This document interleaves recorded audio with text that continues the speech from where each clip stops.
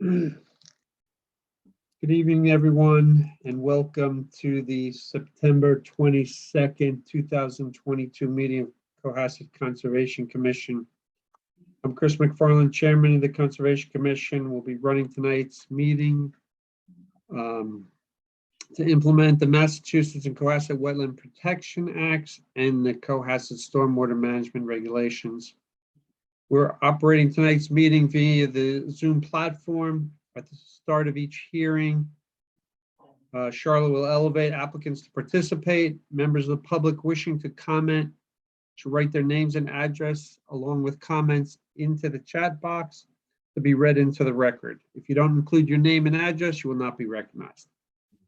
Present this evening on behalf of the Conservation Commission are our Conservation Administrator, Angela Giso, and Town Conservation Agent, Charlotte Patel.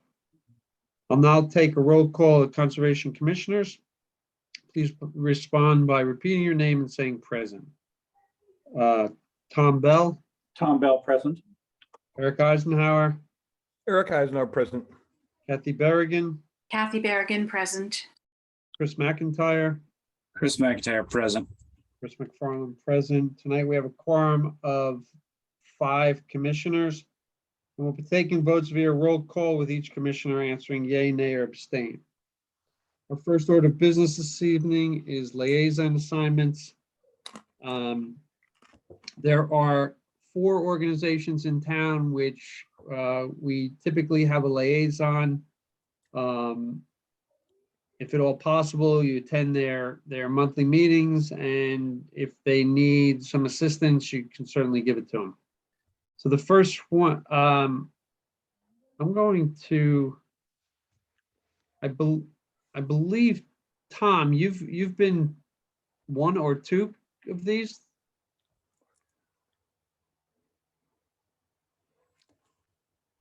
Yeah, I've done the Turkey Hill. Turkey Hill. You know, the trustees of reservations, right. Turkey Hill site, and the Harbor Committee. Oh, both. Okay. Yeah. And Eric, I believe you've done open space and recreation. Is that right? I've done open space and also the CBC. What is that? Community Preservation Committee. Community Preservation. Does all the grants for the town hall and all of that. Okay, so I'll ask Chris and Kathy, are you interested in being the liaison to any of these, or? I've been serving as a liaison for open spaces and recreation for the last year. Oh, you have. Okay. I don't know. I think I might be on the board now. Good. Well, thank you. Actually, Chris, I don't think I'm on. I think Mary Ann Weatherall took over for me. That was a few years ago, and I dropped off. Okay, so Chris is on Mary, open. I think we may not be represented except for what Chris is doing. Well, that's quite good. So Eric, you're with the community preservation though. Yep. Okay, and so just quick polling, does everyone want to, Kathy, was there anything you wanted to get involved with? I know you're very busy right now, so. I am, true, but we all are. I'm kind of interested in the Turkey Hill Management Committee. I really don't know too much of exactly what they're doing, but I'm not trying to replace you, Tom. I'd join with you if you want. You know, I grew up there. I grew up in the area. I kind of know it. So I'd be interested in if you want another liaison or a backup. I'll do that. I'll join with you if you want. Oh, no, you can take it over. I don't know if I'm qualified. It only meets once a year, I think, unless they have some issues that come up. But so it's the easiest assignment of all, I suspect, Kathy. And what kind of background would I need to have for this? I mean, I don't want to go in there and not be able to contribute or. Basically as liaison, you're just more or less listening to what they're talking about, and the only thing that we've really talked about recently was the management of the meadow, whether or not they had a wet meadow they had to deal with, and whether they could continue mowing. So it sort of falls into the only time you're probably going to really participate is when they're doing something that involves conservation. Okay, So yeah, I mean, your background's fine for this. okay, all right. I'll do You that. don't have to be a botanist or or anything like that. I mean, I'm sorry, Tom, I didn't hear you you. don't need to be a botanist or anything like that. That's what I'm asking. Okay, Yeah. all No, right. Okay. Okay, so, You're okay with that, Tom? oh yeah, okay. So I'd like to make a motion that Chris McIntyre be the liaison for the Open Space and Recreation. Tom Bell remain the liaison for the Harbor Committee. Eric remain the liaison for Community Preservation, and Kathy Berrigan become the liaison for the Turkey Hill Management Committee. is that all the liaisons we have, Chris? Or are there That's others? that's all we have listed tonight, so Okay. yes. Okay, Do I have a second?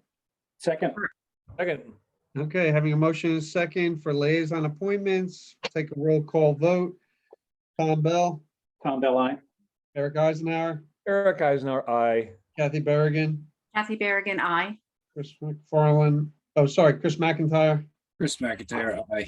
and Chris McFarland, aye. That vote passes 5-0. Great, congratulations, everyone. Thank you. Okay, our first hearing this evening is RDA 22-23 for 67 Gammons Road, and I will read that into the record.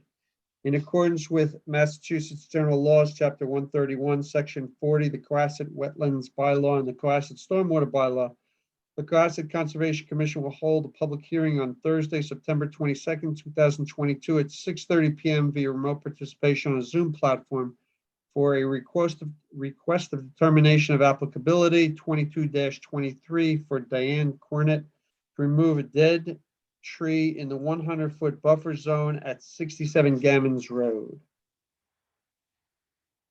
Hi, Diana, can you hear us? Yes, Awesome. Okay, do you want to share your screen or would you like me to share my screen? I did take photos of the tree. And do you want to tell us a little bit about your project while we do that?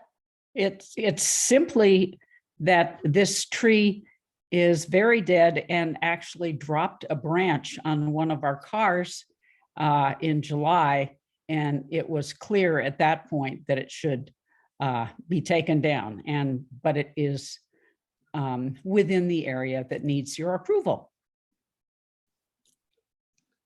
And needs to be professionally done because, as you could see, it is very close to the wires that run along Gammons Road. Okay. Charlotte, do you have anything to report on this? No, I mean, I just, went to the site, worked with Diana to submit the RDA, and I have to say she has the record for turning it around in 2 hours before a deadline, so that's awesome. But as far as it looks like, the tree kind of is right in the middle between two buffer zones.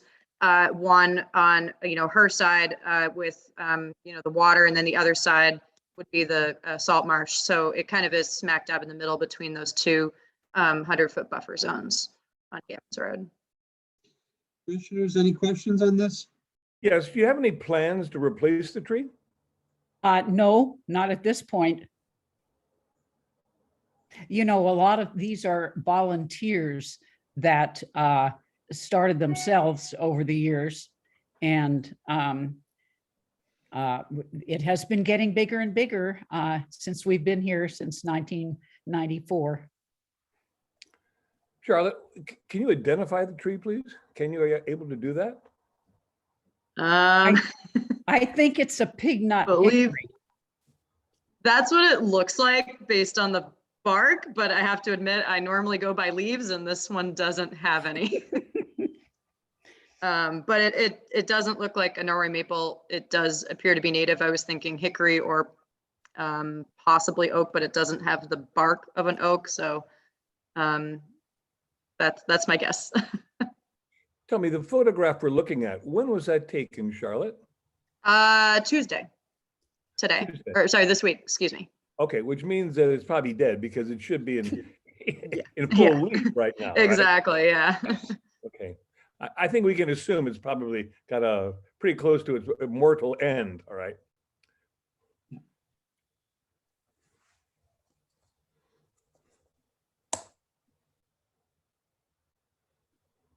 Any other comments by commissioners?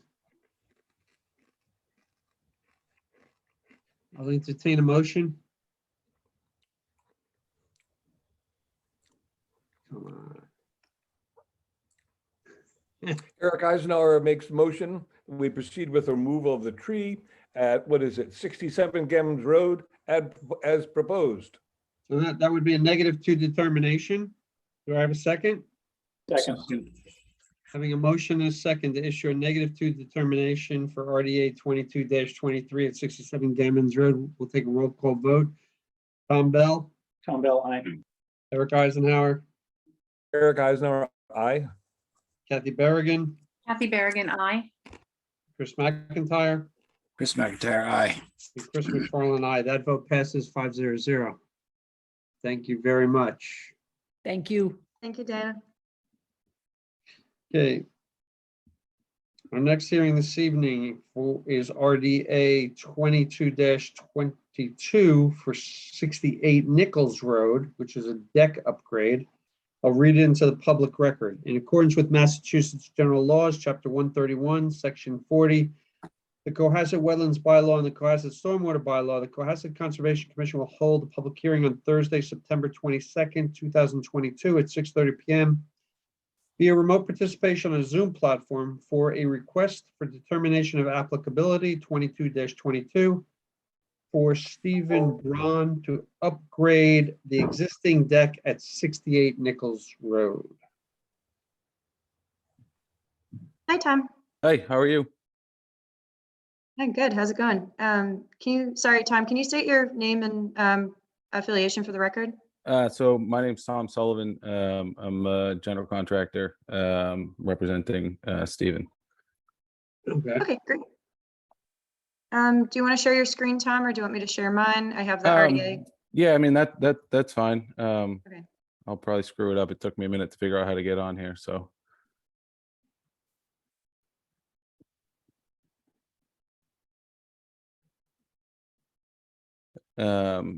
So yeah, I was brought in by Stephen to do some repairs to the deck, which looked like from initial glimpse that it was all right, and then once my foot went through it, I quickly realized that it wasn't. And our goal is to rebuild it in the same size and shape as it was originally built.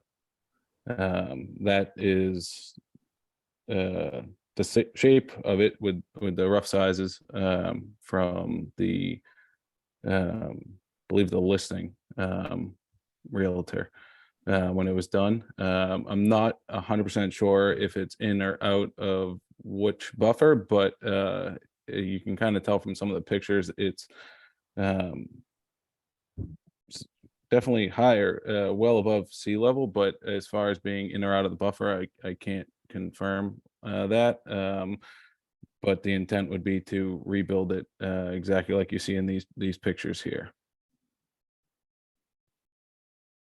And then you can kind of see as we started kind of poking around, it had just been, for lack of a better term, lipstick on a pig for a number of years. From the top, it was everything had felt or zip tape over all the joists, so you would have thought that it was pretty sound, and it had just been kind of duct taped and bubble gummed together for a number of years. And that's kind of where we're at. Tom, how old is the original deck in your estimation? Probably 25 to 30 years if I had to guess. And yeah, that's it. So once it was old enough that no one, I don't think either the town was involved or it was the Wild West, because the footings that are there, you could literally walk up to and just kick with your boot and they'll tip over. I think what had happened was either the skill level wasn't there, or the the desire to make it right wasn't there, because what happened was they hit ledge. That's all ledge right there. You can kind of see right in the middle there. There's a piece of ledge. And what they did was just kind of poured some 12, anywhere from 6 to 18-inch footings on top of the ledge. So that whole structure was just kind of floating in the breeze. So the intent would be to remove those, put footings back right where those ones are, and pin it to the ledge so that it's structurally sound. And you can kind of see that that walkway is the shape of the deck. And I think if you look real hard, you can see about every 12 to 16 inches, there's a stake driven in the ground, and that represents the size and shape of what was there. So what was done was plumb down from the perimeter of that every 12 to 16 inches all the way around that deck, so that when it is rebuilt, the framing can be leveled back up from those points and built back to exactly how it was. Yeah, that's the 68 in a nutshell. And are you gonna need to bring in any heavy equipment for this? You can No, just hand dig No. it. Yeah, I mean, honestly, those are so, I mean, I have a video, but those are so shallow, you could pick those up with your 2 hands. Okay. So it would be, all handwork, shovels and bags of concrete. Not too much concrete, just because they are so shallow until you hit the ledge. Right. So those concrete cylinders are only a few inches thick. Is that what you're saying? They vary from anywhere from 6 to maybe 18, if I had to guess, just from kind of poking around in next to them. But yeah, what happened is whoever did it, hit the ledge that was there, and instead of pinning into the ledge, we would typically drill a 1/2-inch diameter or 5/8 diameter into the ledge in epoxy rebar, and then put that sonotube, which gives you that round cylindrical shape, around that rebar, pour the concrete, and we use a bonding agent so that those footings are essentially part of the ledge so that it doesn't move. Right now, you could, I'd say probably 8 out of 10 people could go up to those and get those out of the ground. So that's what you plan to do, is to And excavate down to bedrock, clean it off, drill a hole, cement some rebar in, and put a sonotube form over it and pour it again. Is that? you got it. Yep. Right. You are within the 50-foot buffer, at least, and well, you're on the coastal bank, actually. But this is a pre-existing structure. It's only 25 or 28 feet down to to water horizontally. So you are within the 50-foot buffer here. Looks like some vegetation had to be removed. Is that, am I seeing that correctly, Tom? It could have. That was not done by myself. I don't know, or anyone that's employed by me. I don't know who did it, but somebody did it. That I can't speak to.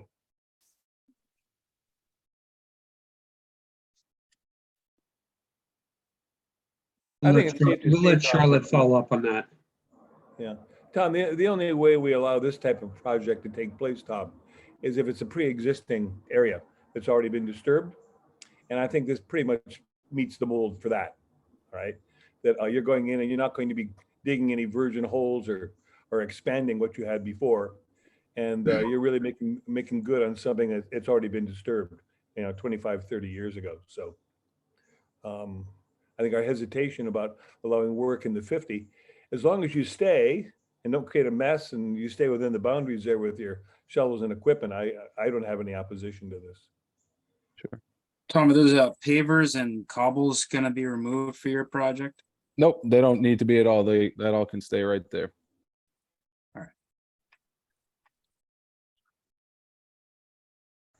Yeah, I would follow up on the vegetation issue, but that's not what you're here for. So I don't have any.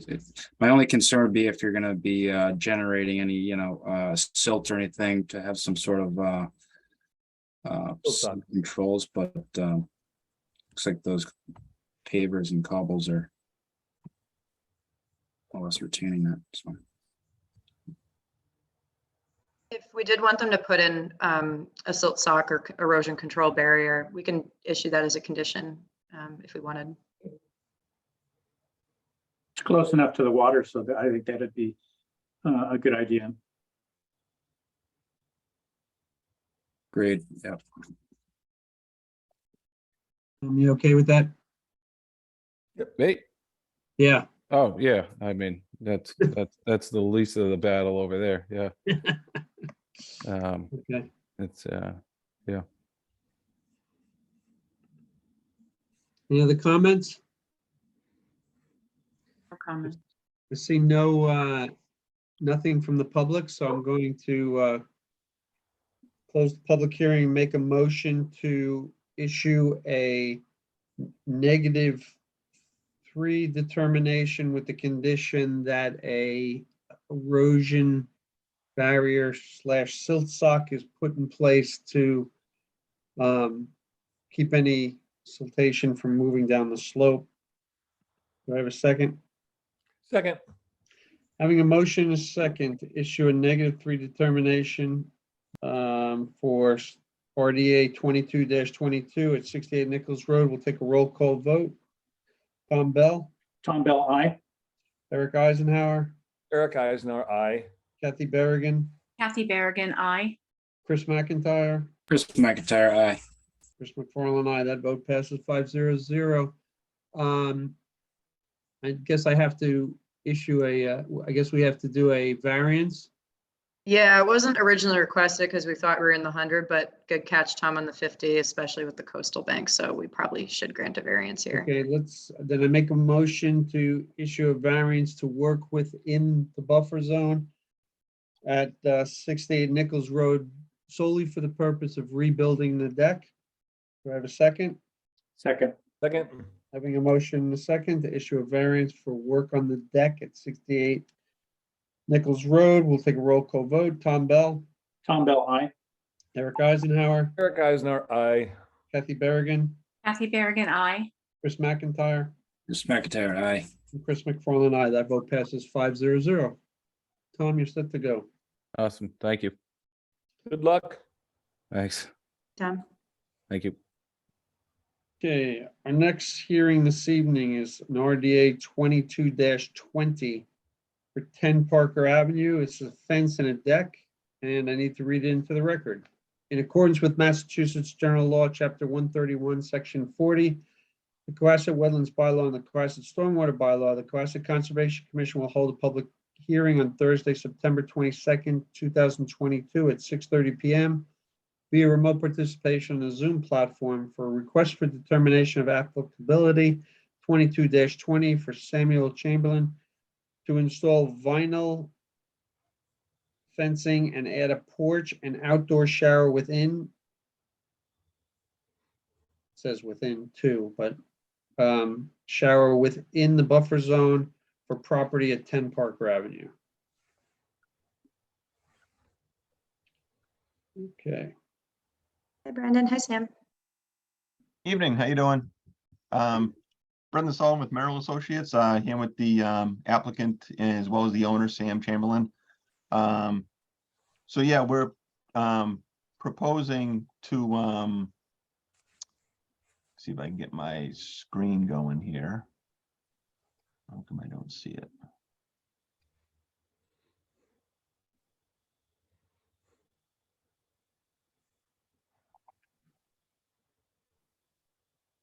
Oh, there it is. So as the notice reads, we're proposing to do some work. So this is the second lot in on the left on Parker Ave, number 10. At the beginning of where Border Street is. So we're proposing some work outside the 100-foot buffer. We have a 100-foot buffer. We have a 50-foot buffer down to a salt marsh. We also have a little bit of a 200-foot auto riparian that's from across the street from the Gulf River, across the street from Border Street, that comes into the corner of the property. So we're proposing some work outside the 100, which is an additional parking space and some grading. Some of the grading peels into the 100-foot buffer over here. On the north side of the existing dwelling, there's a deck that we plan on putting a porch over. There's a porch in the front. We kind of match that coming around the corner and adding a porch over that deck. We're also doing an outdoor shower, approximately 6 by 6 outdoor shower in the back, which is outside between the 50 and the 100. And we're also proposing 2 sections of solid vinyl fencing along the northerly and the southerly property line from the street to the rear line. And I think that's about it. The concrete will be removed as part of the project underneath the proposed deck and porch in this area here.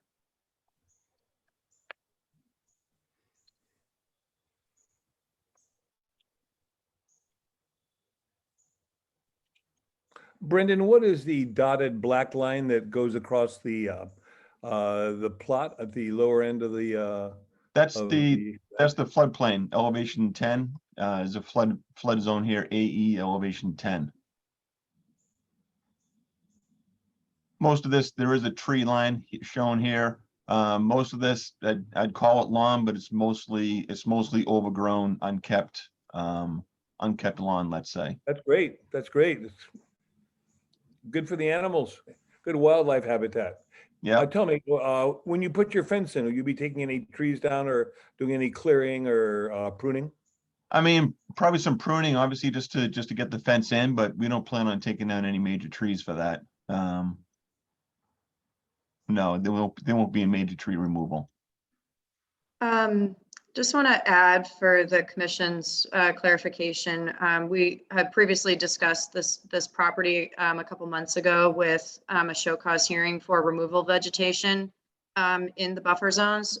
So I'm not sure, Brendan, if this tree line is 100% accurate, but they had submitted a vegetation plan for the 50-foot buffer in the area along where those row of cedars are. So I guess, can you guys just give an update on that one as well, since we do have another open RDA on this property, of what the status is for the mitigation plan and any plantings that are going to be done, if they're going to be done around the same time with this project or done later, like in the spring, or? No, I believe actually, I just spoke with Sam as late as today. And I guess some of those plantings are showing up as soon as tomorrow.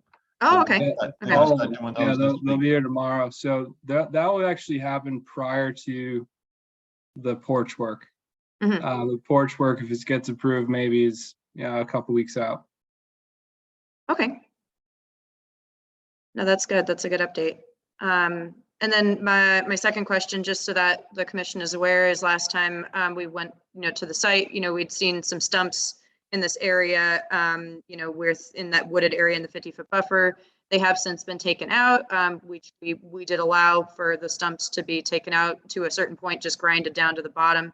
But when I went to the site earlier last week, it looked like the site was all brown from possible use of herbicides. So Sam, can you just walk us through what happened there? I also have photos to show the commission, but it does look a little concerning, I have to admit, with the properties around and across being green, and then this one's brown. So can you just explain that a little bit more?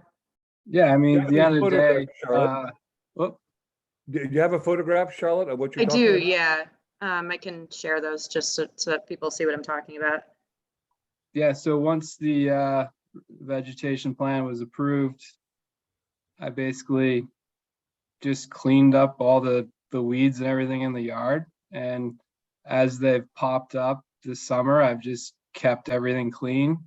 But we're now on the point where we can try to plant some grass. So once assuming this porch gets approved, we'll plant grass down to the revegetation zone. And that will be that.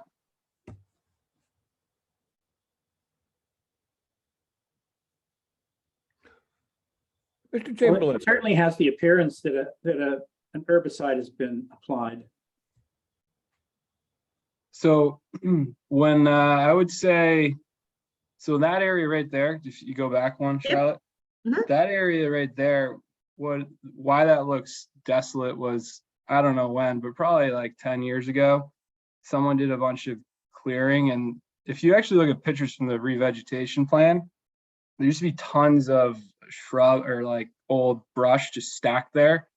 And during various, was it the town brush day, I've just kind of slowly cleaned that up. That's why that looks desolate right there.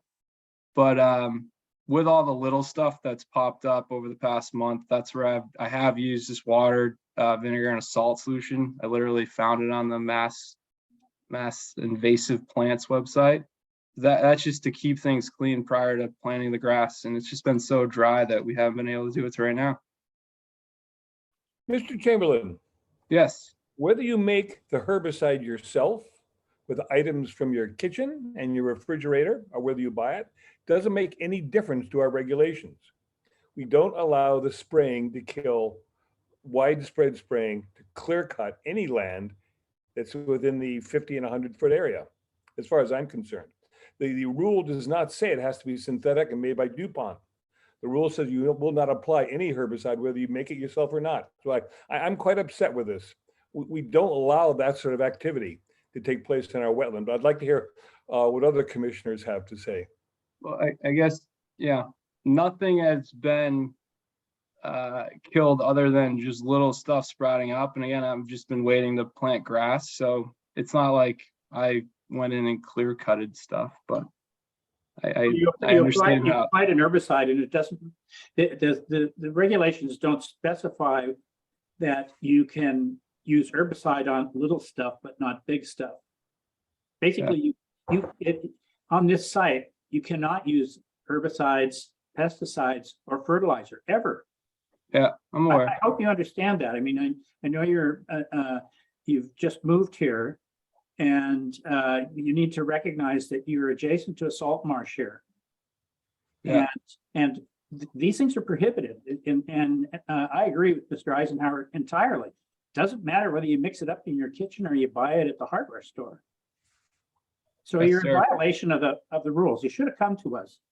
Really, if you wanted to do something like that, you need to be upfront about it. You can't just Do it. do it and then reluctantly admit to it. I asked you and gave you plenty of room to tell me what I already knew. And I felt that you were a bit evasive here. We had to press you before you finally conceded that, yes, you did mix up your own batch of herbicide. So you're off kind of, at least with me, you're off on the wrong foot here. I apologize. I have a question about your fence. That's going to cross the 50-foot buffer. This is a wildlife corridor of sorts. And with that fence there,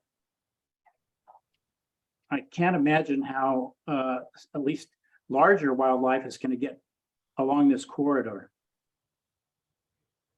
Yeah, I had the same question. I don't know what the precedent is for fencing in the 50-foot, but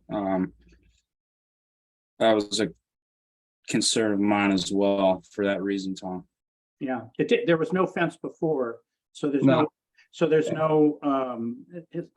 I don't think there's any grandfathering here that you were entitled to put in a fence.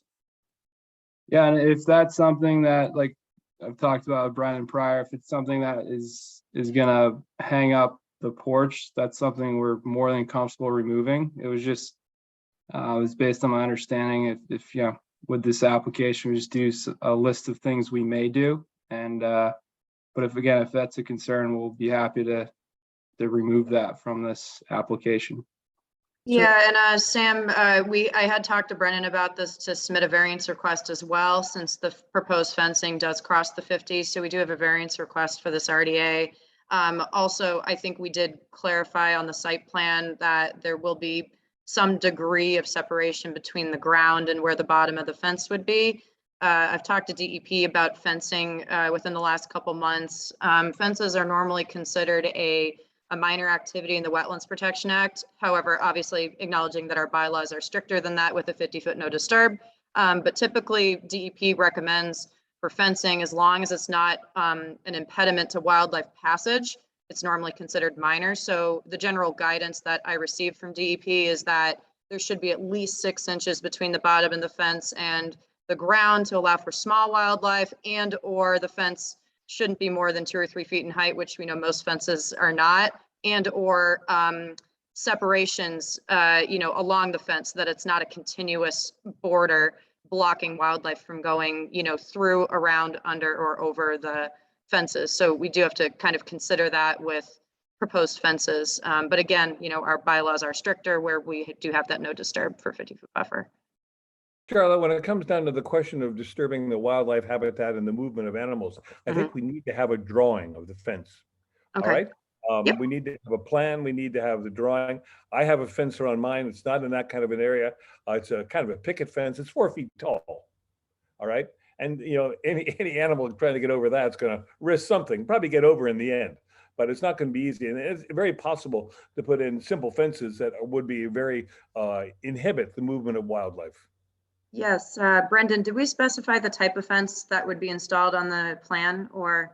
Yes, we did. It's a solid vinyl fence, and we did specify it being 6 inches off the ground. How tall? Maybe 6 feet. Can't be any more than can't be higher than 6 feet, because then it triggers zoning. Is it the pole vaulting deer that's going to go over it?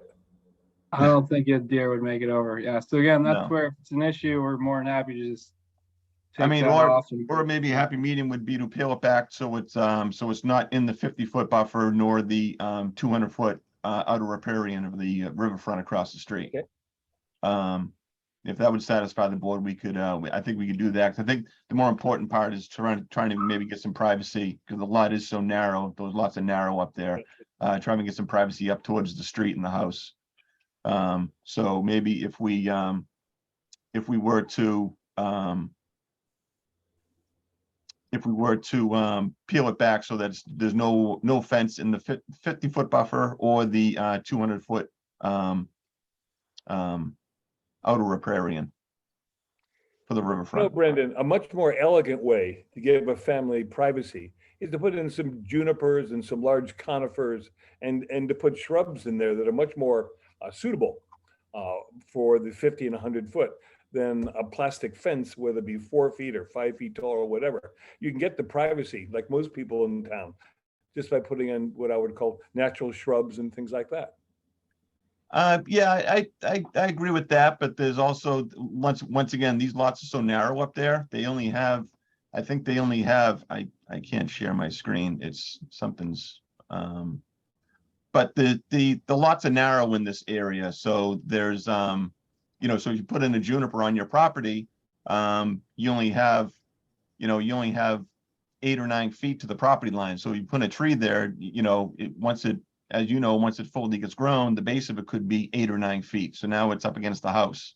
So there's not a lot of opportunity there, especially on that side, on the right-hand side, to add plantings and still get into the backyard. I don't think you're convincing me, Brendan. All right, okay. I mean, maybe, I can see bigger- maybe on the left side, there's plenty of room over there. But just the right side, it's just so tight to the, we got 9 feet, like I said, from the edge of the porch to the property line. So. A bigger concern is the need for a restoration plan here for the lawn that's been attacked with herbicides. You need, before you go any further, to bring this area back into an acceptable level of plant life. And as far as I'm concerned, it has to be restored to what I call semi-wild nature. Right now, it's barren. All right, it looks like a moonscape. And a lot of it has to do with the fact that herbicide's been used, and we have to somehow restore that, I believe. I'd like to hear what other people. That's happening tomorrow. Literally, they're coming from that was the Massachusetts wetland, that all that delivery's coming, the gardeners are coming to put all that in. What are they putting in? That's that revegetation. There's 78 different plants. So there's 5 red cedars, there's black cherry. It's gonna be great. Yeah, I can Um, pull up the vegetation plan, Sam, if that's helpful. Give me one Yeah. second. I hope the soil's okay. I mean, So while you're doing that, I have a question about how you're going to deal with the wastewater for your outdoor shower. Sorry, Tom, just to interrupt you for a second here. This was the revegetation plan that we had previously approved with the last RDA submission. So this was put together by South River Environmental. Okay. So let me just get to the bottom here. So this is the plant list that was approved by us with all the native species that have been suggested. So 55 for the count, and then for the seed mix that'll also go Okay. in to restore the area. But this is where the mitigation plantings were going to be installed in the 50-foot buffer. So this was our previously approved plan. I'm going to make the recommendation that since this property is now denuded of vegetation, that the mitigation grasses and forbs should extend all the way to the 50-foot buffer. And that in fact, the inside the 50-foot buffer ideally is a native vegetation area. And the idea of planting grass back there, I mean, you've taken the grass out. There's nothing to say that there was grass there before. There was no grass there. Okay, so there shouldn't be grass there. So the buffer should be returned to what it once was, which is a kind of a native planting to function the way it's supposed to function, which is a buffer zone to the wetland. So I think a can of worms has been opened here, and I think that your first part of mitigation it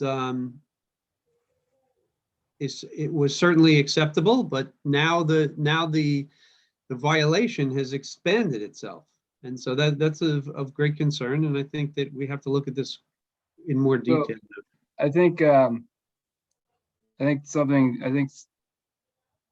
you're looking at pictures right now, but if you looked at pictures back then, it looks exactly the same as right now. Well, Only it wasn't all dead. Charlotte, do you have the And old pictures? by any it chance? wasn't all dead, and it wasn't intended to turn into a lawn. There was never the intent to turn it into lawn. There was the intent to leave it for what it was. I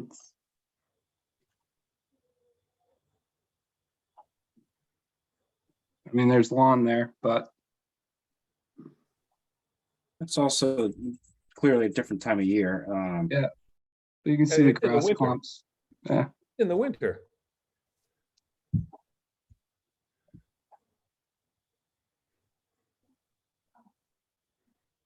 Yeah, this is during the time when we were reviewing the RDA originally that was submitted with the vegetation plan. So these were just the conditions in the spring of this year. But it's before leaf out of the trees, Charlotte. Correct. Yeah. So, I mean, you definitely have to account for the fact that the trees don't have leaves right now. And subsequent to that, this area has been treated with herbicides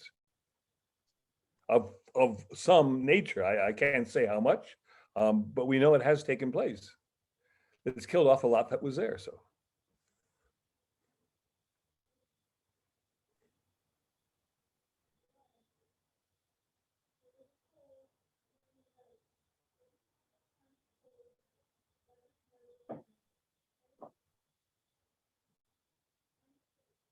I think tonight we have an application before us. It's for a number of things. It doesn't necessarily address what's going on within the 50-foot buffer. I think it's highly unlikely that if you just threw grass seed down that it's going to grow. I think that you're going to have to do something in order to make it grow.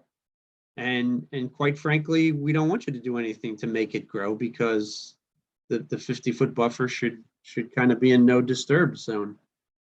So, I mean, we certainly can look at the application in front of us, but at this, the next step is going to be to look at what's going to happen moving forward.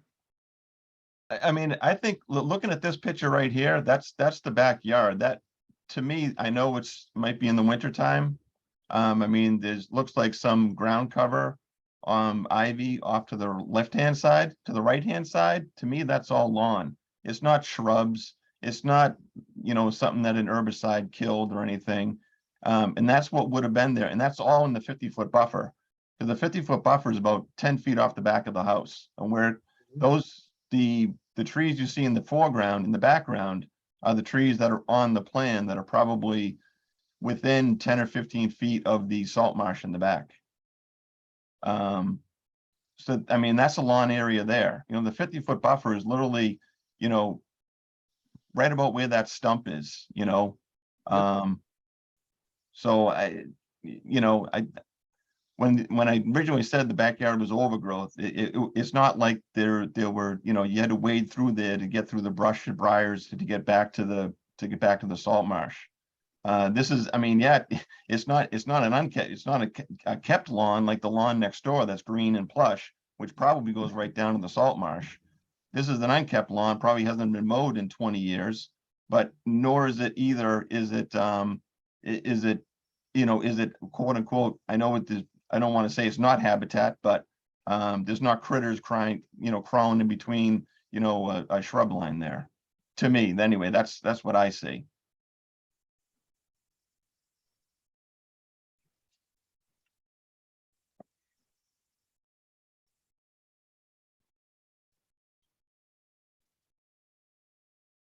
And I think just to refresh the commission's memory, for all these like stumps and trees that were cut down around the home, I believe the Whitneys, the previous owners, had shown pictures that the house was overgrown. So I don't know if we have pictures from the 50-foot buffer, but we can look at aerial imagery. But at least around the home, I remember they showed pictures that the overgrowth was quite extensive around the home at the very least.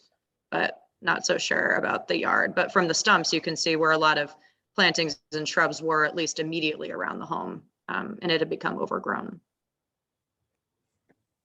And then some along here as well.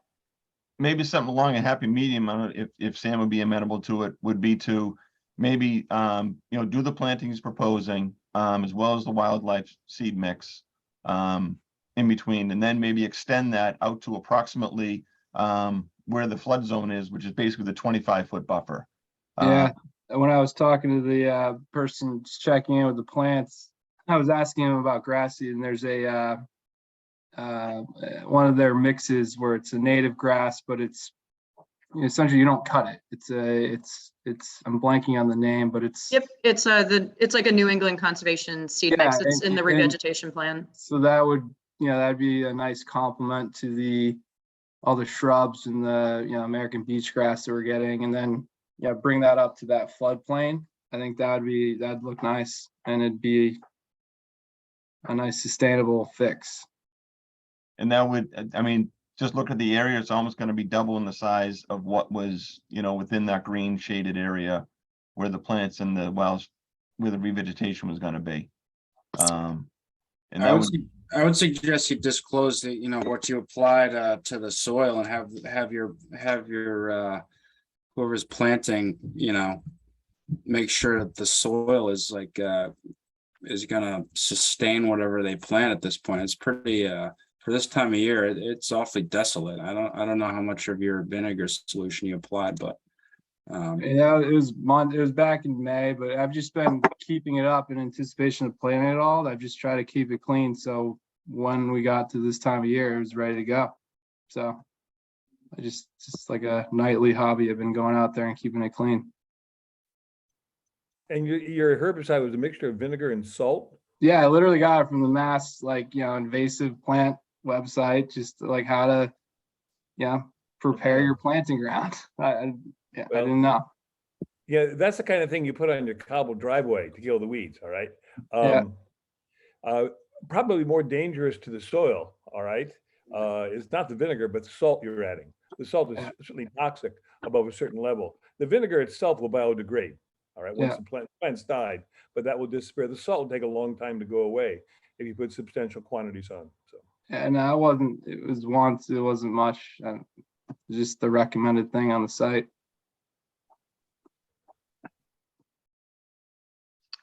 If, yeah, Sam, if you only used it once, I actually talked to John Zimmer, who prepared this vegetation plan. He said there shouldn't be too much soil damage from one application, but if it was a repeated series of applications, it might increase, the salinity in the soil, which may or may not do well for some of the plants. Although I think some of the plants that were proposed were salt tolerant, but again, the repeated use could have been, it would be a much bigger concern, but still, it does go back to it was technically a homemade herbicide, but at least when I talked to the wetland scientist, he said one application probably wouldn't have affected the soil significantly.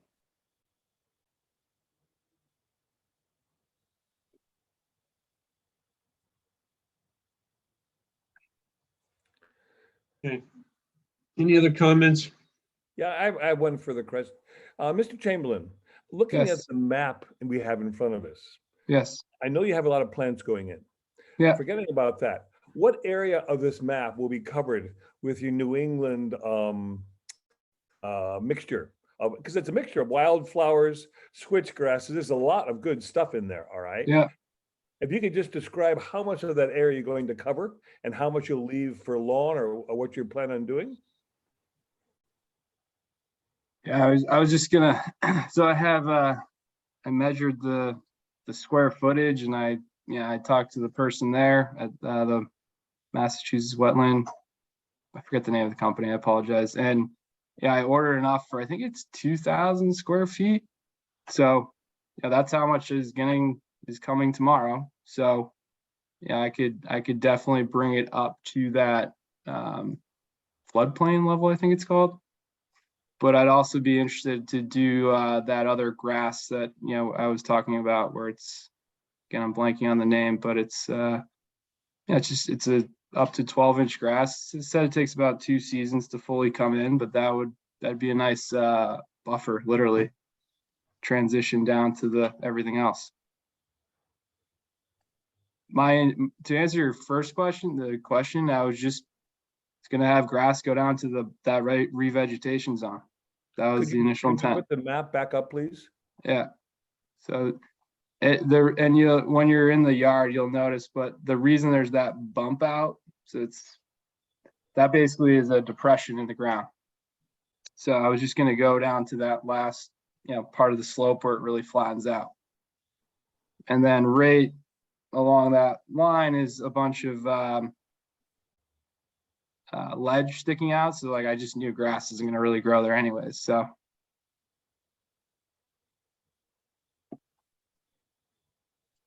Looks like you've got about 4,000 square feet there, roughly.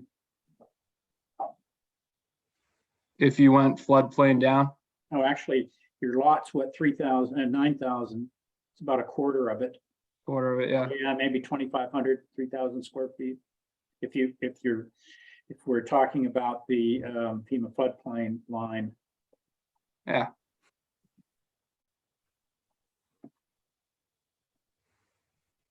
So I want to go back to my question about the wastewater from the shower and how are you going to deal with that? I'm gonna ask Brendan to answer that. If that's okay. I mean, typically it's just maybe it's it's probably like I call it a deck, but a wooden floor with just gravel underneath it, and then the water just will percolate into the ground. Yeah, and that's actually all gravel right now. That there's an entryway in the back side of the house. It's a walkout basement, so it's like a really fine gravel already. So we wouldn't be adding anything. So you can actually see that plateau where that little concrete slab marker is. So that one, the topo line of 17, that is, up to the outside corner of the house. That's all gravel right now. Yeah, right there, but not past the house. So yeah, any outdoor shower I've ever been in, that's what it is. It's a, yeah, some type of teak or, yeah, manufactured wood floor. Is there a recommended way, Tom, to do it? No, I'm just curious, I'm concerned about soap, essentially, but Yeah, can't imagine you're gonna generate a lot of that, so. You yeah, I would just mean for like summer rinses, if you will. Yeah, right. Yeah.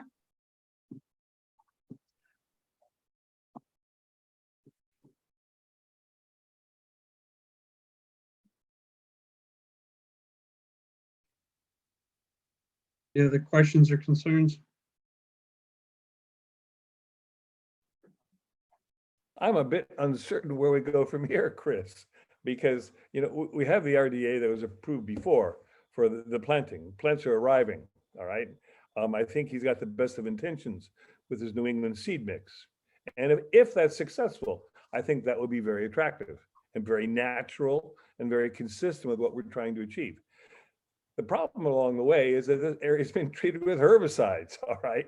And it's sort of changed the ball game. So maybe what we want to do is go ahead with the project and have some sort of a condition that Charlotte visits us come May of next year and make sure that the intentions we have been realized in the garden. In terms of seed mix and all that. I think Agreed. that's already in the plan. There's like a follow-up to it. Yeah, there's obviously there- after the initial planning, I have to let you guys know. And then there's a, goal of 75% success rate, if I remember correctly. Yes, So, and it is for 3 yeah. years, it has to be. Yeah. Yeah, so Yeah, and I'm not sure exactly where we landed on the fence. I think I'd recommend peeling it back so it's not in the 50-foot buffer or the 200-foot outer riparian riverfront area, if that would satisfy the board. Yeah, and I would certainly not make it 6 feet. I would make it much less so that if wildlife is passing through, it's not obstructed, Brendan.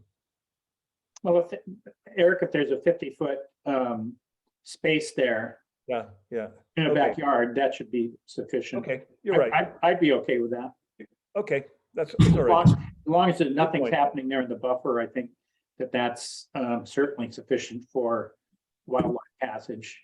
And Good point. that's where they're gonna pass. They're gonna pass close to water, I would Yeah. expect. the coyote likes to walk down the middle of the street, actually.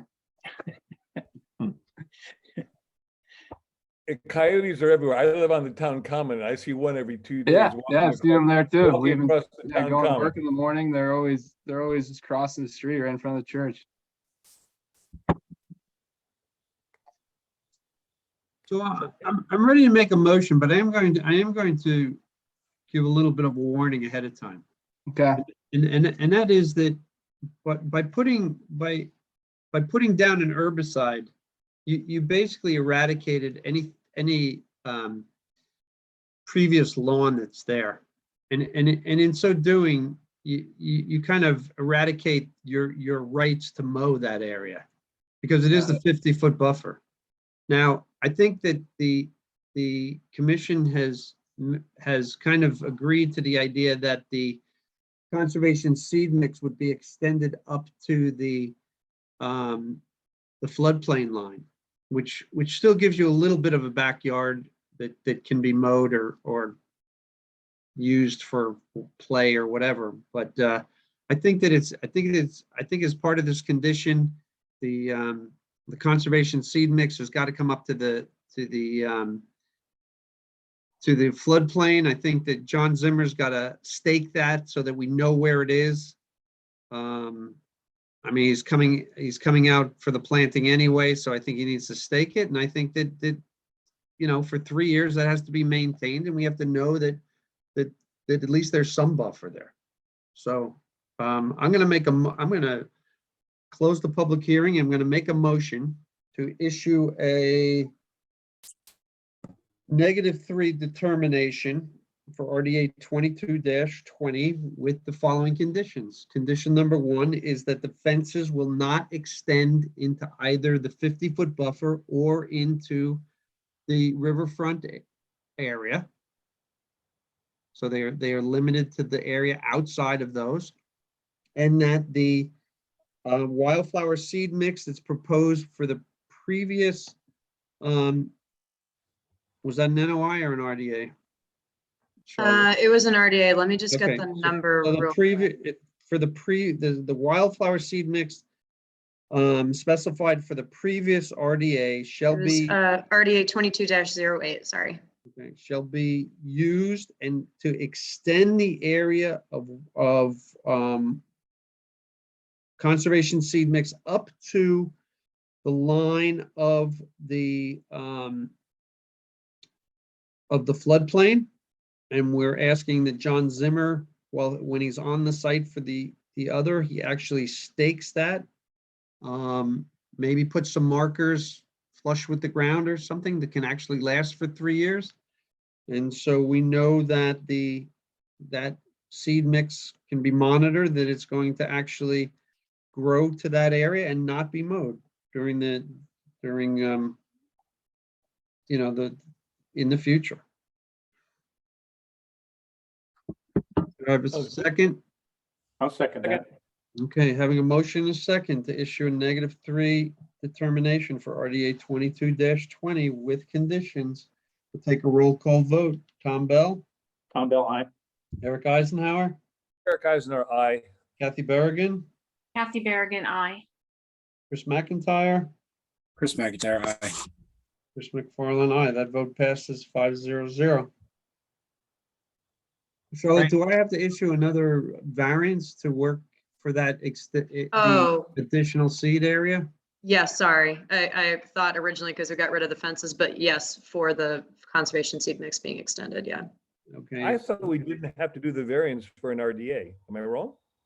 So you can do a variance for an RDA, but you know, like we normally do this for relatively simple projects like taking out a tree, but Okay. yeah. They already have a variance, so I guess. Right.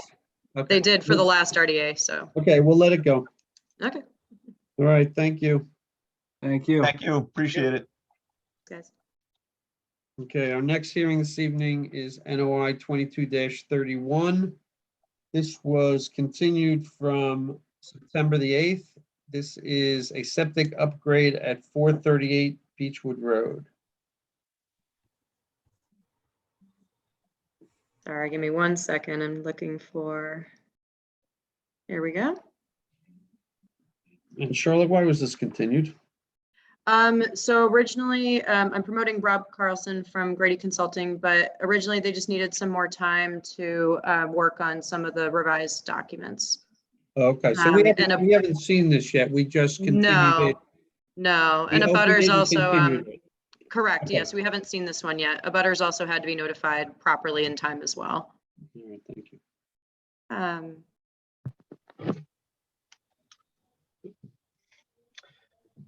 Hey, can you guys hear me? Yes.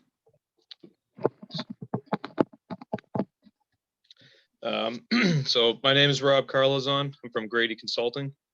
This is the septic repair plan for 438 Beechwood Street. So I don't know if, I guess I can try to share my screen. I don't see the option to share it.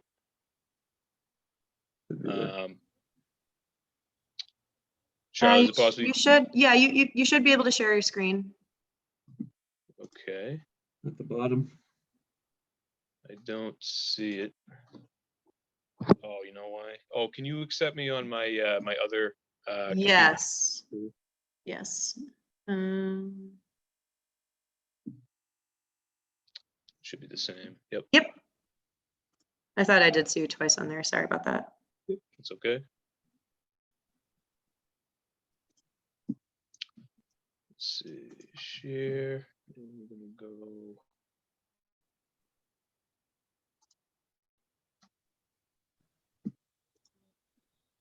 Okay, do you guys see that? Yes, we do.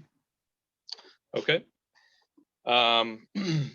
So, like I said, there's a septic repair plan. So just a little bit about the existing lot. I'll try to zoom out a little bit here. It's a little slow. Okay, it's a little slow. So this lot 438 Beechwood, we actually colorized the wetlands, the buffer zones. So the wetland line is colored in blue with the flags delineated by South River Environmental.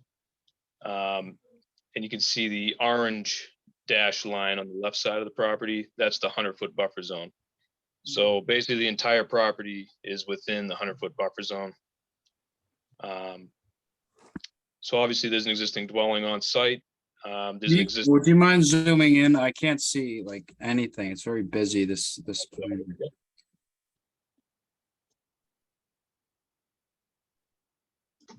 Thank you. A little better. Yep, so wetland line in blue, 100-foot buffer line in orange. So obviously existing dwelling right here. The existing system is out in the backyard. It's a cesspool. So the plan here, obviously the cesspool is in failure. So the plan is to pump and fill the existing cesspool and then install a 1,500-gallon septic tank, a 1,500-gallon pump chamber, and then pump it around the side of the house out to a geomat leaching field out in the front yard. It's kind of a tough situation here because we really just have no space. I didn't actually do the soil testing, someone from our office did, but we did do a test hole out in the backyard here, test hole 3. And we also did 2 test holes out in the front. Soil is not ideal, so we actually had to go to this alternative geomat leaching field, which is kind of a newer system. It does offer a couple of benefits. It offers a smaller footprint, as well as it kind of actually reduces the mound that'll be, after final grading. We also, as a result of having to put the leaching field in the front here, we will have to reroute the water line kind of around the leaching field and back into the front of the house. Unfortunately, it's kind of maximum feasible compliance in this situation. I know we're within the 50-foot buffer. We're asking for some relief from the leaching field to the wetland. It's supposed to be a 50-foot minimum. Unfortunately, we have to put it at 30 feet. We looked at trying to slide the field at least a little bit to the left away from the wetland, but we do have a ledge outcrop right here near this 24-inch tree. So we really can't put it that close to the ledge, obviously. So we do have to kind of maintain at least a little bit of separation between the ledge and the field.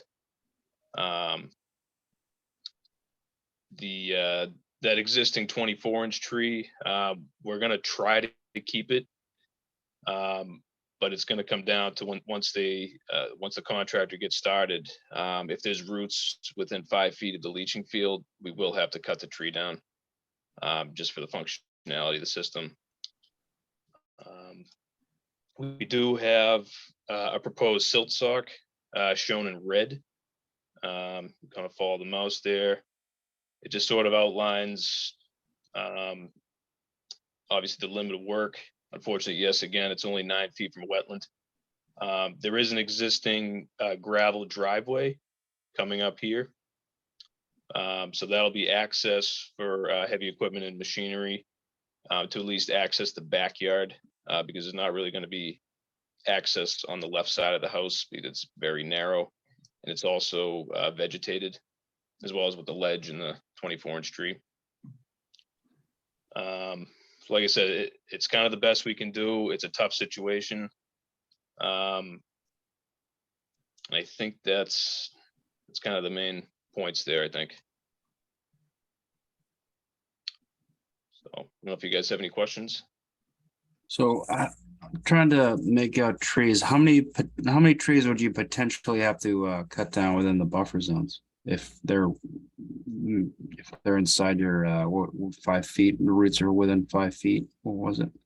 Yep. So if there's tree roots within 5 feet of the leaching field, we would have to cut the tree down, which is actually pretty standard for any leaching field. But the only significant tree that we have is it's a 24-inch deciduous tree. I'm not sure what kind of tree it is, but we may have to do a little bit of pruning along the left side of the house.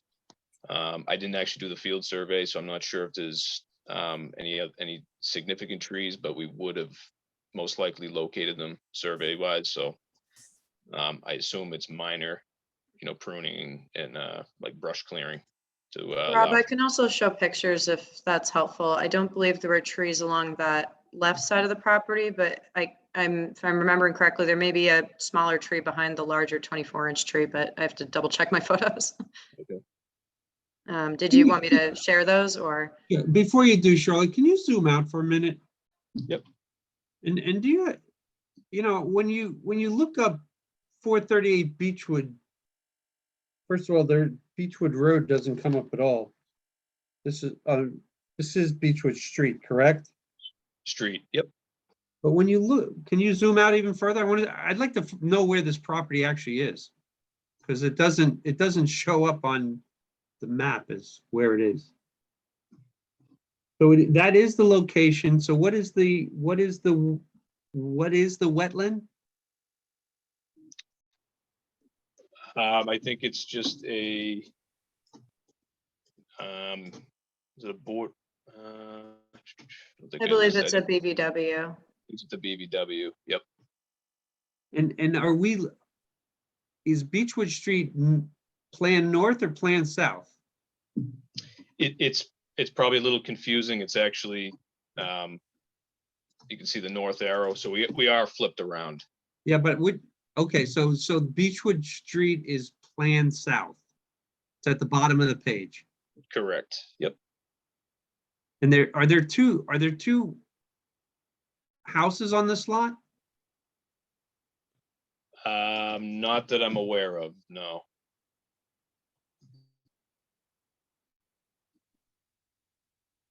Okay. Yeah, Chris, I had the same problem when I looked at it at Google Earth. It identified a much larger parcel just to the east of this, and actually had to get in and start looking at the assessor's records to figure out which lot this was. Okay. So which lot is it? Well, it's not the one that comes up in Google Earth, Okay. that's for sure. So, I mean, this is the right lot from what I can tell from the assessor's records. Okay. Thank you, Tom. So this had a cesspool. It didn't have a septic tank system before. Is that correct? Correct. Yep. Yeah. So it's one of the 120 or 130 cesspools in town. Good to get rid of it. Yep. This is a vast improvement to what was there.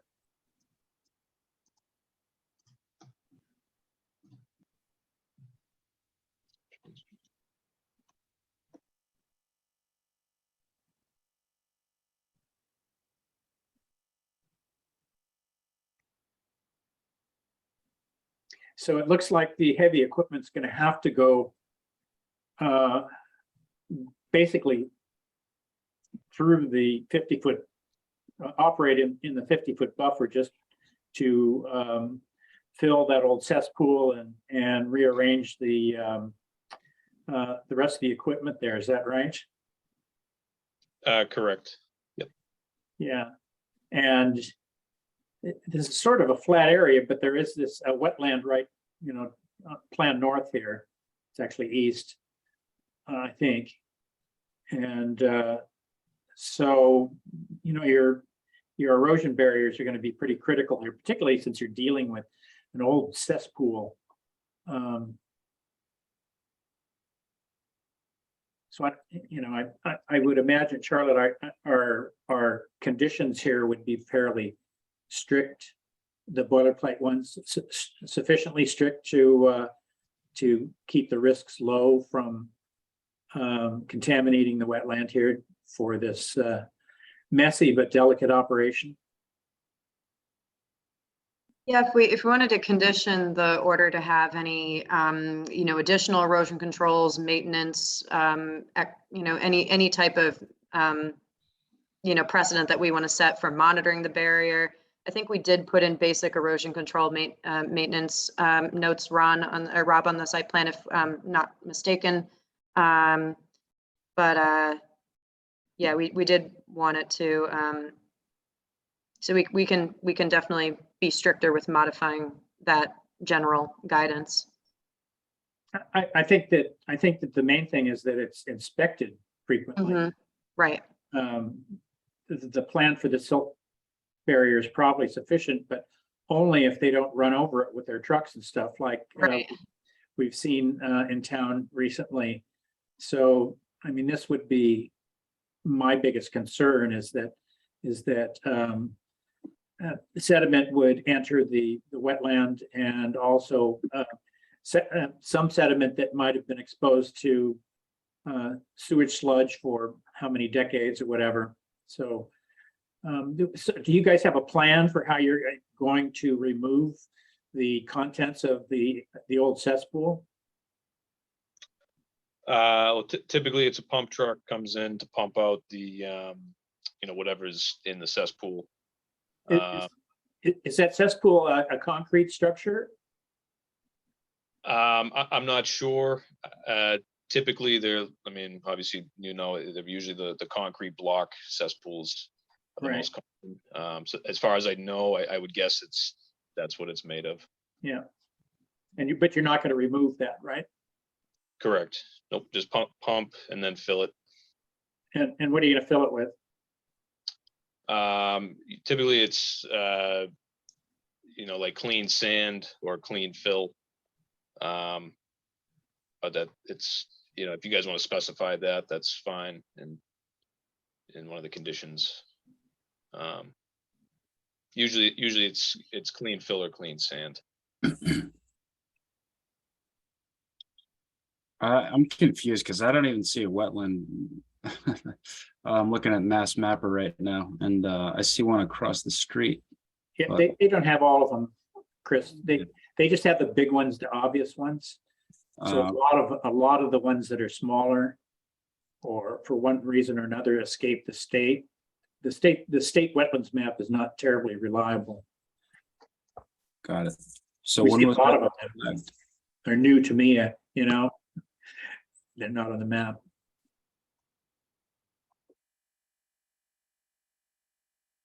Yeah, I think it's good to get rid of a cesspool then. Let me ask a question. This applicant is in front of us. Obviously, it needs a variance. What is the better variance from us, or is the better variance from the health department or the building department and the setbacks? Because it seems to me, and obviously I'm just looking at a plan, but it seems to me that if this whole leach field was rotated, it could be much further away from the wetland.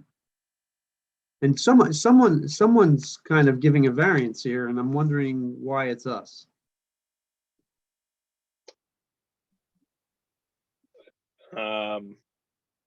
Rotated which way? 90 degrees. 90 degrees up and down.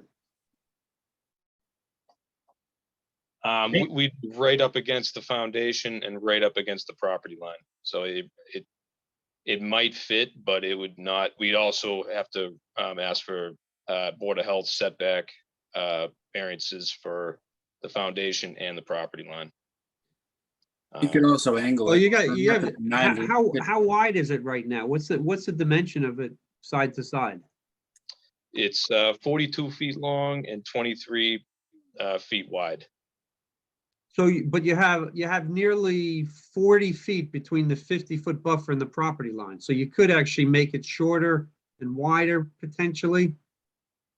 Yeah. I mean, I understand what you're saying, that you'd have to get variances from different departments, but I'm just wondering if we're really the department who should be giving the variance here.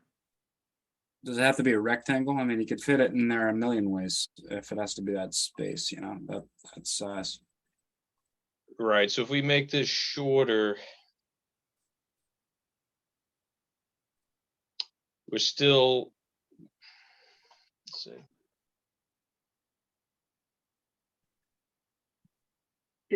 Is there a regulatory setback from the house? It looks like it's what, it says a 5-foot minimum here. That arrow between the edge that's closest to the house, and then above that it says 17 feet 3. So I'm assuming that the 17.3 refers to the dimensional arrow there. I'm just wondering what that 5-foot minimum means, and then likewise you have something down to the property line. It says 10-foot minimum, and I'm assuming these are the setbacks, and you're 10'8" there. So it would look like you've got 12. If that's what, if I'm reading this right, you've got 12 feet there that you can use. 17 minus 5, you got 12 feet there. Yeah, so we're also trying to stay away from that ledge too in that corner. So even if we made it a little shorter, but then wider, that top left corner is going to be even closer to that ledge, and you're going to end up having to either chip it out, or it's not really suitable for leaching. So how wide did you say this was? 23? 23, yep. Okay, so 33, 43. So you got 50 feet here to work with, and you got to subtract 15 from that. So you got 45 feet to fit this thing in lengthwise. What is the length of it? It's 42 feet. You've got room to rotate this thing 90 degrees then.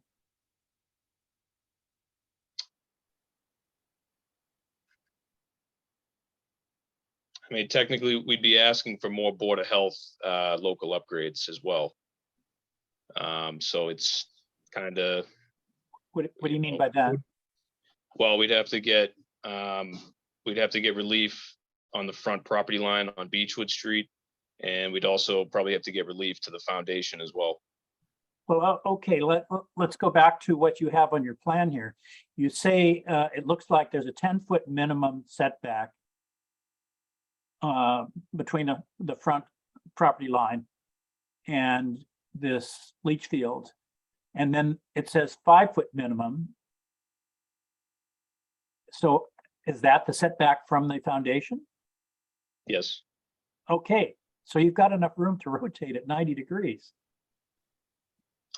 Right, but we'd have to get a local upgrade, an additional local upgrade request from Board of Health for the properity line along the street. So Rob, when is this going to? Why? Board of Health? You've got 10 feet. I mean, if 10 feet is the setback, I mean, maybe you do have to go back to them, but it doesn't look like you need a variance. Unless my arithmetic's wrong here. No, we would need one. Plus the D box and all the piping on that end towards the house. If we were to rotate it, the D box and the piping would be right up against the house, which would not be good design. So like I wouldn't recommend that, as a design engineer. I wouldn't recommend that configuration.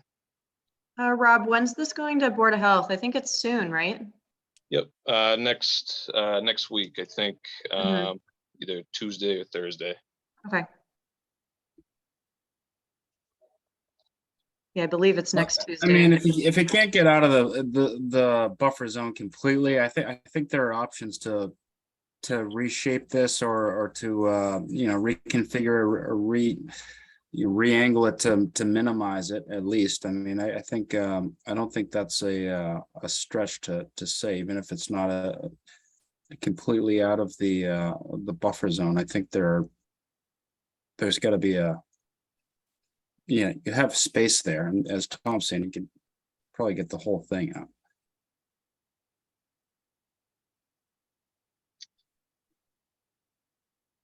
Right. I mean, without knowing the margins of that bedrock outcrop, it's hard to say for sure, but right. it certainly looks like you could rotate it 90 degrees and be if not outside the buffer, almost all of it would be outside the buffer. But right now you're at about what 40% is in of this thing is within the buffer zone. And I know you can reduce it somewhat. I don't know how much. You'd have to, if I had the plan and I could rotate that, I could know, but that's your job.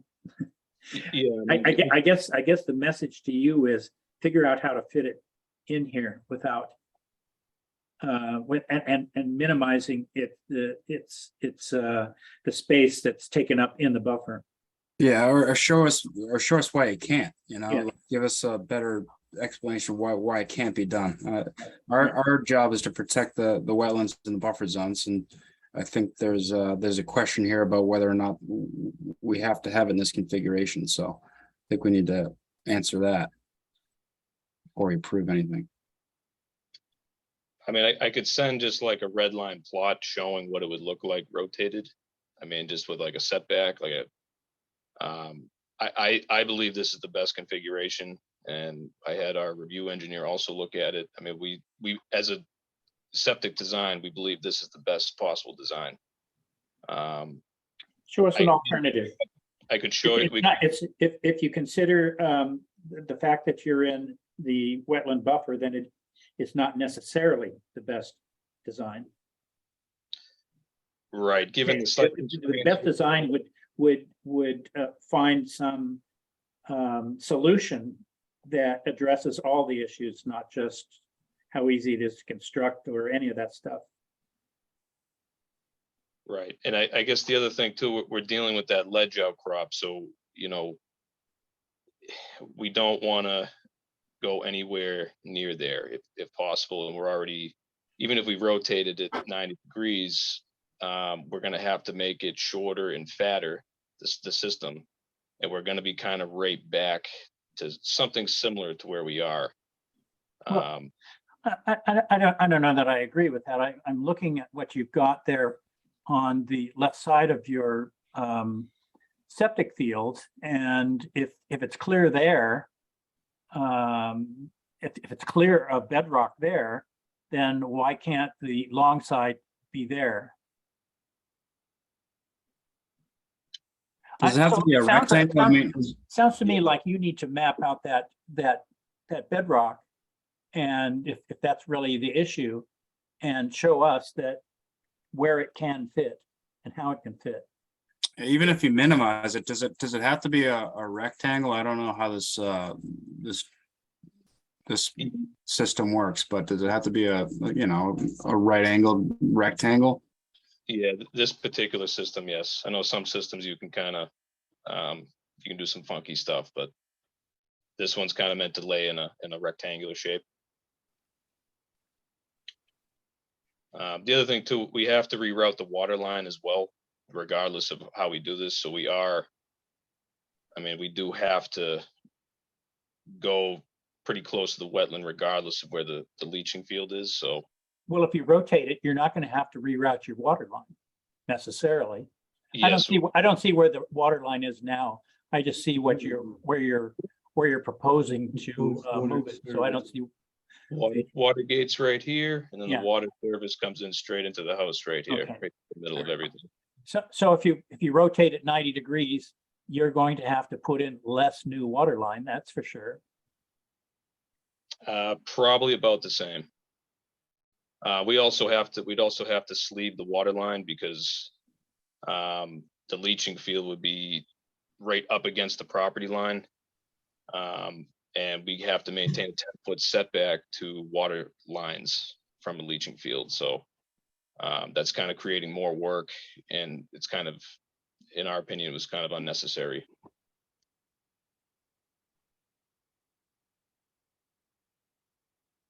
I want to see an alternative analysis here.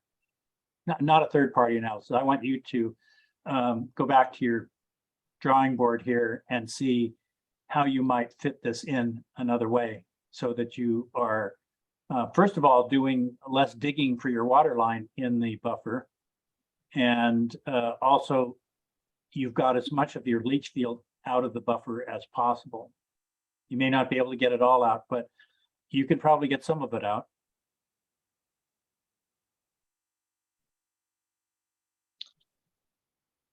Yeah, I mean, we could take a look. I don't think it's going to improve the situation much, but we can take a look.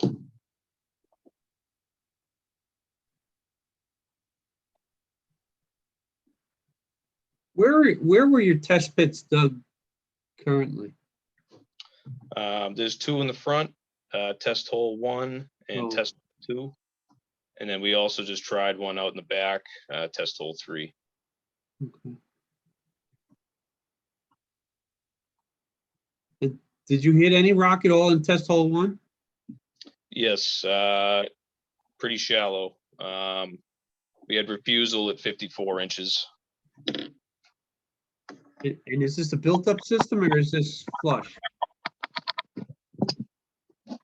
So this. Can we look at this section? Yep. Let me see here. Where is it? Oh, yeah. So it's just the generic schematic. So it's a pretty shallow system. It's basically a 2-inch perforated PVC pipe, which sits on top of a 1-inch transmissive core membrane. So kind of like almost like a wiry foam pad. Looks Yeah. like. So it's a generally kind of a newer system. It's an alternative system. It does provide. I'd have to double check, but I'm pretty sure it does. The wastewater, the effluent coming out is a little cleaner, but I don't know the numbers offhand, and I'd have to check that. So at what point? I mean, you've obviously concluded that at 54 inches, the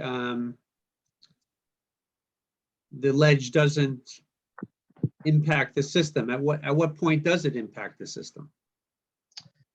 So we're right at the limit here. Basically, we by design regulations, you're supposed to have a 2-foot minimum section of naturally occurring pervious material. So for instance, in test hole 1 and 2, the C1 layer, fine sandy loam, we basically have 24 inches and we have 30 inches. So we're really right at the brink. This really should be sewered. Yeah. That would be, that's what it should be, but obviously that's not possible. So I'm looking at your test hole 2 here. And it says too wet to perk at 40 inches. Yep. Okay. So that, but then, you've noted that there's modeling down here at what depth? Like 2.5 feet, so about 30 inches. 30 inches. Yep. Why is it down there? It says depth of 5 feet modeling, 2 inches to 6, 2 feet to 2 feet 6. What? I don't understand what that's telling me here. Yep. So that's how we kind of write it. I is a little confused. So depth is equal, the depth of the hole, the test hole is 5 feet. Yeah. So 60 inches, and then modeling is at 2'6" or 30 inches with this elevation. Okay, so this is a little bit difficult to kind of parse. And then you have a sieve sample at 40 inches, too wet to perk. Yep.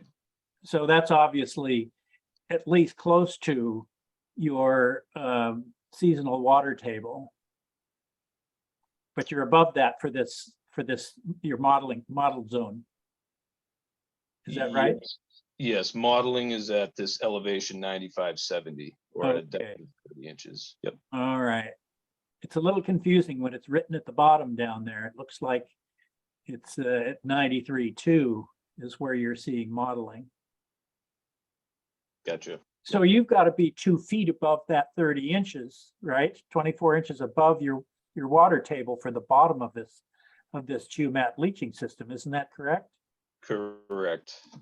So it we is have- going to be built up. It has to be. Because when you Yes. get 30, you've only got 6 inches of the water table is essentially 6 inches below ground. Is that right? No, it's 30 inches below ground. Or not?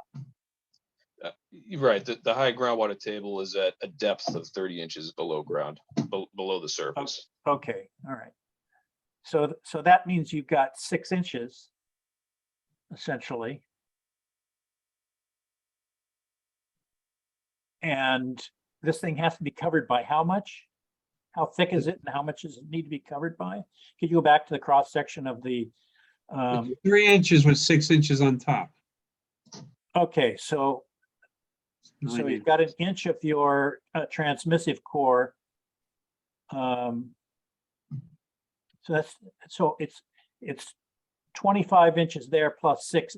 So you've got 31 inches. Yep. In total. Yep. So it's going to be, you're going to raise this thing by 2 feet above the existing grade. Is that correct? No. The new surface is going to be at what elevation? So I have a couple of existing grades here. So like it's obviously it's not perfect, but like you can see in this corner, it's 98.1 is the existing. Yeah. The proposed is going to be 99.2. So we're coming out of the ground about 1.1 feet. Here in this corner, the existing grade is 98.5. The proposed grade is 99.2. So it's about 0.7 feet out of the ground. In this corner, kind of tricky there. Maybe I'm wrong here, but these numbers don't work.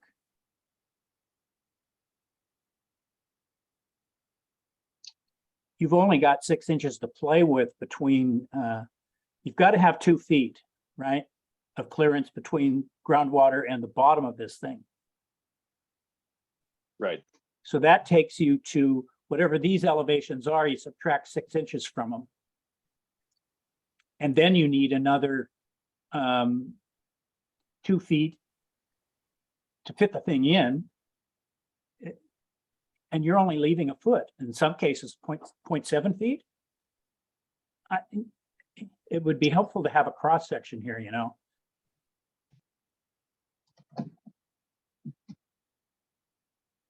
I don't think your numbers work here if you consider the water table. It looks like you haven't considered the water table at all. Okay, so we'll go back here. So the high water table is 95.80 right here from test hole 1. Okay. Should have 95.70. It's close. So then you add 2 feet to get to 97.70. Yeah. Okay. All right. It's only a 1 inch thick geomat. All right, so you only add 1 inch. Yeah. All right. I'm sorry, I skipped a step. So we go up 2 feet. Yep. And then we have 6 inches of sand. All right, so 97.70 up to 98.20. Half a foot, 0.5. And then we actually called out a 4-inch pipe here instead of a 2. I skipped another step, sorry. So up 2 feet, then we have 6 inches of sand. Then we have a 1 inch thick geomat. So from 98.20 to 98.28. And then we have our 4-inch pipe. That's 0.08 of a foot difference there. 98.20 versus 98.28. It's 0.08 of a foot. Right. Yeah, that's 1 inch. 0.08 of a foot. 0.08. 10 hundredths. Yeah, okay, right. It's an inch. Yep. And then so then the breakout elevation is 98.6, which is the top of the 4-inch pipe. Okay, And then you need 6-inch minimum cover over the top of pipe. So we go up from 98.61 up to 99.2.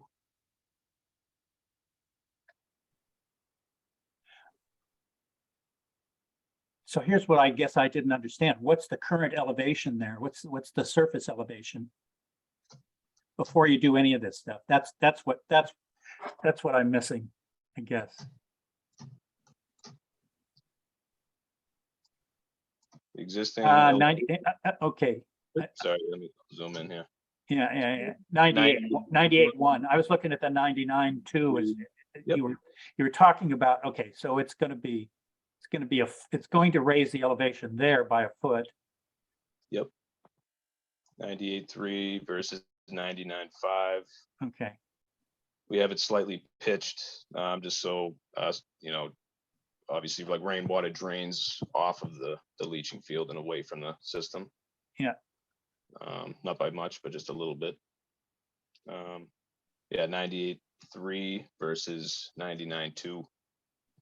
So, again, it'll come up, it'll be up out of the ground a little bit. But this is, compared to a conventional system, this is much more in the ground, or it creates much less of a mound, really, is the best way to put it. so if you used a conventional system, you would have a mound. Yes, And the leach field, the area of the leach field would be smaller, bigger actually. bigger. Yep.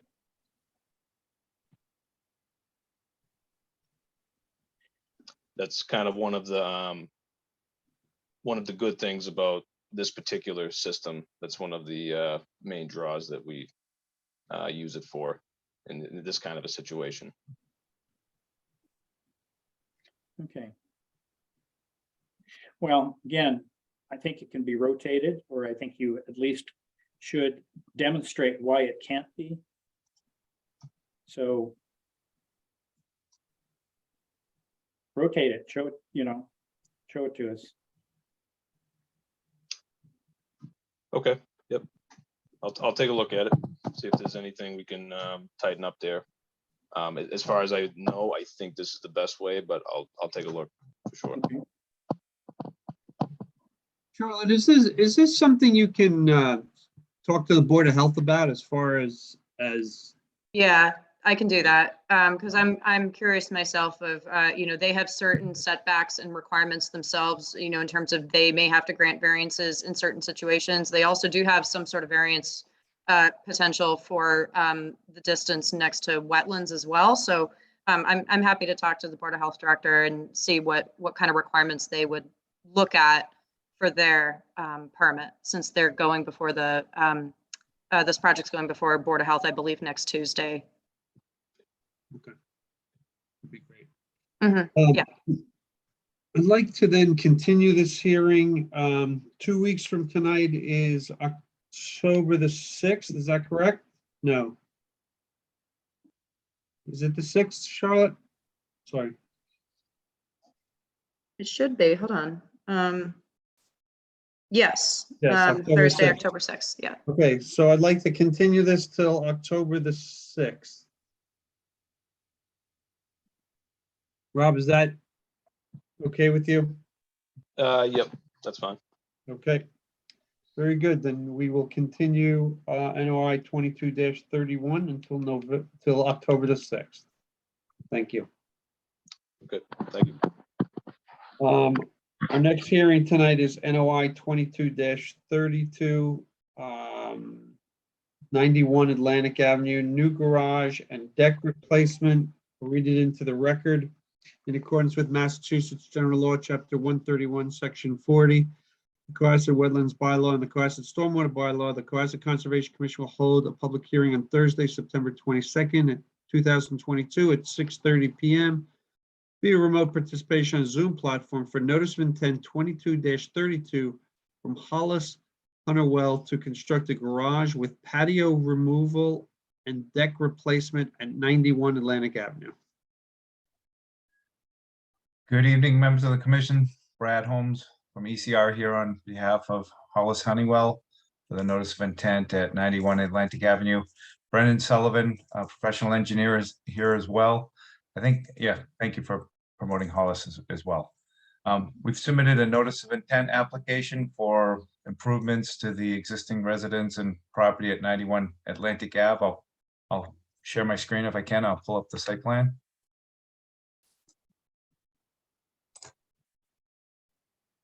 Commission, see the site plan? Yes. Great, thank you. The property contains a single-family home, a gravel driveway, lawn, shed. There's a patio at the rear of the property, maintained lawn, ledge outcropping, and a bordering vegetative wetland system that travels around the site, off-site, and back in and along the property, and off the property, borders either side of the gravel driveway as you come in off of Atlantic Avenue. The entire lot is within the flood zone, land subject to coastal storm flowage, so we're fully covered with conservation jurisdiction on the property. What we're proposing to do is to reconfigure the driveway as you come in to the residence. Actually move the driveway a little bit further away from the bordering vegetative wetland on the east side, so that we can access a proposed garage. The garage is shown here to be outside the 50-foot buffer zone, and associated with the garage would be a proposed porch connection to the existing house. We're also proposing to elevate the house approximately 3.5 feet or so that we can get it above the coastal flood zone and install a flood compliant foundation with flood vents. The existing brick patio at the back of the property is proposed to be removed. It's an old patio. I don't think it has any permeability left in it, but we would reconstruct with a new elevated deck so that it would be accessible from the new elevation of the house. Associated with the new garage and roof area would be stormwater infiltration unit, retention area, and I'll let Brendan describe that in detail. Associated with the work would be a mitigation proposal, which we put together, and I haven't gotten this version over to you in Charlotte yet, but it's the same proposal as submitted, but I've added a little bit more detail to respond to Charlotte's comments. Within the area shown here in brown, we would do some invasive plant removal. Originally had some targeted herbicide application to wipe the stems of the invasive shrubs that are proposed to be removed, but I've removed that proposal so that it would only be ongoing cutting, so that the stump sprouts would be continually cut and hopefully exhausted to kill the plant. What we would do is we'd interplant these areas with native trees and shrubs. You can see the saplings and shrubs are shown here in the plant palette. They have been coordinated against the coasset plant list. You can see here the area in green is the area where there's existing gravel driveway that will be restored as lawn. And because we're proposing to take down one 12-inch red maple tree here, we're proposing to do some revegetation here with some red maples and a holly to kind of, instead of just having it open lawn, we can add some trees to replace the red maple to be removed. There is a black locust tree here that's proposed to be removed. It's non-native invasive. There's actually another black locust tree approximately here, and a smaller black locust tree that's here that will be removed as well. One of them is actually already dead. It's snapped at the top. We would obviously include a sediment and erosion control plan with a silt sock that would surround the work area.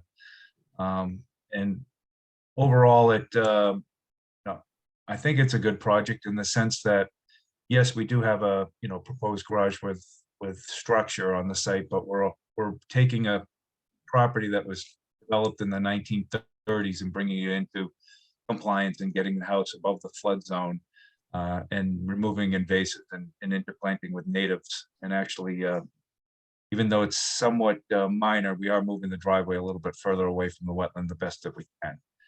So I'll turn it over to Brendan if I can to just explain the stormwater, and then can go over any questions that the committee may have. Brendan, will you take it Sure, from here? thanks, Brad. Yep. Sure. So we haven't done a formal stormwater report for this just yet, nor have we done test pits on site. We've done test pits along the same area and found nothing but sand in these areas. We're proposing an underground infiltration system adjacent to the dwelling. It's kind of like the highest point of the lot. We're still outside the 50-foot buffer.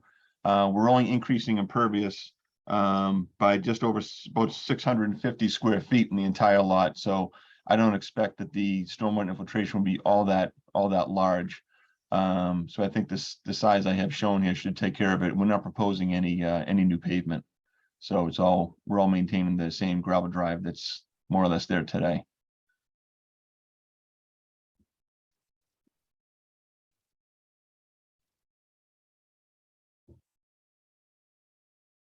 And Brendan, just to clarify, since we're dealing with over 5,000 square foot alteration, we do need to put together a stormwater submission and report for this as well.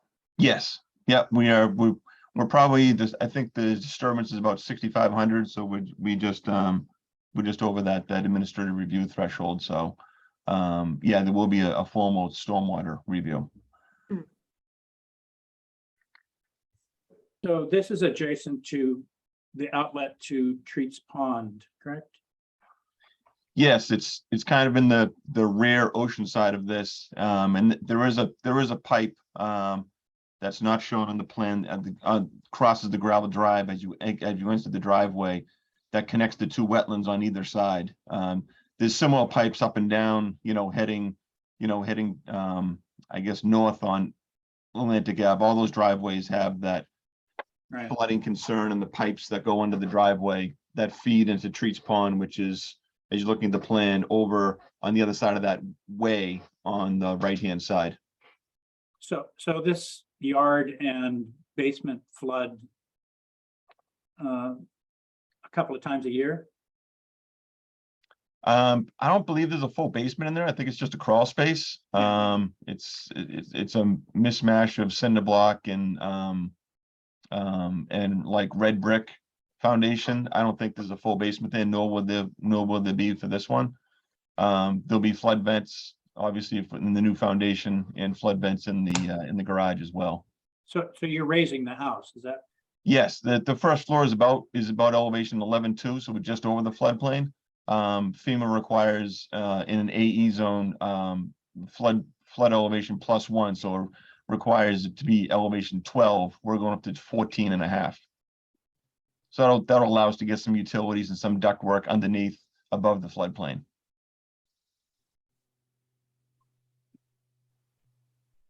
Could you zoom into the different areas, maybe starting with the area of the house itself and the decks? I'll leave it at the mitigation plan. If you'd like the black and white site plan, let me know. Okay.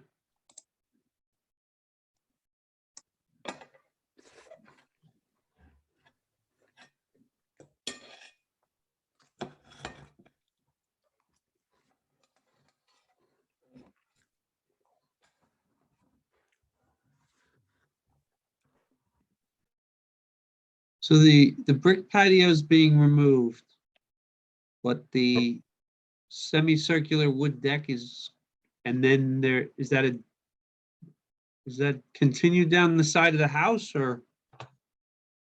The patio in the back of the house exists now. That would be removed. Okay. Elevated deck in the semicircle would. Okay, and what's the square down the side of the house? Where, yes, there, This, yeah. I don't believe, That is a deck. That's a deck as well. That's new deck. Yes.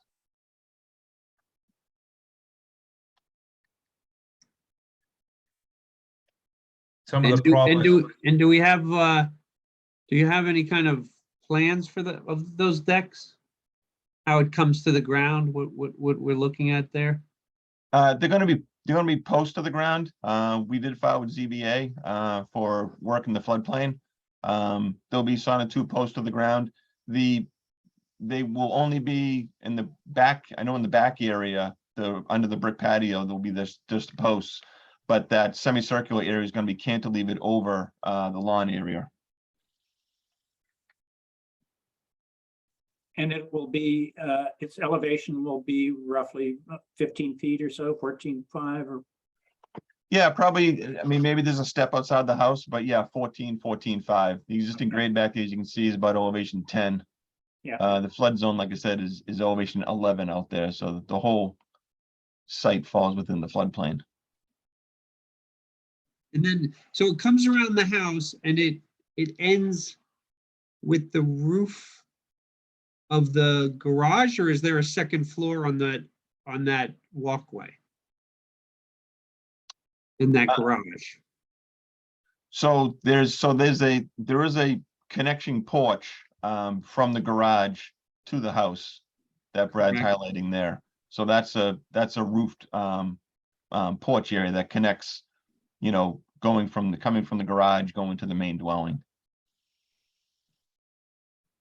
Yes, but the elevation of the garage is what when it, The slab is at 9.5. There's stairs. That's what that bump out is. That's why there's that bump out. There's stairs that get you up to about elevation 14 and a half. So then you'll go stairs inside the garage and then go, you know, across and connect to the house. so basically your deck is the back of the house, down the side and across to the garage. Yes.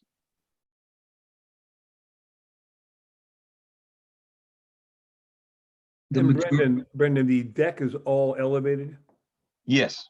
on what, sonotubes or something like that, pillars? Yep. Okay, so underneath it is still pervious. Yes, that is correct. Yeah. And more pervious being under the brick patio, because the brick patio will be removed. Yeah, that stone pad, the concrete pad on the, you know, westerly side of the house, that'll all be removed. Let me ask you a question. There seems to be a large mitigation areas to the left of the property. What exactly are you mitigating? I personally don't see a lot of pervious or impervious being put in place. What's going on here? You know, the green and the brown, that's a large area of planting. Oh, You want to get rid of the Phragmites or what? we can certainly remove that if you like.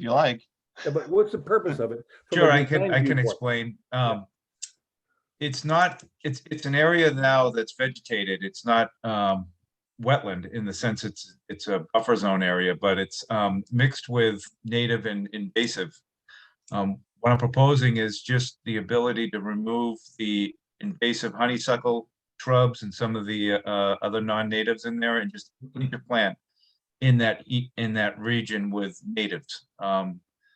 More of a, you know, ecological improvement, and understand that it's a very tight site. Everything's, you know, in the commission's jurisdiction, so wanted to try to mitigate any impacts that the commission may, you know, see as an overall project with the mitigation area.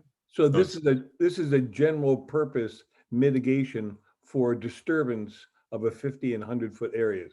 It's not specific to any one area, but it's an overall general sort of project. Correct. It's exactly that, and these areas offer some opportunity for improvement. Brad, just to clarify for the mitigation planting areas, basically, you do want to remove what's there. Would you only be removing the invasive honeysuckle and other things? Because I know there were some trees in that area behind the deck. So would you be removing all of it, some of it, or just the invasives, or? Just invasives, just going Okay. in and just identifying the invasive shrubs. Mhm. Some of the smaller black locust trees that, could be removed, but it wouldn't get into large trees, just Okay. handwork mainly. So the garage sits between the 50 and the 100, is that correct? That's correct. And the connection to the house is half in the half within the 50 and half outside the 50. Correct. And then the side of the house is 2/3 outside the 50 and 1/3 inside the 50. And then the semicircle is all within the 50-foot buffer. Is that right? Correct. The shed that's there will obviously be removed because the circular driveway will come in. You can see the gravel path and the existing gravel driveway now. Oh, so all the circular area of driveway, the expanded driveway, that all sits within the 50. Correct.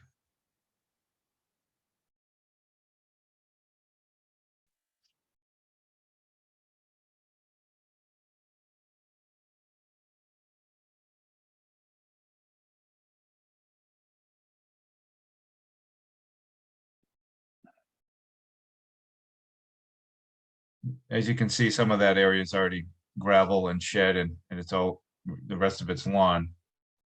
So it's actually gravel and replacement of lawn reduces the ability to add fertilizers and whatnot, but I know that's against the regulations as well, but it reduces the potential. Tell me, on the right-hand side of the drawing, you have a green dotted line. Is that also 50? On the right side, this here, Yeah, on the right side, going toward This- the way. this is the BVW. So that green dotted line is the actual BVW itself. Yes, correct. Okay, because on the other side, it's the 50-foot line, is it not? Yes, this is Yeah. the 50 here. All right. In the photographs, there seem to be a number of trees surrounding the shed. I think that's true, is it not? There are, Yeah. What happens to those trees? see here, this tree is the red maple tree that I was referring to. Oh, yeah. There's a I black, can see a faint red X there. Yeah. yes, that's it. I put an RM next to it. That is a red maple tree, 12-inch proposed for removal. There's a black locust at the back that's proposed for removal. There's another 12-inch red maple here. These two X trees are proposed for removal. This red maple will stay. And I'm proposing replacement with some larger trees in this region to compensate for the red maple. Why are you taking out the red maple by the shed? Oh, It's a lovely tree. I know the property very well. All right. That's a lovely tree. Why are you taking it out? that's right in the middle of where we, coming into the garage.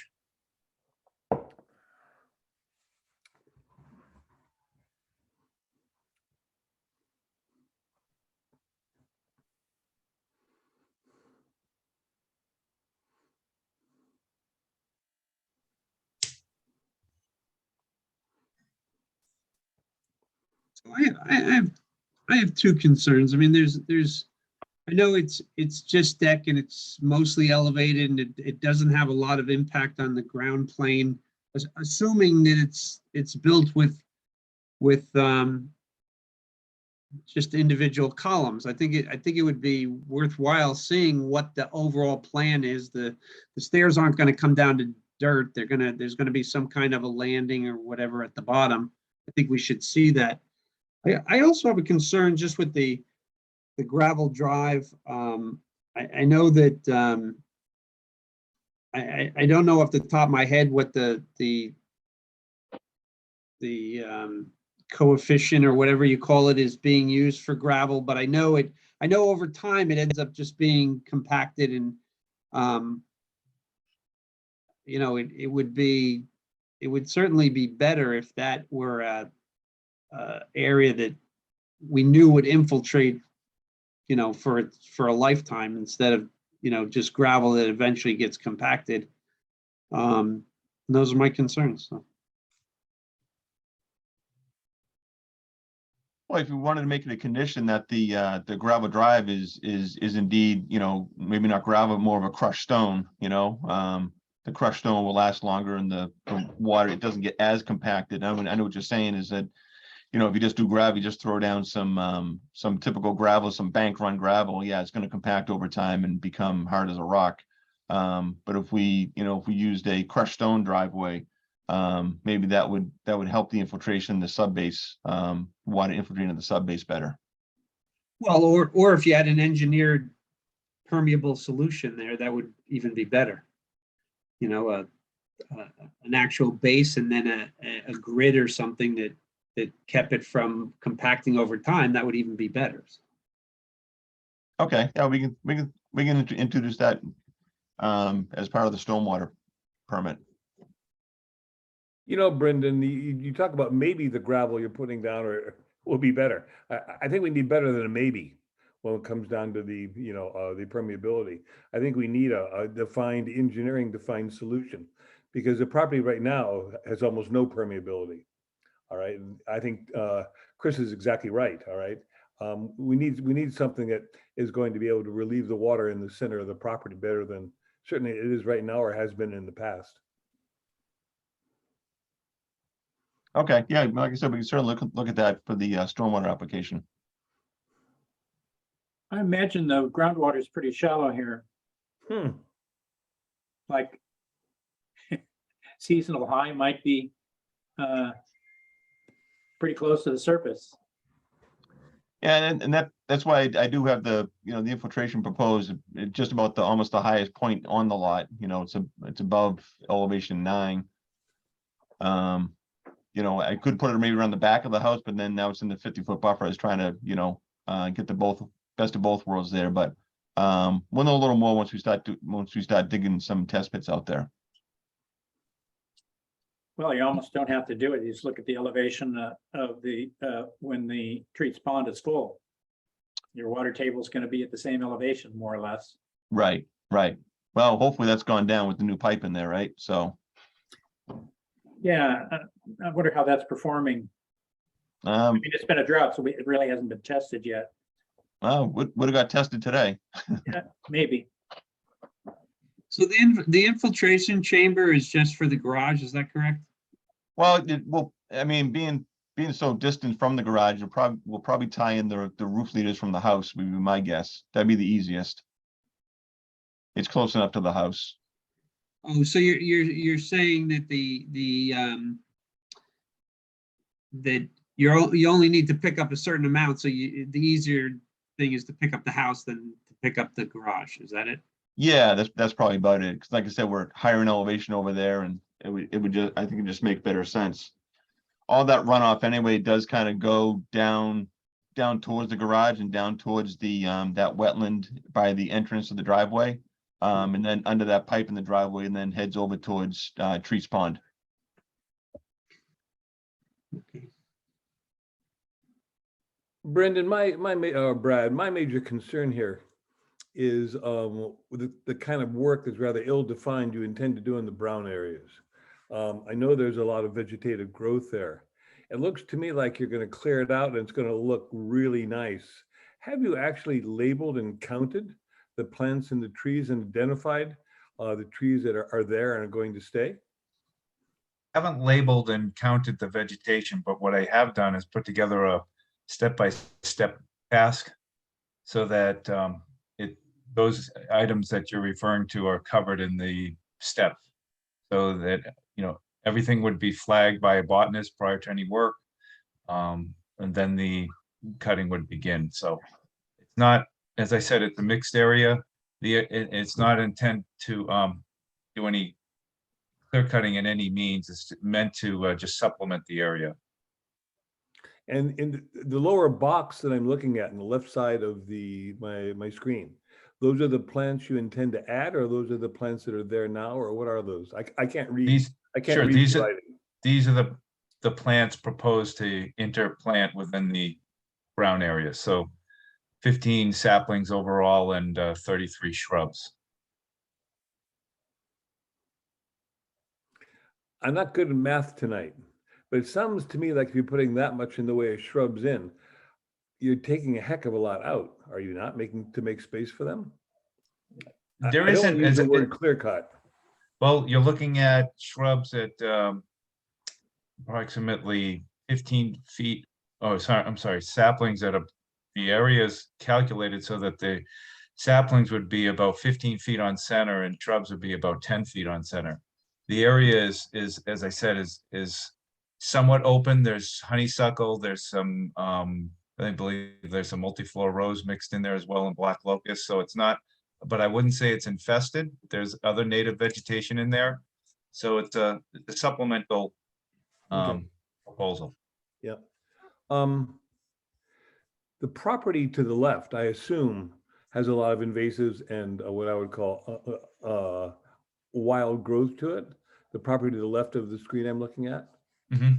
How are you going to keep that from crossing back over the moment you leave, the moment you finish your project? How do you constrain that from migrating back across? Because that area you just cleared is ripe pickings for further invasive species, is it not? Well, first, we're not going to be doing any ground disturbance and there's no clearing. So it's just targeted to remove the shrubs that are in there. It's going to be an ongoing management. My thoughts are that the property owner is going to enjoy looking at the native vegetation and the wildlife habitat enhancement that it will bring. Yes, if you leave it alone and nothing's managed over time, then it will, it will invade. But hopefully, we can get it to a point where it's aesthetically pleasing enough that it can be maintained and maybe even get a certificate of compliance with some ongoing maintenance. Great idea. Okay. What's going to be planted in the areas of disturbance that aren't shown as mitigation? I mean, it's specifically between the 100 and the 50-foot buffer.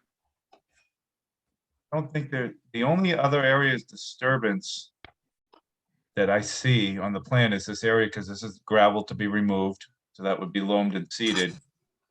And then this is an area of gravel that would be removed and loamed and seeded. How about the 15 feet around the new garage? 15th, The white spot between the mitigation and the garage, it's all going to be disturbed. that's just, so that, I think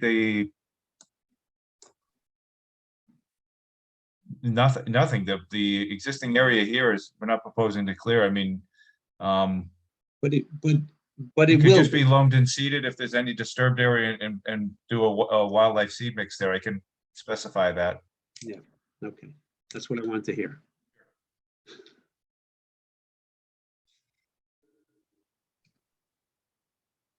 Brad, I'm not sure what the effect is of the resolution of the Treats Pond project, but I know historically, the front 2/3 of this property after a nor'easter is well underwater. It's a lake.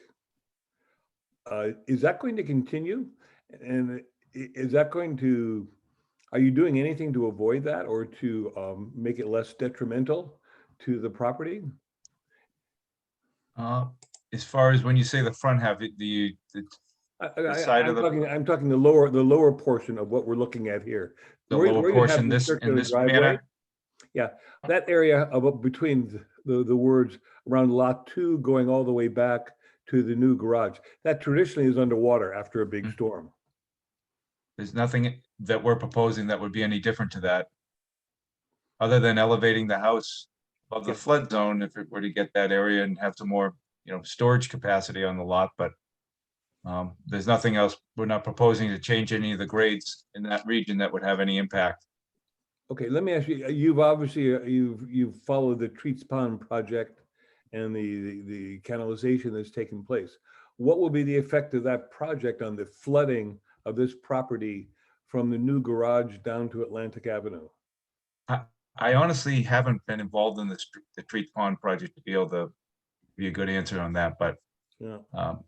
I don't, we're not changing any of the elevations that would have any impact to the flow patterns.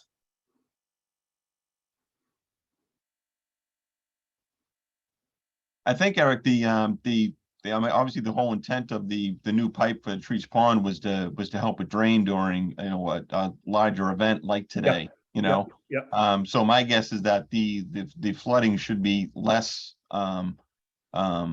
you know, moving forward than it has been in the Okay. past. Right. That's the Um, kind of answer I was hoping to hear. Yeah. I'd be hesitant to raise the gravel driveway at the front, you know, just to, you know, be mindful of the neighbors, because you know, that there is the drainage trench that goes, you know, this is well, I think it crosses one more driveway before it gets to Treats Pond, but there's numerous driveways heading, Yeah. you know, on the Yep. left, heading up further up towards, you know, Lothrop Lane, that where this all comes from. And so, you know, being at the bottom of the hill, we certainly don't want to, you know, exacerbate any other flooding that's going on there.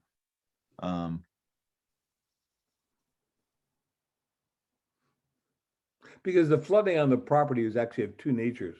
One is the rainfall that comes down Yep. from the properties above Atlantic, which you're just discussing, which I guess we're not really doing anything to deal with here. It's the other project, the Treat Pond project, that gets involved there. The other is the new design of the house, the elevation of the house, which deals from what I would call ocean surges when they happen, which fortunately they don't happen very often, you know, with the flow through and all that, which is the other aspect of the flooding on the property. So.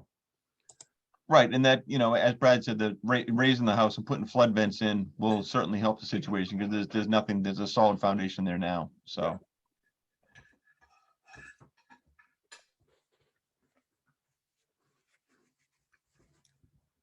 Brad, can you just give us an estimate of the area of mitigation within the 50-foot buffer?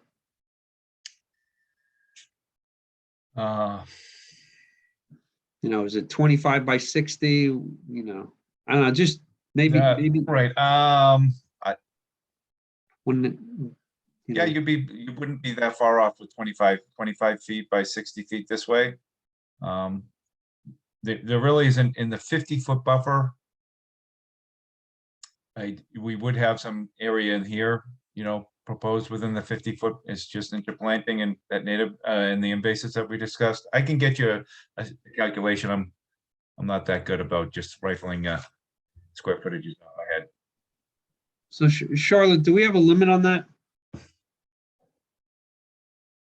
Sorry, for the buffer zone, or? Yeah, I mean, we would be between the planting and the deck, are we not? We're limited on what we can allow, right? Yeah, resource areas were limited to 1,000 square foot alterations. And one of our, as we've seen in section 32 of our regulations, we do have that half a sentence about or buffer zones of habitat value.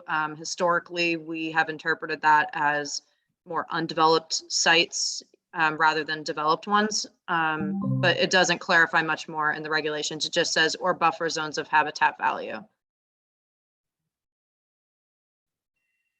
Say it again, please. Sorry, yeah, so our rules and regulations for resource areas, riverfront, wetlands, limit alteration to 1,000 square feet. And then section 32 of our rules and regulations has a sentence that specifies the resource area is the 1,000 square foot alteration limit, and buffer zones with habitat value. Okay, so we're looking at a buffer zone here. Okay. Correct, yeah. Well, I mean, the land subject to coastal storm flowage, Brad, correct me if I'm wrong, is technically a resource area, but at least with the way we've interpreted most of our regulations, really the resource areas we discuss are riverfront, bordering vegetated wetland, you know, those resource areas.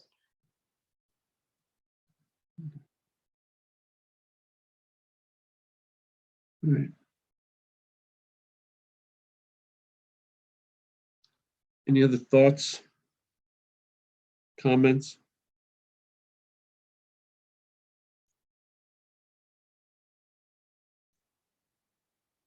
I have a comment if I may, Chris. Please. This is one of the projects, forget about the details, that we as a town need to encourage. This is someone who's taken one of the old homes and he could have dilapidated it, as we've seen in all along the Gold Coast of Cohasset, torn it down and put in a $1.5 million to $2 million home on this lovely bit of property. But here we have someone coming in and preserving the architectural designs of the past and doing the best possible to keep the home and the property intact. And I applaud them for that solution. I think we should have more of these projects in Cohasset. So there may be some details we have problems with, but certainly the intent is the right one. And it warms my heart because I know the people that owned the house before who have passed away. It warms my heart to know that their legacy is going to be continued here. So that's all I have to say. I like it. I would agree completely, Eric.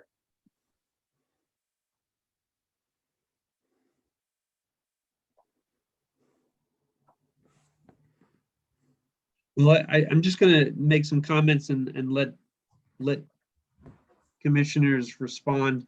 As I mentioned, the deck is being expanded. It is in the 50-foot buffer, but what actually is touching the ground is going to be less than the brick patio. So I think that there's kind of a trade there. As far as the increased driveway within the 50-foot buffer, I would suggest we condition that to be a system that continues to infiltrate over time, an engineered system. And I think when Brendan comes for the stormwater permit, that would need to be addressed. And quite frankly, the red maple that's going to stay is going to enjoy that as well. So rather than having its roots completely compacted. So if no commissioner has problem with those comments, I'm going to just Not at all. put those in as put the one in as a condition and go from there.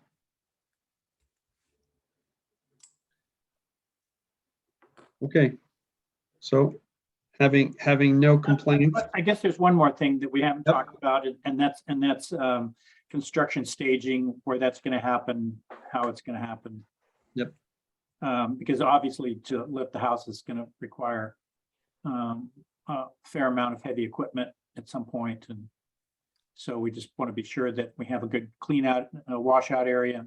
It doesn't end up in Straits Pond or Treats Pond, and the trucks that are coming and going aren't going to track mud all over Atlantic Avenue.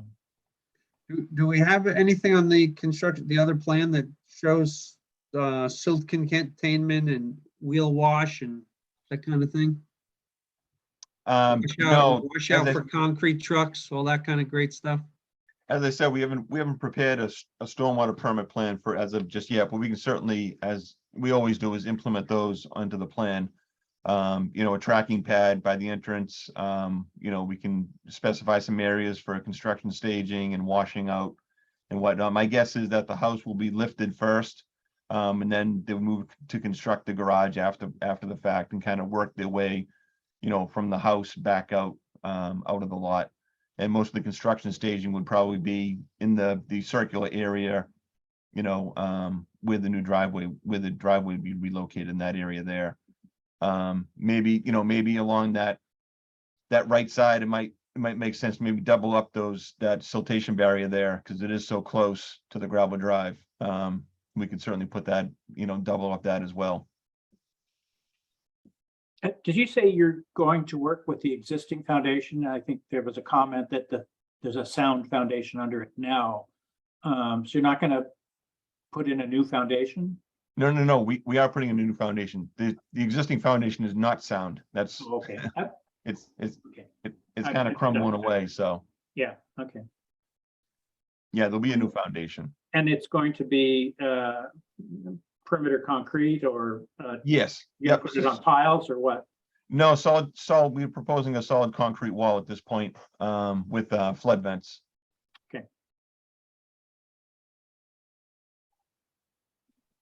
Brendan, just based off of some of our comments tonight, do you anticipate needing to modify the stormwater design in any way if we were to issue an order of conditions? Because that would mean obviously revising the site plan and whatnot. So I just want to make sure, because some of the comments may or may not impact stormwater.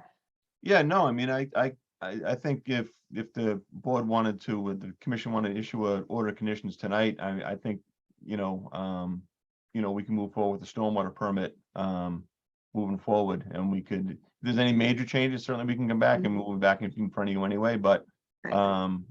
I think it would certainly give the applicant and the prospective buyer, you know, a good headway if we could get an order of conditions tonight.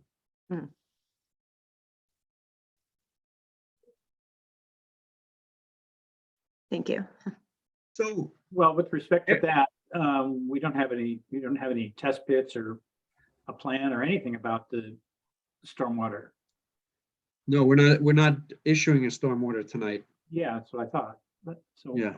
I'm not even sure why we're talking about it yet.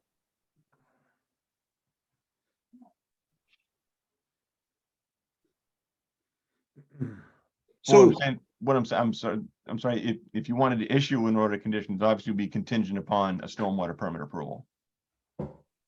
correct. Okay, yeah, okay. Eric, don't disappear. You're familiar with, Here.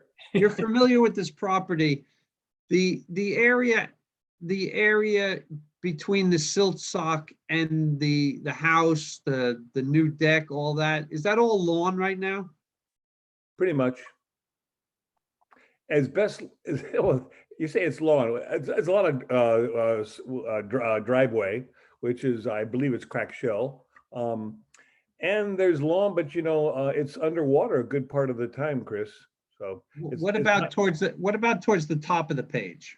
it's all overgrown back there now. It's very hard to see out the top. I've never really been back there. You're top of the page, I can't say, all right? Times I've been there, no one's ever gone out there. There's a lot of phragmites and everything else blocking But- view. Even right off the circular deck? What about there? I think that's lawn. Mhm.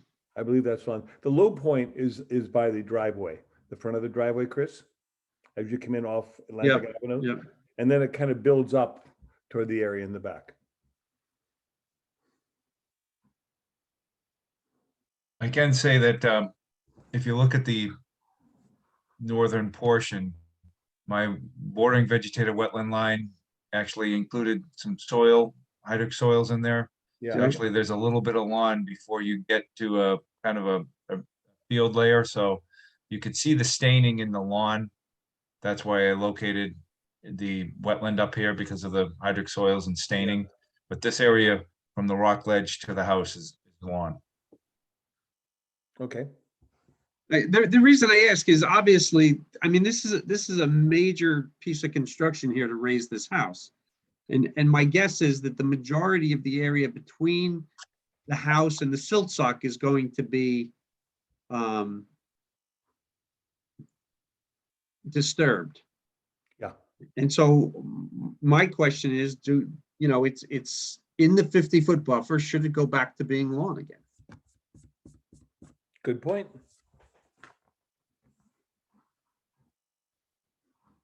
Well, you I mean, certainly don't want it to go to phragmites and at least under our rules, probably the only way of preventing that here is to mow it.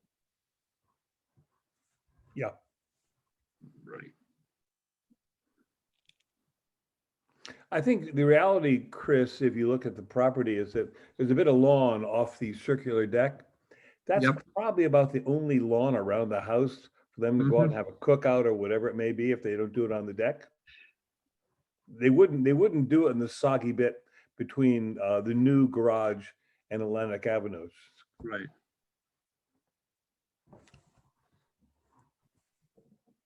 Okay.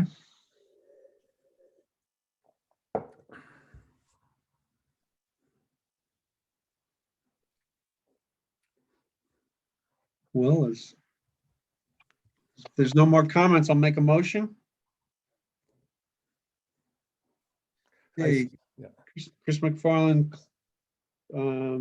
makes a motion to close the public hearing and issue an order of conditions for NOI 22-32 at 91 Atlantic Avenue with the following conditions that when a stormwater permit is applied for, and it will be applied for before any work is done, the expanded driveway should be given attention to a system that is going to guarantee permeability for some period of time moving forward.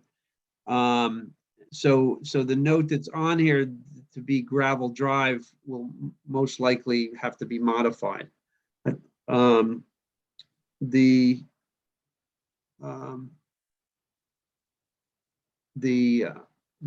well, the stormwater permit, because it's not on the existing drawing, the stormwater permit also needs to show wash down areas and wheel washing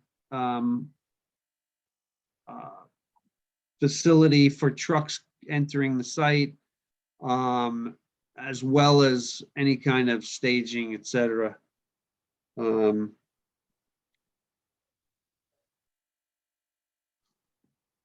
Anything else? I don't think so. No. Okay, do I have a second? Second. Having a motion and a second to issue an order of conditions for NOI 22-32. Take a roll call vote. Tom Bell. Tom Bell, aye. Eric Eisenhower, Eric Eisner, aye. Kathy Berrigan, Kathy Berrigan, aye. Chris McIntyre, Chris McIntyre, aye. Chris McFarland, aye. That vote passes 5-0. We also make a motion to issue a variance for work within the 50-foot buffer up to the point of the silt sock. Do we have a second? Second. Having a motion and a second, take a roll call vote. Tom Bell, Tom Bell, aye. Eric Eisenhower, Eric Eisner, aye. Kathy Berrigan, Kathy Berrigan, aye. Chris McIntyre, Chris McIntyre, aye. Chris McFarland. That vote passes 5-0. See you for stormwater. Great. Thank you you. very Appreciate much. it, guys. Yep. Okay. Our next hearing this evening is, time we got here. Heather Drive. It's 9 o'clock.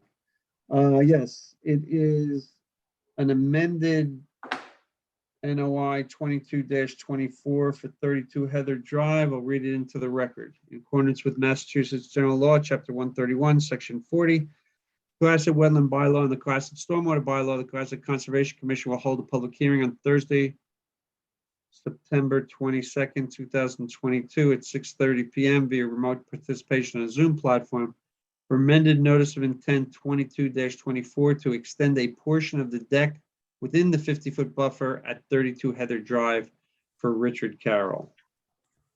So we can be really quick about this one. They actually, as of today, requested a continuance, but we read it into the record, so I'll note that. But they requested to continue to October 6th. They had to notify abutters properly, so we needed to request a continuance. Okay, thank you. Very smooth, Charlotte. It is Yep. continued. I wanted you to read the notice first, and I wrote it down, so you're good. Gotcha.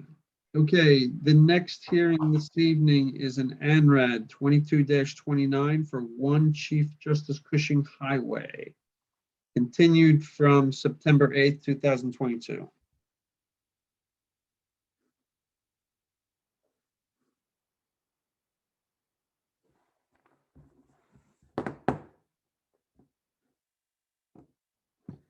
This is going to be quick too, because Tom has all the answers. Good evening, everyone. Hi, Jim. Good evening. How are we doing tonight? We're doing Chief Justice Cushing Highway, correct? Correct. Would you like to share the screen, or would you just like to talk about? No, please share the screen if you would, or Charlotte or whoever.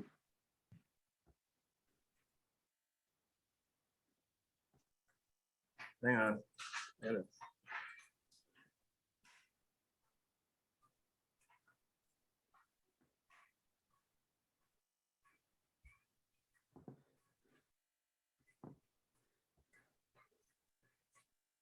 hang on, that's not even it.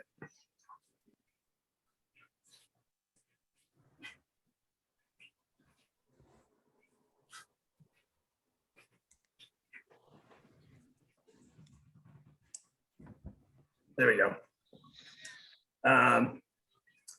So we delineated the wetlands on the easterly corner of 1 Chief Justice Cushing Highway.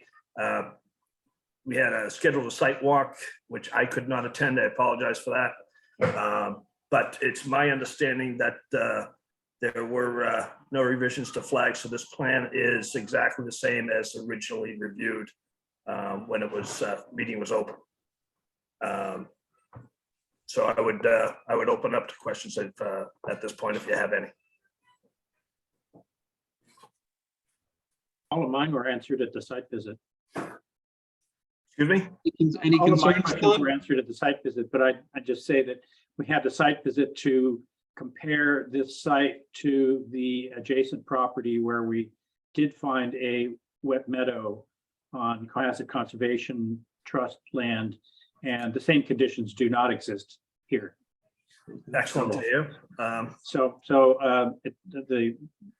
think, in my opinion, the wetland was properly delineated. We also went out with the wetland scientist as well. Jim, is his name Scott Morrison? Scott Morrison. Yep, Yep. okay. Scott Morrison on the Ecotech, yeah. Mhm. Best in the business, if you ask me.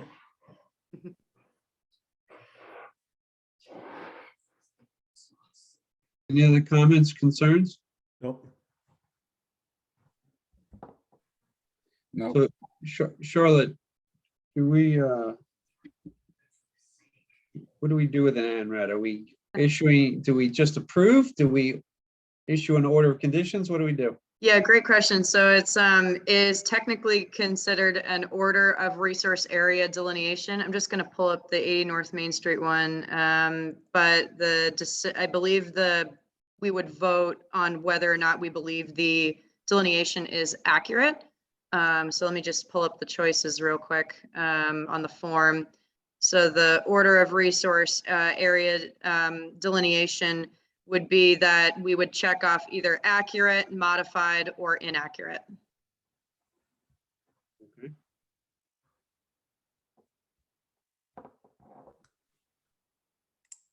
So is everyone in agreement that this is accurate? yep, Yes, okay, then I will close the public hearing. I'll make a motion to find the application ANRAD 22-29 to be accurate. Do I have a second? second, Having a motion and a second to find ANRAD 22-29 accurate. We'll take a roll call vote. Tom Bell, Tom Bell, aye. Eric Eisenhower, Eric Eisner, aye. Kathy Berrigan, Kathy Berrigan, aye. Chris McIntyre, Chris McDare, aye. Chris McFarland, aye. That vote passes 5-0. Thank you, Jim. Thank you.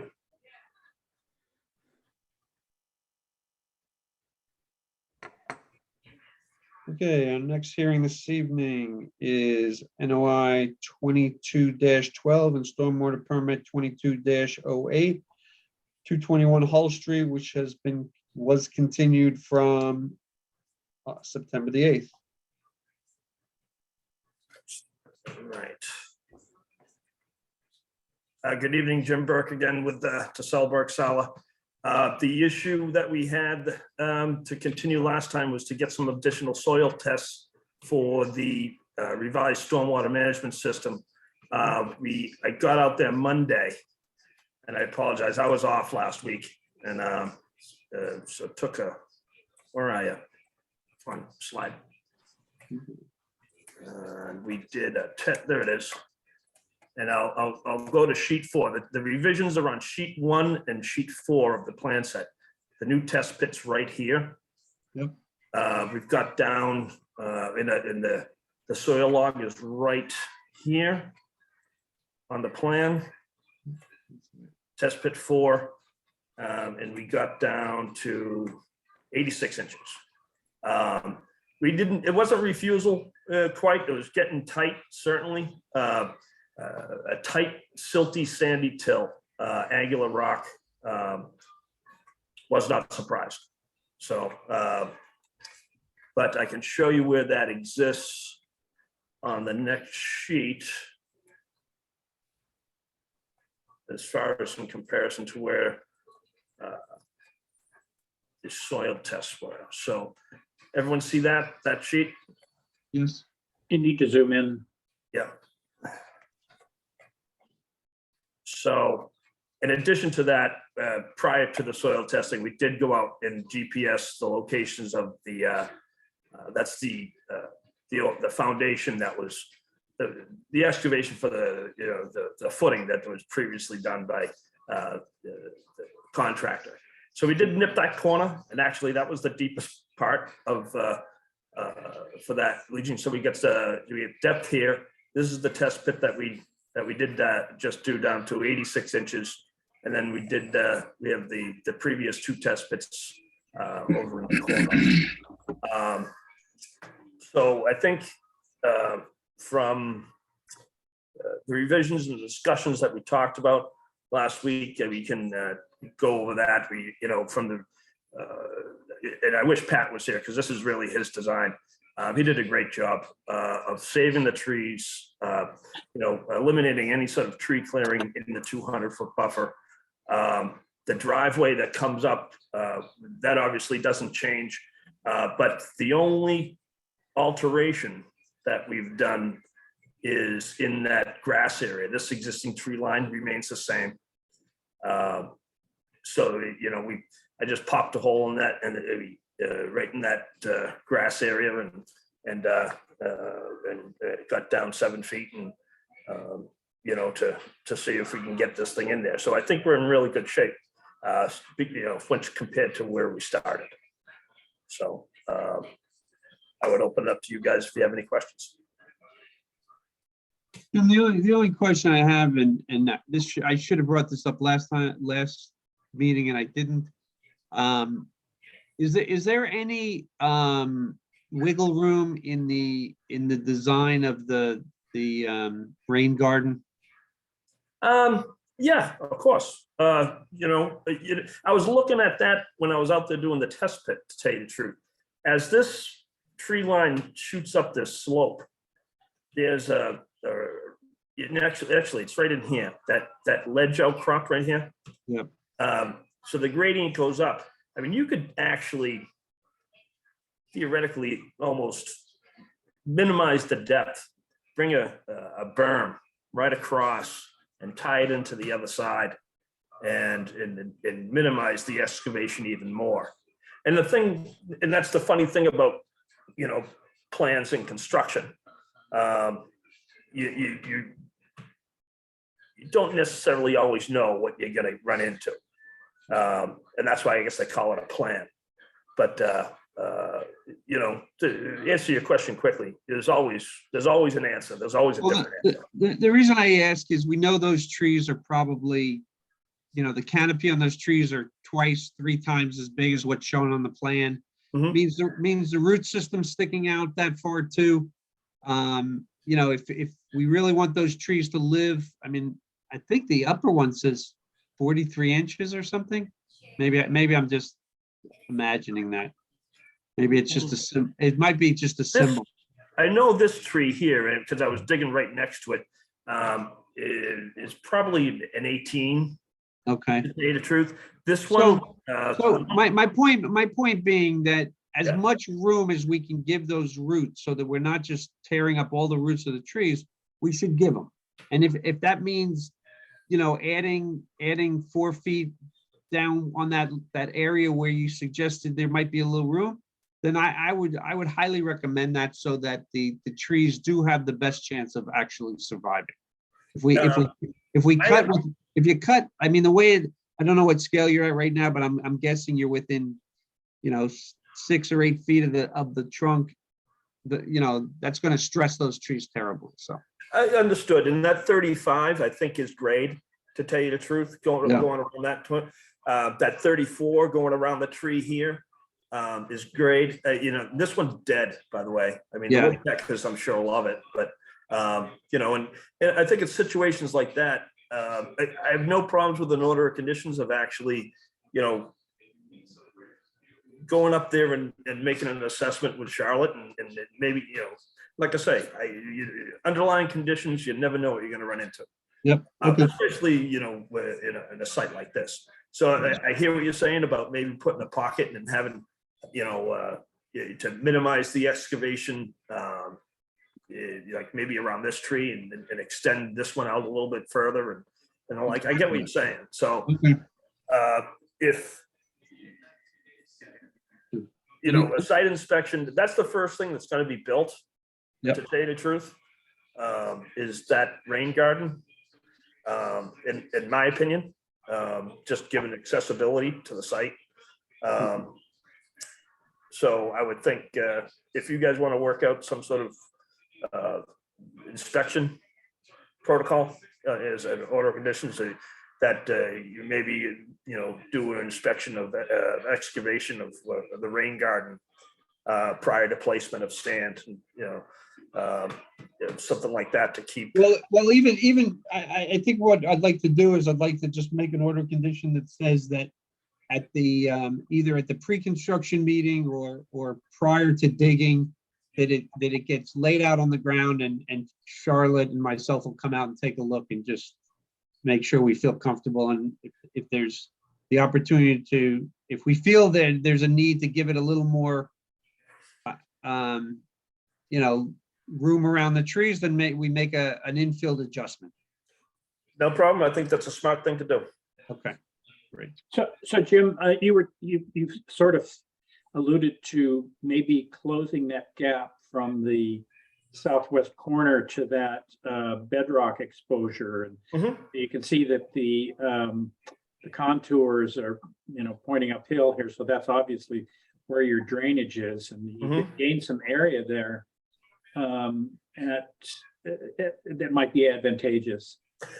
And I think, you know, once you come out, you lay it out and you actually take a look at it, you put it on the ground, and yeah, I think that's also, you know, a wise thing to take a look at. Once you have it laid out, you know, you tweak and pull it, and you can always come up with a better solution once it's on the ground. I've seen that happen. Sounds good. Mr. Chair, we do have a comment in the audience from William Edis from DTM Law. We would like to comment on 221 Hull Street. Once comments open, client is Michelle Guthrow of 10 Grace Drive, who I believe is also in the audience. Did we want to permit them to speak or to type their question, or do we still want to go through? Let them speak. Okay, hold on one sec. Hi, William. I can promote you to speak from the audience, so just give me one moment.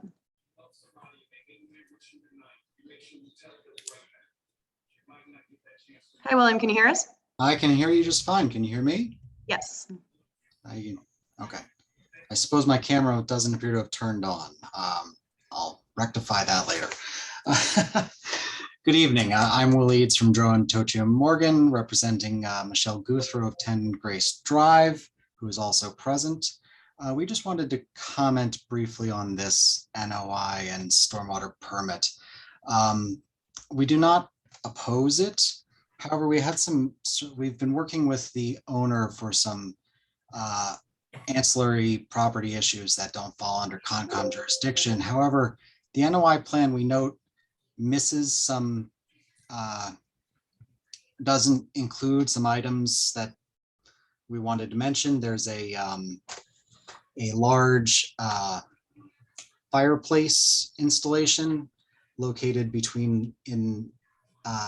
by the property line that actually encroaches over the property line between 10 Grace Drive and 221 Hull Street.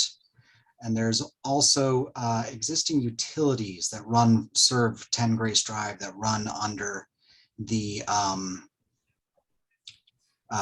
drive, sort of not under the driveway, but somewhere proximate to the driveway. I don't believe they've been definitively located for my purposes.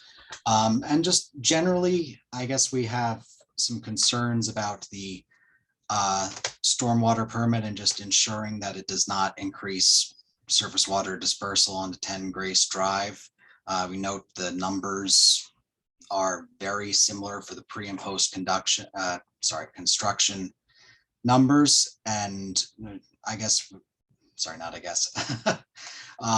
We wonder if this is appropriate for peer review, but as we say, we don't object to this application. So that's all we had to say at this time. Can you, or can someone show us this fireplace that you mentioned? Sure.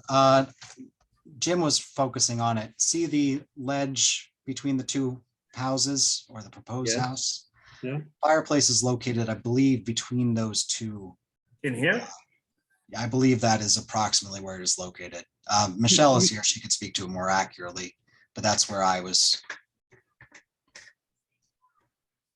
This is whose fireplace? It belongs to 10 Grace Drive. It's a existing encroachment that's, I believe, been there for decades. Yeah, as far as, I mean, just my interpretation, Mr. Reeds, you know, the property lines were accepted and approved, and I don't even remember the fireplace, to tell you the truth. And I'm sure that's something that the attorneys can discuss. Absolutely. With, you know, and I don't think, I can almost tell you for sure that my client does not want the fireplace. So, you know, that's, if we can move it, we certainly can.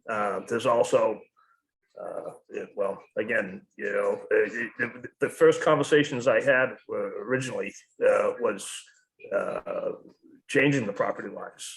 So, but I don't want to get into that because that's not the venue tonight.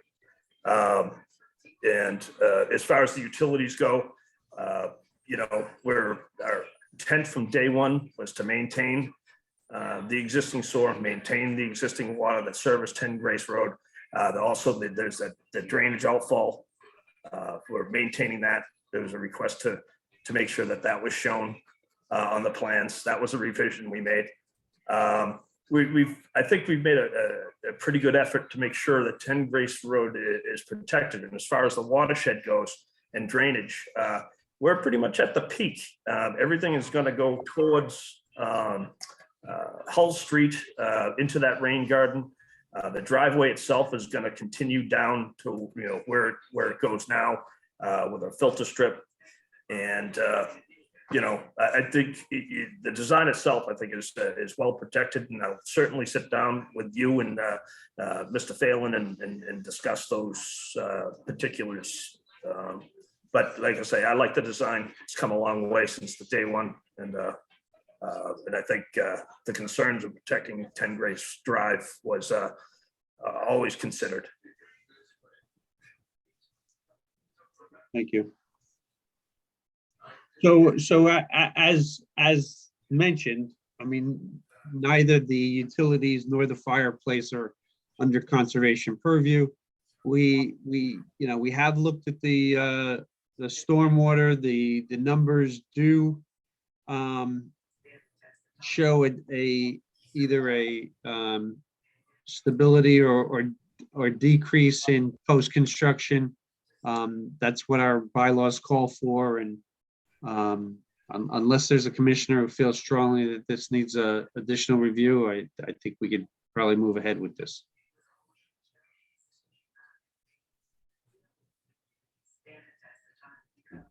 Any other comments by commissioners or public?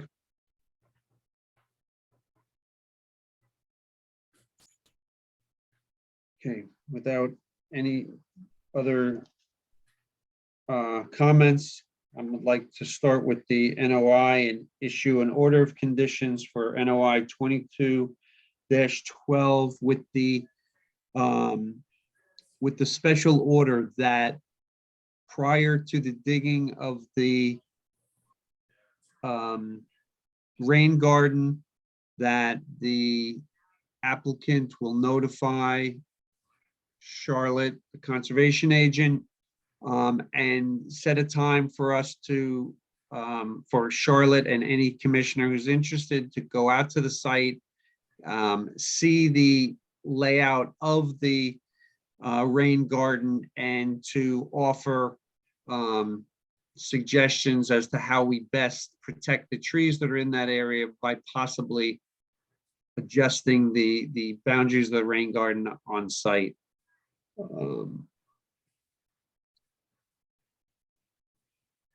Do I have a second? Second. Having a motion and second to issue an order of condition for NOI 22-12 for 221 Hull Street. We'll take a roll call vote. Tom Bell. Tom Bell, aye. Eric Eisenhower. Eric Eisner, aye. Kathy Berrigan. Kathy Berrigan, aye. Chris McIntyre. Chris McIntyre, aye. Chris McFarland, aye. That vote passes 5-0. Mr. Chair, I think for this one, since there is a slight increase in our 1,000 square foot alteration limit for the riverfront area, we would need a variance. Okay. Jim, what was the total again? I think it was like 1,400, just to make sure. Yep, let me, it's, okay, yep, 1467. Okay. Okay, I make a motion to issue a variance for disturbance within the riverfront of 1,467 square feet.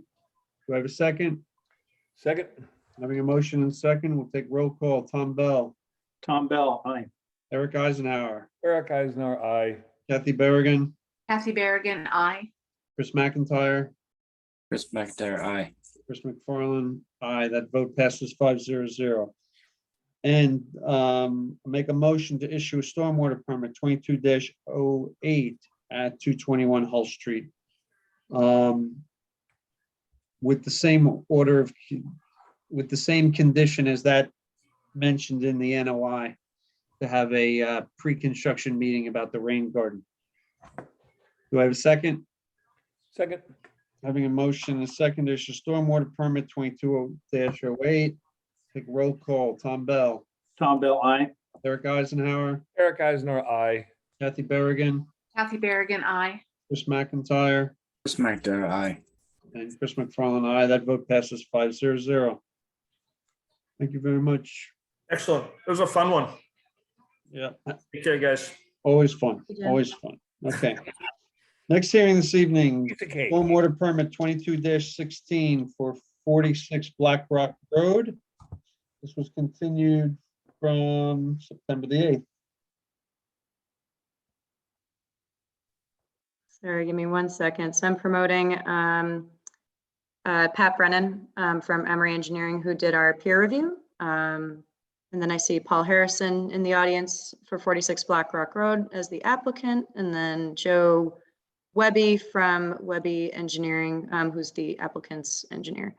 And just so that the commission's aware, we do have Barbara Wren and Paul Mirabito. Barbara is the abutter at 44 Black Rock Road, and Paul Mirabito is the hired engineer for 44 Black Rock Road. Hi, Pat. Hey, good evening. Pat, would you like to start with kind of just going through your peer review and what you looked at, what documents you analyzed and how you came to your report? I can share the report if that's easier as well. Yeah, either if you want to share it, I can share it either way. Okay, yeah, you can share. Go ahead.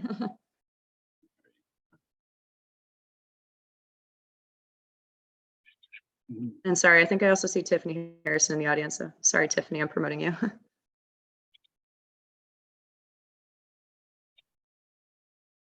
All right. Can you see that report now? Yes, we can. Okay, so I reviewed these documents. There was a site plan was revised July 5th, erosion control plan also revised July 5th. The drainage reports were drainage report and calculations were revised on June 9th. The application, I also reviewed the letters from Ross Engineering, June 13th, July 12th. The letter from Barbara Wren dated July 12th, and the letter from Webby Engineering dated July 7th. So I also reviewed a number of the photos that the Wrens had provided to the commission to basically look at the entire project. So after I reviewed those things, I went through it and I'll run through these comments, and if anybody has any questions on the comments as I go through them, feel free to interrupt me. But I have 13 comments here, obviously all related to stormwater erosion controls. So my first comment was that they do not have, based on their on-site test hole, they don't have the 2 feet of separation that they need from the bottom of the subsurface infiltration system that they're proposing to the seasonal high groundwater. They got to raise the bottom of their system about 0.2 feet to provide that that minimum 2 foot of separation. The second comment, in the June 13th letter, Ross Engineering had proposed or suggested removing all the soil material within the footprint of that subsurface infiltration system down a refusal or the ledge that they found underneath it and replacing it with crushed stone. I would recommend against that. The soil material, the on-site soil material provides some treatment of the storm water, whereas crushed stone provides no treatment whatsoever. So I recommend against that. The next few comments are in relation to the HydroCAD model that they had prepared for the analysis. I had some questions about the time of concentration for that subcatchment area P2. They had some legs of that time of concentration that included woods and grass areas, and that area is all impervious area, so that shouldn't be included in there. In the next comment, the infiltration rate that they utilized, it should be based on the Rawls rate, which for the sandy loam material they observed in the test hole, it's 1.2 inches per hour. And that is prescribed by the stormwater standards, Mass DEP. They want you to base your infiltration rates on those Rawls rates, which are based on the soil analysis, soil evaluation. I had some issues with the volume of the subsurface infiltration system. It's a system, it's a chamber system with plastic chambers surrounded by crushed stone. When they did their analysis, they failed to note that there's only 40% of the stone volume is available for water storage. So that's why you see I came up with 501 cubic feet of storage rather than the 943 cubic feet that they had. They also, the drainage calculations were prior to the latest revised plan, which has an overflow basin on it. So they did not include that overflow basin in their analysis. So I just brought up that issue. And I also, for comment number 7, looking for some additional detail for that overflow basin. And at a minimum, just let us know what the specified depth of loam is. I believe that it should only be about 4 inches of loam. That allows more infiltration.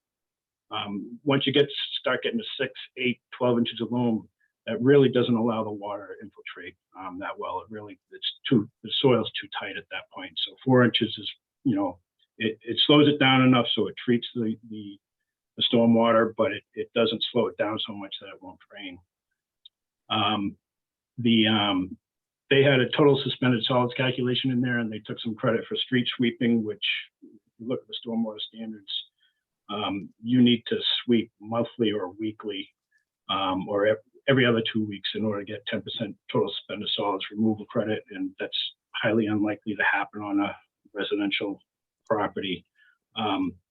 So I just recommend they don't even count street sweeping or take credit for it, I should say.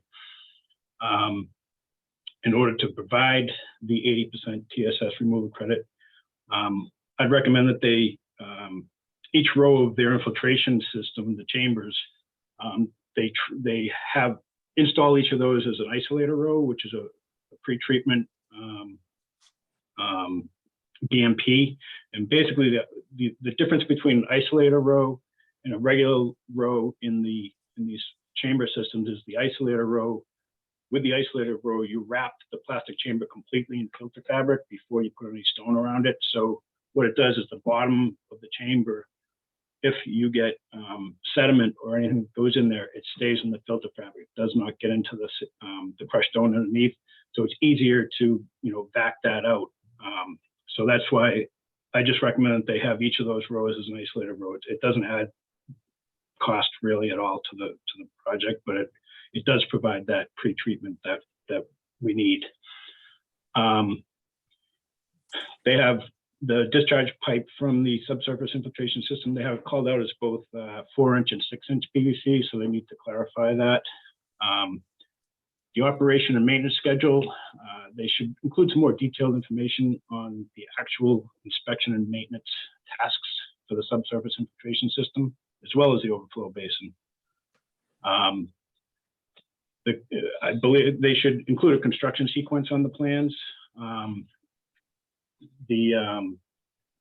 Construction and seeding of that basin should be basically the first thing that they do, because once you introduce stormwater to a basin, and if it's not seeded and not vegetated, it's very difficult to get that to vegetate. So that's always something that we want to look for to be done up front.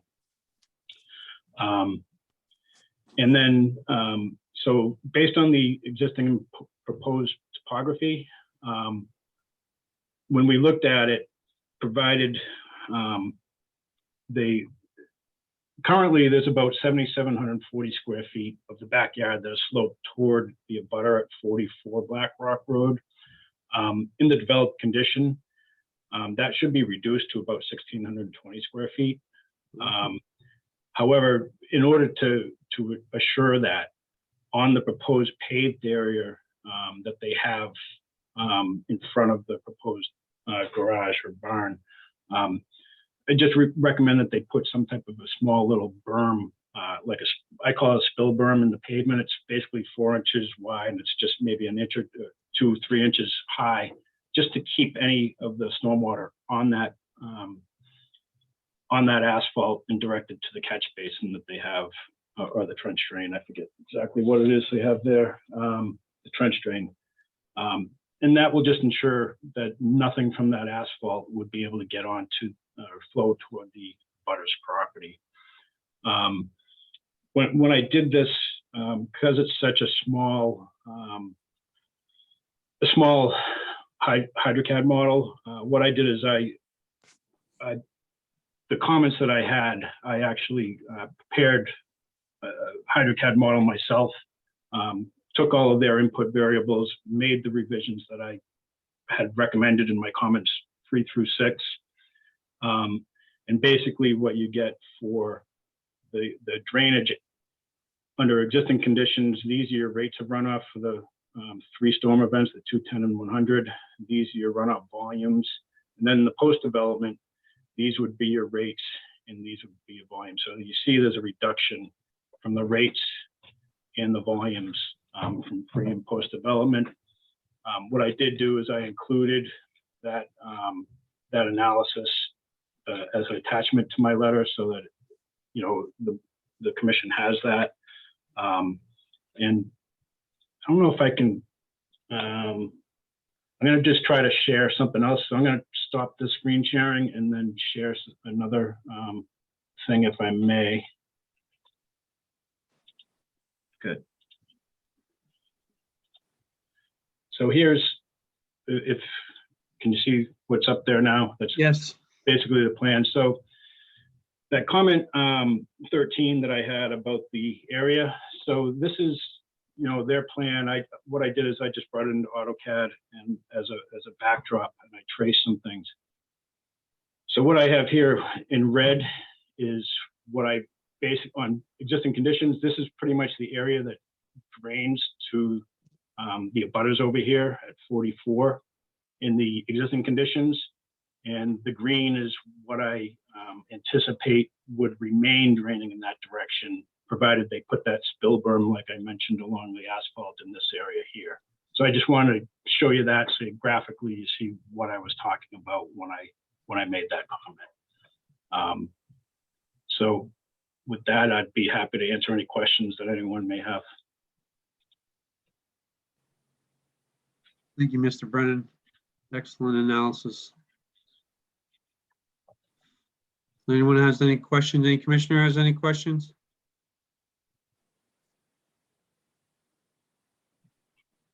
I thought that was great analysis as well. Kind of illustrates the value of peer review. It was yeah, so that was great. Thank you. Thank you. Mr. Webby, do you have any comments to Mr. Brennan's, comments and revised calculations? Do you have any additional comments on this? No, I think that that's all excellent. There's certainly all changes that we can make pretty easily and, revise the plans.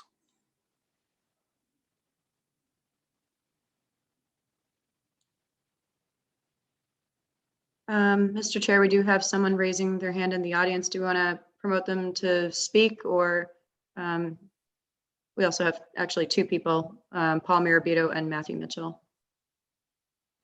How come I don't see them? Sorry, I can see them. They're raising their hands in the audience. So you can. Raising their hands. Yeah, sorry. Okay. Do we yeah, and they can speak as long as the first thing they say is their name and their address. Okay, hold on Otherwise, one cut second. them off.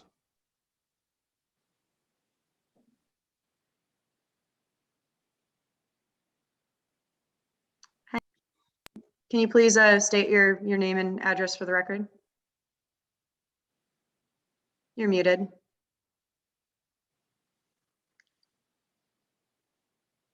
There you go. I think I have it. Can you hear me? Yes, we can. Yes. Hi, this is Matt Mitchell. I think if Paul's on, I think I'll defer to him because he's the engineer and I'm not. So. Okay. Sorry. Can you? Are you affiliated with?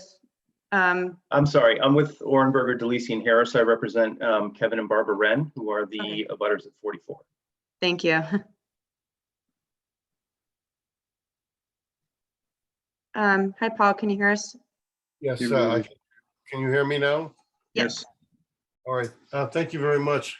I appreciate the review comments from Pat. Mr. Marabito, would you please state your name for the record and your affiliation?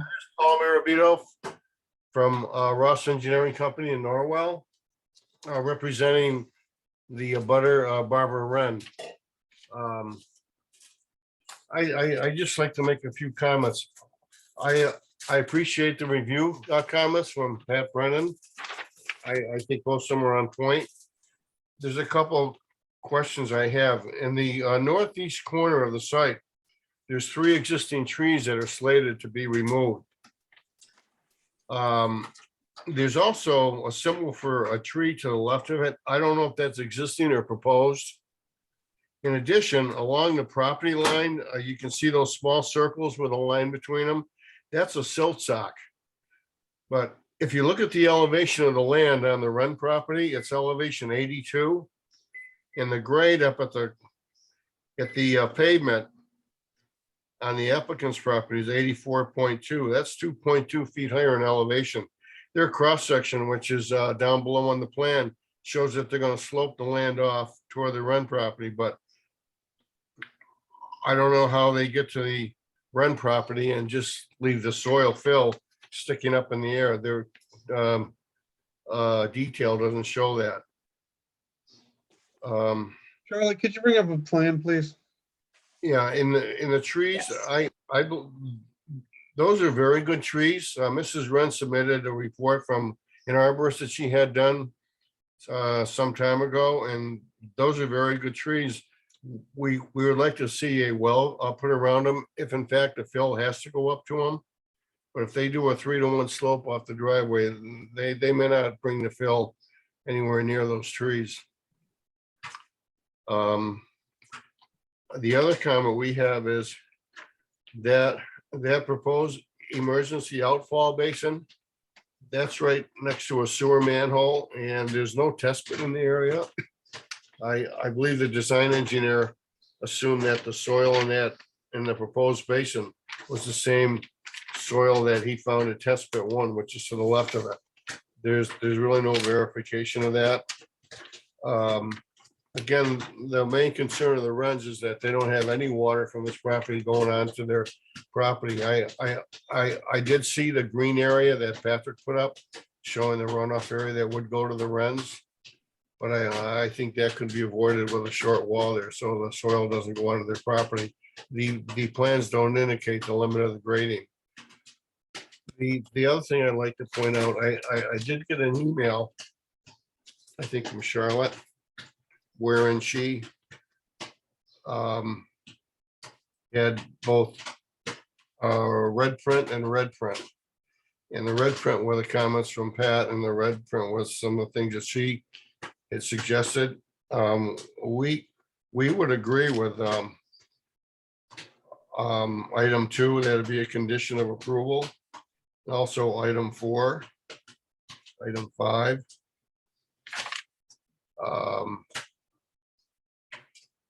Item 7. None of us have that email in front of us. Oh, you don't, okay. I can pull that up, sorry. Basically, what it is a series of inspections and verification of what's on that design plan, to have it shown to be the case in the field during the construction, and also to have some as-built plans done. The peer review engineer would be involved in certain inspections as outlined. And there it is there. Number 1 is okay. Number 2, the test pits performed on site have shown consistent soils and depths of the ledge. So Pat doesn't believe there's need to do another one there before closing the hearing, but this could be the condition of approval. If they're out there with a machine excavating the soil for the leaching chambers, it'd be very easy to go out and do a, 1 or 2 extra test pits just to confirm the soils are what they are. And the test pits that were done outside the area of the basin, the overflow basin. As far as number 3, the only thing we'd have a concern is if for some reason the groundwater is higher than what's shown in the design plan, that would obviously change the design, but that's something they may see during construction. And number 4, they're calling for inspections at the bottom of the excavation, and also when the chamber system is actually complete. What I did note in Pat's comments, he indicated that the Webby design came up with approximately 943 square feet of leaching, and Pat's coming up with about half of that. So that may have to be looked at. Again, our concern is that the infiltration of the water is going to be able to be handled on the applicant site. As far as number 5, we agree that there should be a condition that a as-built plan be submitted to the Conservation Commission prior to issuing the final certificate of compliance. Mr. Mirabito, just to clarify, our rules and regulations do require an as-built with a COC request, but just for my little side note here, the as-builts don't, our rules and regulations don't currently require a certain, set of information on the as-built. We just look at, what the engineer pretty much gives us, and I will have to say a lot of them may not have all the information we're looking for, so that's something we can look at in the future for revisions. But that side note aside, that is a requirement in our rules and regulations. It's also a condition in our boilerplate stormwater permit template. So you will see a condition with the stormwater permit that an as-built must be submitted to the Conservation Commission upon completion with a COC request. Okay, as far as number 6 goes, and then the comments, are you saying that the trees are okay to go? I mean, the Wrens would obviously like to keep them because they like to keep them where they are. They can be saved with a short tree well around them. They are beautiful trees or shade trees. And, the Wrens would clearly like to have those preserved. Number 7, about staking out the property line, we're fine with that. The other thing is in number number 7 and item 1. The paragraph starts off by saying, Webby Engineering clarified prior to installing the drainage system, they will inspect the dig out for verification of the soils, the depth and the suitability.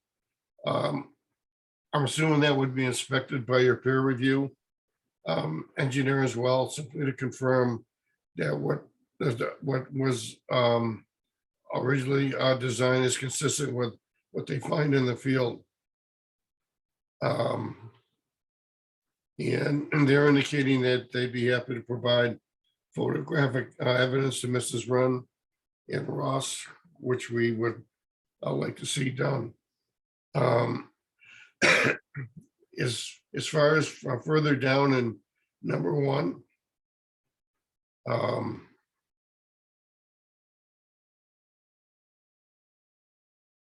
I think the writing in red, where there's a condition that requires inspection by the agent of the town, should be incorporated in these inspections. That I believe that should be incorporated as a condition as well. And number 2, there's a comment that there'll be less runoff onto the exposed area to be susceptible to erosion during construction. There'll be less runoff onto the abutters property with the grading and the stormwater controls that are currently proposed. I think that needs to be looked at slightly in light of my first comment about the 3-foot difference in elevation from the driveway down to the Rents property with no swale or anything like that to make sure the water stays on the applicant's property and it flows down the driveway as well. The other thing I'd like to throw out to the commission, if it's possible to put a condition in the approval that there'd be a 3-year period where the system would be monitored. And if something isn't working right, that the applicant would have to, they'd have to come back up and revisit any issues or any deficiencies that are occurring on their property or out on the Black Rock Road. The reason I say that is the infiltration rate that Pat's coming up with is very low. It's 1 inch in 48 minutes. These storms can generate quite a bit of rain, especially if you have 2 or 3 within a week or a week to 10 days. The impact from those could be greater than some of the larger storms because of the accumulation of water. So I think with that, I'll end and open up for discussion. Unless Matt or Mrs. Wren wants to add some comments. I apologize for my hoarse voice. I've been out sick this week. Mr. Marabito, have you provided your comments in writing to Charlotte? No, I haven't. I've been out of the office this week, Mr. McFarland. I've got a very bad case of the flu and maybe more. So I've been home for the last 5 days. I'd be happy to do that.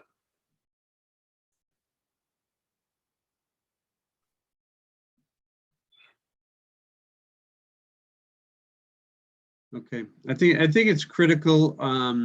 There's a lot of information being passed around here, and I think it's necessary to have it all in writing so that we can look more clearly at it. Go ahead, Mr. Brennan. Thank you, Mr. Chairman. I apologize. I should have gone through those comments that Mr. Marabito just went through. The red writing on those comments were my responses to Charlotte's questions. And I apologize for not going through that after my letter. I forgot about it. No, it's quite all right.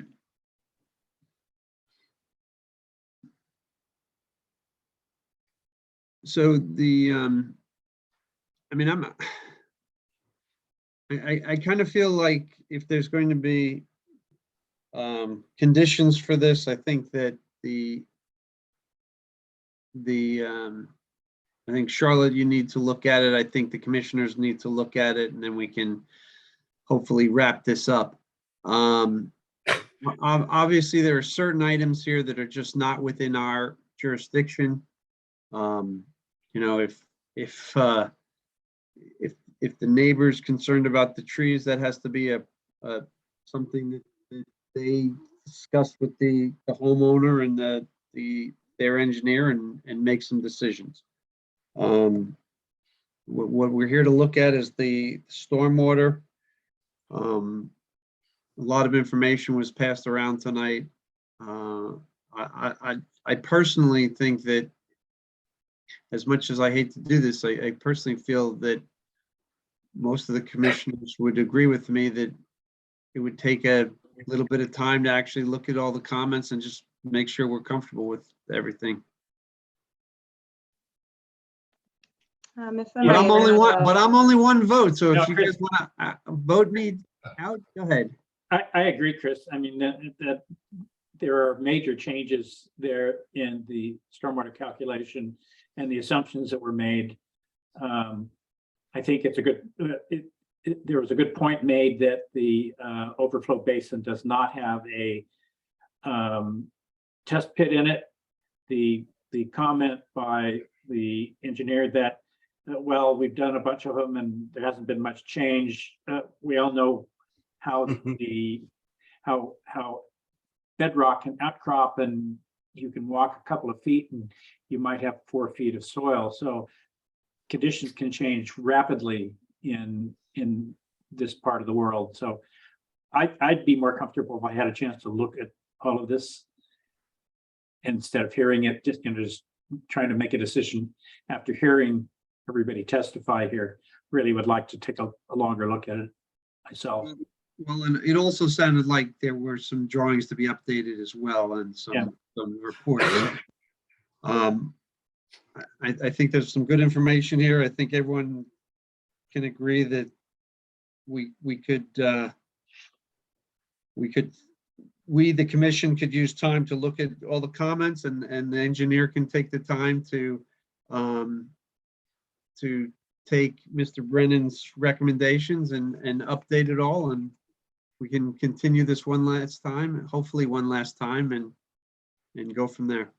Can I make a suggestion to try and like bring in all the comments together? And if I have 10 seconds, I'll just say that would it be possible to have a letter from Mr. Mirabito and the revised plan from Mr. Webby around the same time, so we can get all of that information from both parties together? And if the Harrisons are open to it, if we wanted to give it to Mr. Brennan to review everything from both sides, that might bring everything together for one final hearing, just so that we're not getting things at different times, and you know, it might unravel from there. So I'm trying to kind of bring everything to one point. Does that kind of make sense? Yes? No? Yes, Yep. thank you, Charlotte. I think that would be helpful. Thank you. Okay. Okay, yeah, Mr. Roby and Mr. Mirabito, if it would be possible to get your letter and revised plan and any other documents by the October 6th deadline. I believe it would be September 29th, which would be before it's a week before the scheduled hearing, and I can give those documents to Mr. Brennan for any additional input. Okay, fine, I'd be happy to do that. I'll try to get those into you the first part of next week when I'm back in the office. Thank you, that'd be great. And Mr. Brennan, if this is being shared with you and you're going to kind of comment on whatever's been suggested, might I just point out, I mean, there was one thing that stuck out to me. That was a request that this system be monitored for a period of time to make sure it's working correctly. And I'm not sure how that happens, but what we don't want to happen is that if an overflow starts working, that Charlotte doesn't start getting phone calls about the system not working, it's doing this, it's doing that. We want to understand that, you know, it's industry standards, what those might be that actually, because we can't write an order of condition that says, you know, bother Charlotte every third time it rains. So if you could help us there, that would be great. Yeah, I can certainly help you there. I can also, you know, based on the comments that I had in my letter, the comments that you saw and read with my email response to Charlotte, and anything else that comes up, I can also, you know, prepare some suggested conditions for you, especially with the inspections and stuff like that. Thank you. You know, standard conditions that I see all the time on other projects. So. Thank you. Then I'd like to continue this hearing until October the 6th. All parties in agreement? Yep. Okay. This 46 Black Rock Road, stormwater permit 22-16 is continued to October the 6th. Thank you, everyone. Okay, thank you. Have a good night. Night. Thank you. Thank you. Okay. The last hearing this evening is a show cause hearing for 26 Lambert Lane. All right, give me 1 sec to adjust here. Moving people to the attendee list. Okay, so I can start. I do see John Hallen in the audience, who is our building inspector. And then I see Mr. John Ormond in the audience, who is the property owner. I believe we have Alton Stone on the call as well, who I can promote, but I guess I'll just start with and it looks like we do have William Edis raising his hand from DTM. So John and I can start, and then we'll bring on all of the interested parties. So we did receive a call last Monday, September 12th, from neighbors about some construction disturbance. And John, feel free to jump in for any details I'm missing. I was out of the office at the time. So John went to the site, and we saw that several trees had been cut down, and there had been disturbance in the northeast area of the back of the home. And so John had gone to the site on Monday, and I believe, John, did you issue a stop work order at the time? Yes, we had instructed them the back of the lot, the northeast corner, a lot of the trees were already cut. Yep. So we asked him to, said he could remove the heavy trees that were already cut for safety reasons, and to stop work after that, and you know, make the areas safe. And then a couple days later, Charlotte and I both went back to again measure and look at the area as well. Okay. And I can bring on Mr. Ormond and his team, but basically with his permission, we had gotten permission to do some measurements. We measured a general area inside the entire disturbed area behind the home. We did measure this to be over 5,000 square feet, which would need a stormwater permit. And so we have Mr. John Ormond on the call now with William Edis, and I believe I see Alton Stone in the audience as well. So based off of these measurements, we had issued a stop work order from both the building inspector and the conservation agent, as myself as the agent, and we had basically wanted to bring in Mr. Ormond to discuss this and what happened and what was the reason for the disturbance with excavators. Based on our previous visit to the site in July, we had discussed removing some trees right behind the stone wall area. There was only 3 or 4 of them. So this is a lot more than what was originally discussed. So I do have these pictures, and with that, we can pass it over to Mr. Ormond and any comments from interested parties. Good evening. Will Eads from Drone Tocho Morgan. I'm joined this evening by Mr. Ormond, owner of 26 Lambert Lane, and Alton Stone, the engineer and wetlands scientist who is managing this site for Mr. Ormond. Yes, they're all on the call now. Thank you. Excellent. So, as I understand it, as you just said, this was a discussed clearing of some trees. It is fair to say that the clearing took down more than the originally discussed trees. However, it was generally within the area you're designating right now. And actually, Mr. Stone went out after the clearing and took a survey of the site itself to measure the disturbed area. I have a plan I can share for that as well. Before we move forward, Sure, John. I was very clear with both John Hallen and Charlotte that this is the area we're going to clear, and I have it in writing. I sent an email with that diagram to them.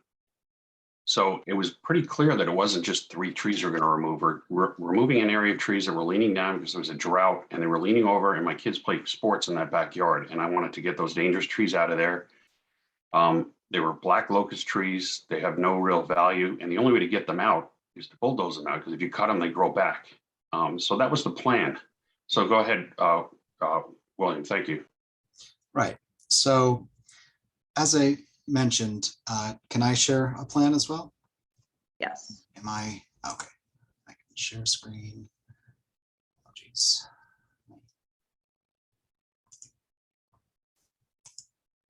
And also, if you can highlight, these trees are completely out of every buffer zone. So it has nothing to do with buffer zones. No, it does But not. anyway, go ahead, Will. As John said, and I was about to say, the area where the clearing occurred was outside of all buffer zones, which I believe was already discussed with Mr. Hallen and Ms. Bechtel. You can see that clearly on this plan. This is showing the correct plan, right? The one here that shows the line of erosion. Yes. Okay, I can't. It says my screen sharing is pause, so I can't see. I'm not, just want to make sure it's sharing it appropriately. Yeah, it is sharing it. If you could scroll down there, Elton did the calculations of the total disturbed area versus proposed disturbed area. Yes, I believe that's on the other plan. That's why I'm concerned I'm on the wrong plan. No, if I'm not mistaken, it's here. Okay, good. Yes. Area A was 3,221 square feet. In area B, they were, was what, 958 square feet? So together we came 4,000 something. And that's what we came up with our series of measurements. And in there, that it's a little pale here, is the in cyan is the oval of the area C, which was proposed originally by Mr. Ormond, and that was calculated here. These are all approximate, obviously, of 2,509, I think, square feet. Yeah, and Charlotte had this diagram a month before we started doing work. You could have come out and looked at the area. Mr. Ormond, I did not have this document. That's your. It's an email. It's in your email. It was No, I emailed. did not have this document in July. Not this document, but the area that we're going to remove trees. You had, yes, we had the plan that You I were- just you do showed remove with the the circle. circled area, Okay. correct, So did not you this think- plan right John? here. Okay, go ahead. Sorry. Yes, Charlotte is correct. She had the plan that had the circle C here designated here. There's no disagreement about that. At the end of the day, based on this survey plan prepared by Alton and, measured with, my apologies, done with compass and measure, etc., certified by him, the cleared area was not 5,000 square feet. So while the more, clearing than perhaps was initially discussed occurred, it doesn't fall under the purview of the stormwater bylaw because it doesn't exceed 5,000 feet of alteration. So, and in consideration of the cease and desist, all work is stopped. No further work is planned to occur other than hydro seeding and finishing cleaning of the site. And while it says here on the plan that a proposed erosion control line has been put in, those wattles have actually been installed as of today. So I'm welcome to answer any further questions on this. So the area showed in red, that is the actual area of disturbance. So that is a conservative, we would say that area is larger than the actual area that was disturbed, but this is a conservative sort of survey encompassing any area that we would consider to have been altered under the stormwater bylaw. And it was, so it's been flagged? It has been, Alton, that is correct. Yes, it has been flagged. Stakes. Those stakes are in place. Yeah. You Okay. see there's a bound on each corner. In one instance, it's a tree. Another instance, it's a boulder. And in other instances, there's stakes that were placed. And those are the points from which measurements were made. So when you say that this was a conservative mapping, you're saying that the stakes were farther than the area of ground that's disturbed? I'll let Alton speak to the exact location to that. Well, yes. That begs how much has to be done before it's truly disturbance. In other words, there's an existing dirt driveway down there, if you will, gravel, and that was disturbed, and that, was used by the excavator for moving around and dragging and moving the trees back and such. And then other areas might have been where trees were piled. You could argue, well, that counts as disturbed, but this was the area that seemed to be significantly disturbed, and and where there was a lot of exposed earth, if you will, which is to me disturbance. When you've actually got more exposed earth than you do vegetation, shall we say, and then becomes an erosion and sedimentation concern if there's heavy stormwater. So to summarize, this is the area that was altered under the definition of the bylaw. This is the area where the machinery was operating and vegetation was removed. Just a quick question. Well, there was also a couple other areas that the machinery was working on site. I think up to the left of the house as well. And also what's not marked in the red area, an area where a tree had fallen, they cut and moved it along up above the B red area. You're talking about the tree that I believe was located here-ish? Can you still see my cursor? No, no, there's a pine tree in front of my house that was going to fall over. We took that one off, and that area is just like maybe 5 by 5 area disturbed. So yeah, 25 more feet there. You take that, and maybe another oak tree in the front that we took as well because we had the machinery there. So another 5 by 5, but that's right on my driveway right here. I mean, if you look at the driveway, it's right there. That we didn't dig up the whole area, or back there we did because the machine was driving and pulling the trees out of here, and he dug it up because it's a steep area. We needed those types of machines to get in there and get those trees. That's why we use those machines, not because we wanted to, because we had to get the stumps out because the type of tree that it was required you to pull the stump out. Otherwise, it just grows back. And in addition, the excavator could pick the trees up because it has a thumb bucket on it, if you're familiar with that. And when I was there, he picked up one that was going down the bank, if you will, into the disturbed area, and he was able to reach around the house and grab it with a bucket and thumb and just lift it up, so he didn't have to drag it, and bring it over to where they had the yarding area, which is over to the right, I guess, southeast of the house is where the yarding area was, where they were stacking the trees for removal by a vehicle, a logging truck, if you will. Yeah, again, I think the area of A and B are very conservative as to what we were out there on site, and is probably underestimated. as to the work we saw done there. Again, originally when we discussed it with them, it was going to be three or four trees cut, no mentions of clearing or equipment, or we would have had a different discussion. When this took place, we asked for clarification. It just kept on growing, and I guess it's up to the for the board to determine what they feel was used. Again, I feel the map is not indicate correctly what was cleared. I think it seems like a sidewalk. I mean, there's a lot of like disagreement about what's going on here. I think we need to go check it out. That's Also, I have pictures of John and Charlotte when they were measuring, and they are actually shorter than what Elton stakes are. So we can orient the pictures of when John and Charlotte were there measuring to this map right here, and we can show that we're actually overestimating here. Also, there was like areas between trees we counted that are clearly not disturbed. So we think another 1,000 square feet will come off. If you guys want to go to this level, we can do that. But I think it's just so petty. I think there's more in life than we just want to seed this and move on. And, I want my kids to go in the backyard and play again. I don't want to be sitting here measuring like, oh, you disturbed this when, it's pretty close. But either way, whatever the board decides, I think it's whatever you decide. I just think it's just not necessary in this particular case. I think.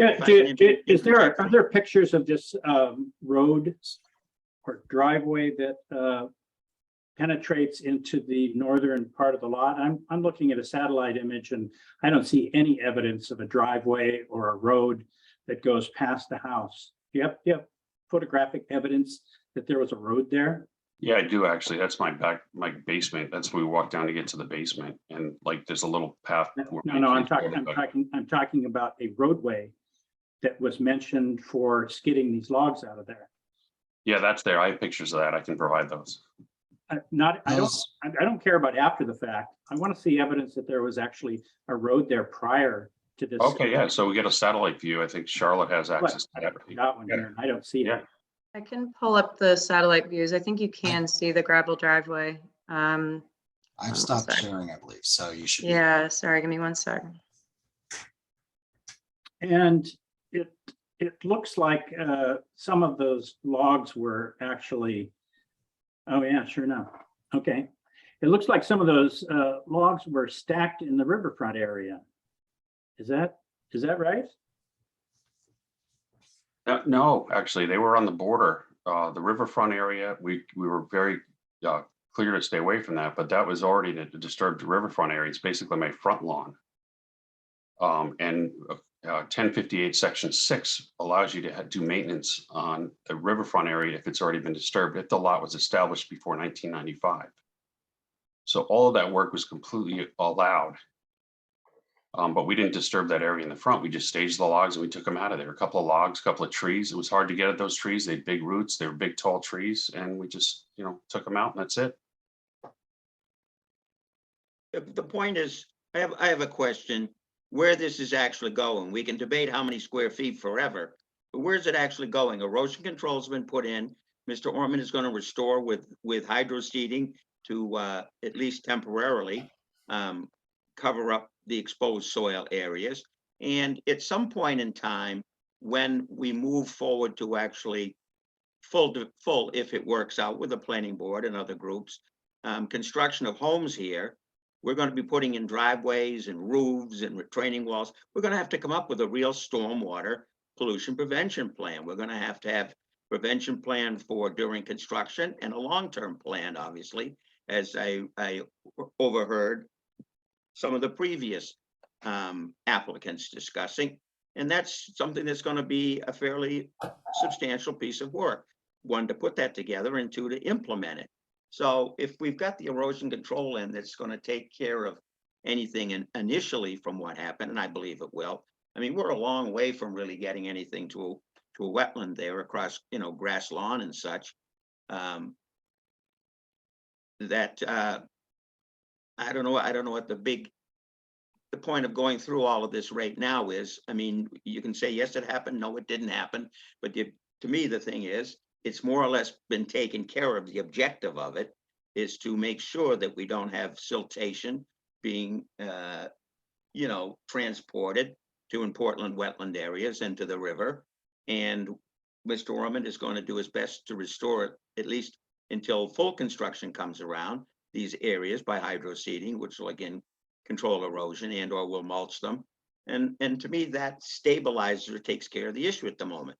And we're going to be coming back with one big stormwater management plan if we go forward with building 4 homes. I've done a number of these, and that's a lot of work to put them together. We got temporary detention basins and one thing or other that's going to happen to control stormwater during that operation. And there's probably going to be a mile of silt fence and hay bale out there before we're done. Just being somewhat facetious there, but there's a lot of erosion controls will go up. And then there's going to have to be a long-term system, which will be detention basin, or I don't know if infiltration systems are going to work. Can we, around there. you mind if we skip the future plans? Like, let's just focus on what we're talking about right here. All right, well, We'll get to that when we get to it. What is your concern? I think we need to establish exactly what's happened out there. There's a lot of disagreement right now, and I think we need to get to the bottom of whether or not what was proposed initially, if they followed that. There's disagreement right now of how much has been disturbed in the area of our jurisdiction. So I think we need to establish that, and it doesn't seem like we're getting anywhere on that right now tonight. So Excuse me, sir, if I might. Okay, you find out, we debate and you decide it was 5,050 square feet or 5,100 square feet. What is the outcome of that? What's actually going to happen to Mr. Ormond? Does he go to jail or something, or what? I mean, I just think if it's over 5,000 square feet, then he would be required to submit a stormwater permit for exactly what has been done to date. And until that happens, there would be fines levied if it was determined that in fact it does exceed 5,000 square feet. All right. And what we're trying to do here, I know you're looking ahead, but what we're trying to do is we're trying to prevent individuals from slowly clearing lots to a point where they have kind of a built-in advantage to people who keep their lots until the point where they develop them. And it happens in this town all the time, where people go in and they clear areas here and they clear areas there. And eventually you end up with a site that has far less vegetation than it did to begin with. And then they come in for a permit and they say, see, I'm not really ruining anything. So that's what we're trying to do. That's Charlotte's job as a conservation agent, is to enforce these rules and regulations. And that's why it's important. All right. And so when John Halen and Charlotte Patel were on site, they asked permission to measure. They felt that the area of disturbance exceeded 5,000 square feet. And if that were the case, then a stormwater permit is required. So that's what we're trying to establish. The way we ordinarily sort out these disputes is to bring in a third party, a dispassionate surveyor in this case. And maybe that's where we need to go, is a third party survey, somebody who doesn't have an interest in the property or the outcome, come out and assess the situation. Yeah, but who hires them? Is it you do? Oh, okay. You don't select them, you just pay for it. Oh wait, you select them though? The town selects them. Yeah, so that's arbitrary. You could just, come on. Oh, so you think we're gonna? You think that we're? I mean, there's areas inside the 4,200 square feet that weren't disturbed. So you think? Yeah. Yeah. So you think you don't trust us. You don't trust us. Alton Snow went out there and measured it. You don't trust him, right? So, it goes both ways. We had a difference of opinion, Mr. Arnold. Okay. All right. Between town officials and the town officials didn't and the use people that work compass. for you. And the best way to settle this is to bring in a third party. And we do that from time to time. It has nothing to do. We're not prejudiced against you. Okay. Yeah. So from time to time, the town officials told me. Like this. The town officials told me, they said, we don't really know if we're measuring it right. They said, we're just making an estimate. You can hire an engineer and bring it up with the Conservation Commission. We don't really know, but we just feel that it's over 5,000. The thing is, Mr. Arment, you really, it's up to us whether we call for a third party. Okay, I understand that. I understand Okay, so stop accusing us here of being prejudiced against you or being arbitrary or anything like that. You're not helping your case here at all. Okay, all right. So if I may, I would make a motion that we bring in a third-party surveyor to assess the area of disturbance and proceed from there. I second that.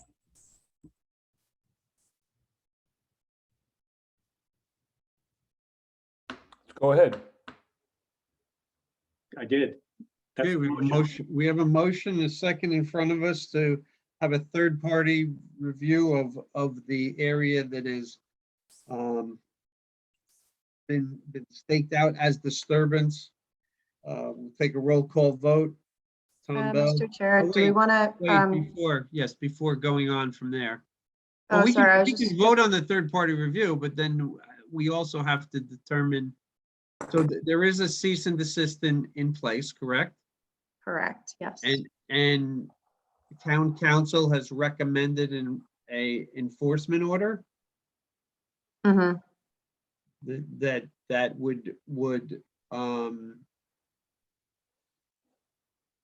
would begin today if So, so voted again upon.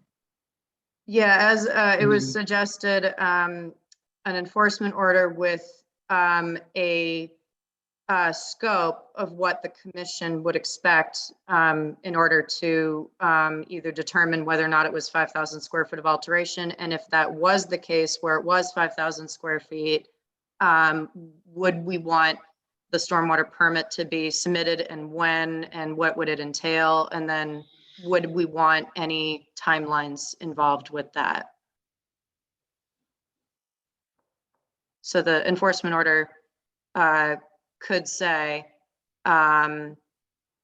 within a certain number of days, a peer review, third party professional land surveyor engineer will, measure the area and produce a stamped site plan. If it's determined to be over 5,000 square feet, then we would require a stormwater permit. We can specify timeframes, whatever the commission would want as part of that order. And then I would recommend a timeline because that's what's really clear with enforcement, just to make sure that you're giving those clear deadlines. So I'll withdraw my motion and let's move to the. Well, what if I just submit the stormwater report? I mean, it just sounds easier, right? I mean, Alton can write a stormwater report and we're gonna plant grass and the silt fence is already there. What are we accomplishing? Because I'm gonna do that anyway. So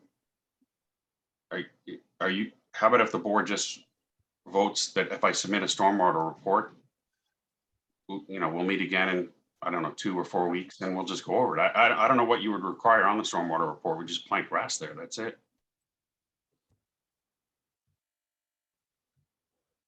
Well, the stormwater report proves that the stormwater is flowing at rates equal to or less than what was there Yeah, pre-existing. we didn't change any grades or anything. We just took out a few dangerous trees and we had to use big machines. So, yeah, I mean, I think. And disturb the surface, so that changes the curve numbers. It actually makes it And better. it'll still give us what we want is what we want is an accurate quantity of disturbed land on the plan. Well, no, I think that what we're trying to say is that it just sounds like it'd be more efficient just to get it over with and we'll just do the stormwater application. Alton, what is your feeling about that? Well, I kind of agree with you, John, that this brings up so many things. What exactly is the definition of disturbed? Is it how much grass? It's in the compared to how much dirt? regulations. It's Pardon? in there. It's in No, the it's regs. not. It's a totally vague, it's totally a vague word, if you will. It's subject to each personal opinion. There's no disturbed usually means when someone has cut all the trees down on a piece of property where you're gonna build a lot and then you're stumping it and grubbing it. That's what it's to me is after 30, 40 years in engineering and construction, that's what it means. That it means when you've really gone out and ripped a piece of property apart and you've put a lot of exposed earth there, removed all these things. It isn't just some little, I know I got the other gentleman's point where you don't want people incrementally doing this, but to a point is. Saw the pictures that looked disturbed. Pardon? I saw the pictures that Charlotte showed. That was disturbed land. Yes. Whether or not you're, whether you're cutting down trees or What I not. flagged was disturbed, like those, like in general, like the pictures. That's what that's what we call disturbed. Okay. But I don't think a yarding area where We're someone's making the, piled trees. we're making the case for a third party to review this, since we can't agree here. Well, So that's what I'm saying. How about we just make the case to apply for the stormwater I think report? we should move on with what legal counsel recommended. Great. Second again.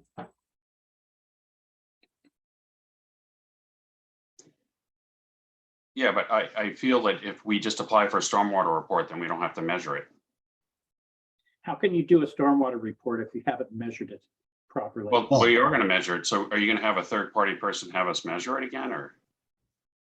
You're not going to measure anything again unless you want to, but we. No, I mean, if we do a storm. The third let's party say- would go out there and establish the area of disturbance. Okay, so. If I can Yeah, go ahead. jump in, John. Sure. I think John has acted, in good faith to provide a survey of his measurement of the disturbed land. We understand the board does not agree that is necessarily, that they think it might be different. I think we would welcome a third-party survey that confirms that, if that is what the board is looking for. I also would, emphasize that John has acted, he's put in the erosion controls that were requested. He's, trying to comply here. As was emphasized at the beginning, as long as this is under 5,000 square feet, it does not fall under the purview of the Concom. So that is the question here. I think that is what we need to determine. If this helps, as you go through these slides, starting at the first one, I can point out where I put my markers and considered disturbed. If you go back to the first one, that's nope. It Yeah, shows the sorry. rear of the house. Yep. So I'm just gonna walk around the house, basically. Yeah.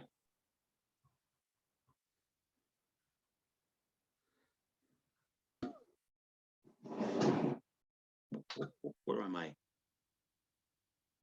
I don't think you can get them from these pictures, Alton. Right here. Whoa, that's well, not quite. One more.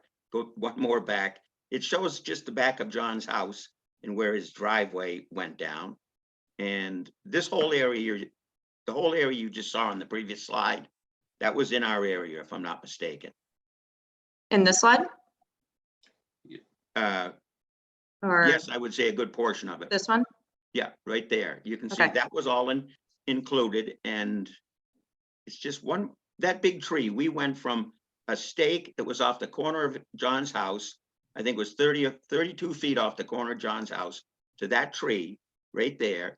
And then we went over to a stake in the ground, which is at the you see where the shadow line is in the back there in the middle? Yeah, we put it over in there. And then it ran over to the bottom of the ledge along here, and it ran down to that big boulder right where your cursor is now. And then it came back up to the first stake at the top of the hill. And that's what I considered the seriously, or really, we can call it disturbed ground. There we go. That was all included, if I'm not mistaken. Just right there.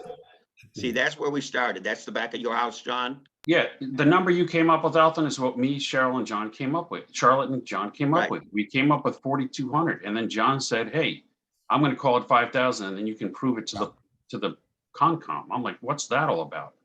But here we are. Wait, They listen. get an engineer to measure it. I got you to come and measure it. You measured it.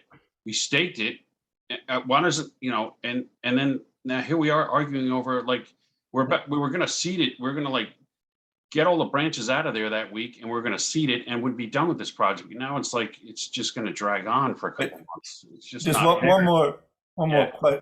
question too, if I could just address the board too. In addition to that, we did measure it. We didn't, come up with that, but also there was some concern and desire for John to remove the foundation that's there too, which is a larger scope if you go back. He's requested that. And I thought it would be best if he could do it either under a building permit or a stormwater permit and just do what he's going to do in the area and call it a day. We haven't discussed that, but you've told us about that, and that all that foundation area it's been disturbed, it's being disturbed, and he wants it disturbed.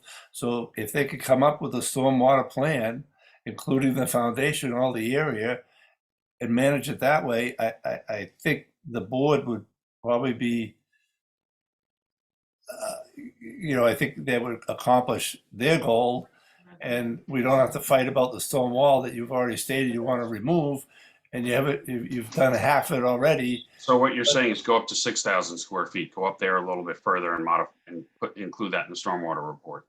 Yeah, you stated you were going to do the stone wall and asked me about it. So well, a tree, look at that. The tree fell inside of it and broke it apart, and then we pulled it out of there. Right. So Is there a ledge in there besides the stone wall? It looks like, I thought there looked like some ledge outcrop. Is that? It's a foundation wall that never got, a structure that's been there. So again, to get to the point, I think we could establish with you include the stone wall that the work area is over the 5,000 square feet. You could do your stormwater management plan, come back to the board, submit it, and then do your work and correct the area. Okay. But I'm Yeah, not. fair enough. As long as we can go up there and clean up those stones and plant grass up there, I'm fine with that. Just give it. So we'll go up to like 6,000 square feet. Well, as I say, that's why we're here to begin with. Just the board isn't trying to stop you from doing this. They just want to control it and know what's going on. Well, okay, I agree with that. That's fine. So I guess there's no reason to remeasure it. We'll just submit the stormwater report. And we're gonna go a little further out there, Alton. Alton, are you still there? Yes, I am. Yeah, so I'll talk to you on the side, but we have to do a stormwater report here and we're gonna go a little further out.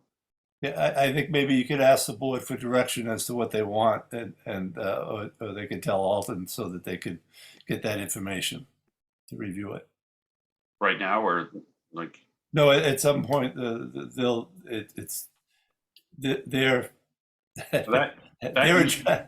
in charge. So just so you know, just so Alton knows what he's going to be preparing. Sure. I think we would welcome that. And if that is what the board would like, is to just, if it sounds like John, you're on board on that. Yeah, I mean, if we can go out and get rid of that stone wall and plant some grass there and just make it safer, yeah. Right. We'll scope out the appropriate area and prepare it and present to the board if if the board's amenable.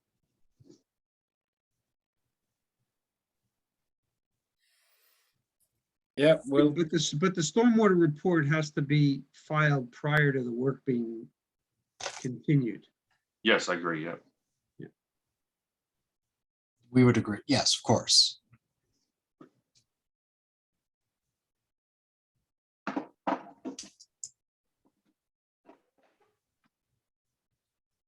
So And the intent,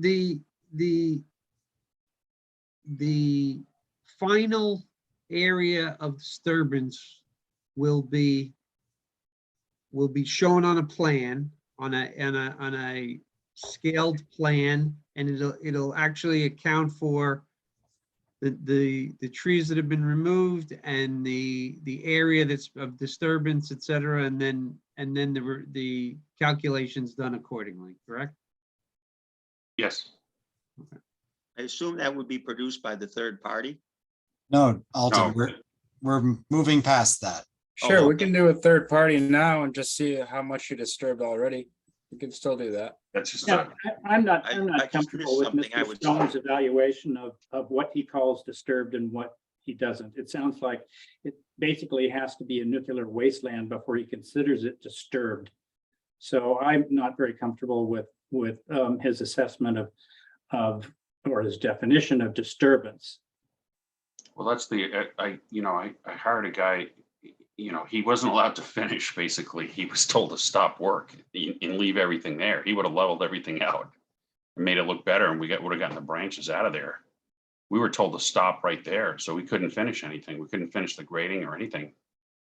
So that's as a result of just, the area. But to John Holland's point, I mean, yeah, we should probably we'll go further out. We'll go further than the 2,500 we proposed we originally wanted to, and we'll go get the stone wall and we'll take it out because it is falling over, and we'll go up to 6,000 square feet and we'll submit the report. I mean, But I think what Mr. Bell is saying though is that he's concerned that when a plan is provided, that it actually has an area that everyone feels comfortable is an accurate area.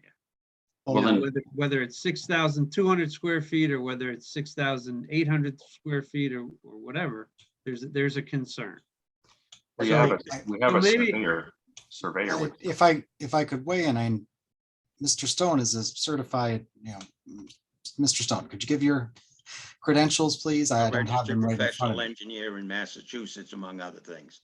And a wetlands, I just think it's a matter of, he's I'm certified there. to prepare these plans, and Mr. Orman does have a right to choose his own engineer. I mean, the board is welcome to request peer review, but I believe Mr. Orman should be allowed to submit his plan chosen by his. No one's suggested that he disputing can. I that. think we're talking about getting a third party anyways, regardless of whether or not you do a stormwater permit or not. And Mr. Eads, Yes. we frequently do this for people that are licensed engineers, licensed wetland scientists. When there's a dispute, we're not challenging Mr. Stone's credentials in any way. I understand. I'm just Okay. So just so saying. this is nothing that's extraordinary. In fact, we had, if you were tuned in earlier, you saw that we had a third-party review of another licensed engineer's stormwater plans.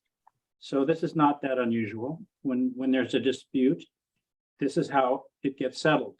No, I absolutely agree with you, Mr. Bell. I just don't want there to be any prejudgment of Mr. Stone's work. That's all.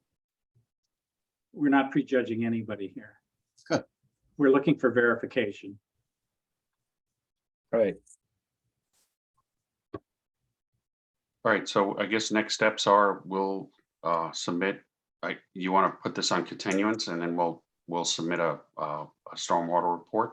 And then once you approve the stormwater report, you remove the stop work order.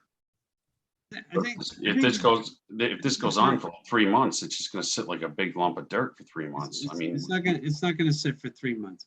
all right, I think that maybe the most expeditious way of doing this is to do what Chris McIntyre first suggested, and that is to visit the site and determine whether or not we as commissioners feel comfortable with the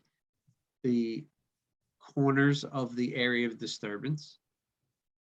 And then Mr. Stone at the same time can provide the commission with an AutoCAD file with his certifying that that's his area of disturbance, and we can decide whether we feel comfortable or not. And if we feel comfortable and the measurements all work out, then we can call it a day.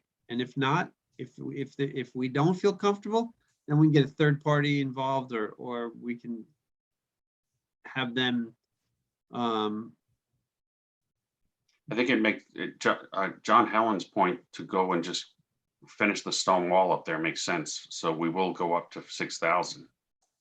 No, I understand. I understand that, except that there is question as to what is disturbance. You know, at what, and I think that's why I'm saying a Yeah, quick. but there's costs. I mean, I have to pay now. I had, No, I'm no, losing $5,000. Marcus, you don't have to pay me to come out. I'll come out myself. Okay. And I just look at the stakes and I'll say, yeah, okay, it's either, and then there's a question, you know, is it disturbance or not disturbance? And Yeah, that's fine. I think it's pretty, you know, I think it's all of us, it's pretty easy to look at what Mr. Stone said, that disturb in his definition was disturbance is when you clear the site. Well, it doesn't have to be the whole site, it has to be a part of the site. Okay. So if we walk around and say the corners are all good, and we look at the AutoCAD file and the numbers all work out, then life goes on. Mr. Chair, I'd just make one suggestion that if the commission did want to do a site visit, we can only really make observations and questions. We cannot deliberate outside of a public hearing to determine things like this. So we would need to continue the show cause hearing and bring it back possibly to October 6th upon the site visit and commissioners looking at it and reviewing Mr. Stone's HydroCAD file and then discussing that in a public setting in accordance with open meeting. So does that mean that myself or John cannot be present and discuss? No, you can be present, but with- what I, with no, you members can of be the present. What I'm trying to clarify is that the commissioners cannot be meeting in a majority outside of a public hearing and making decisions.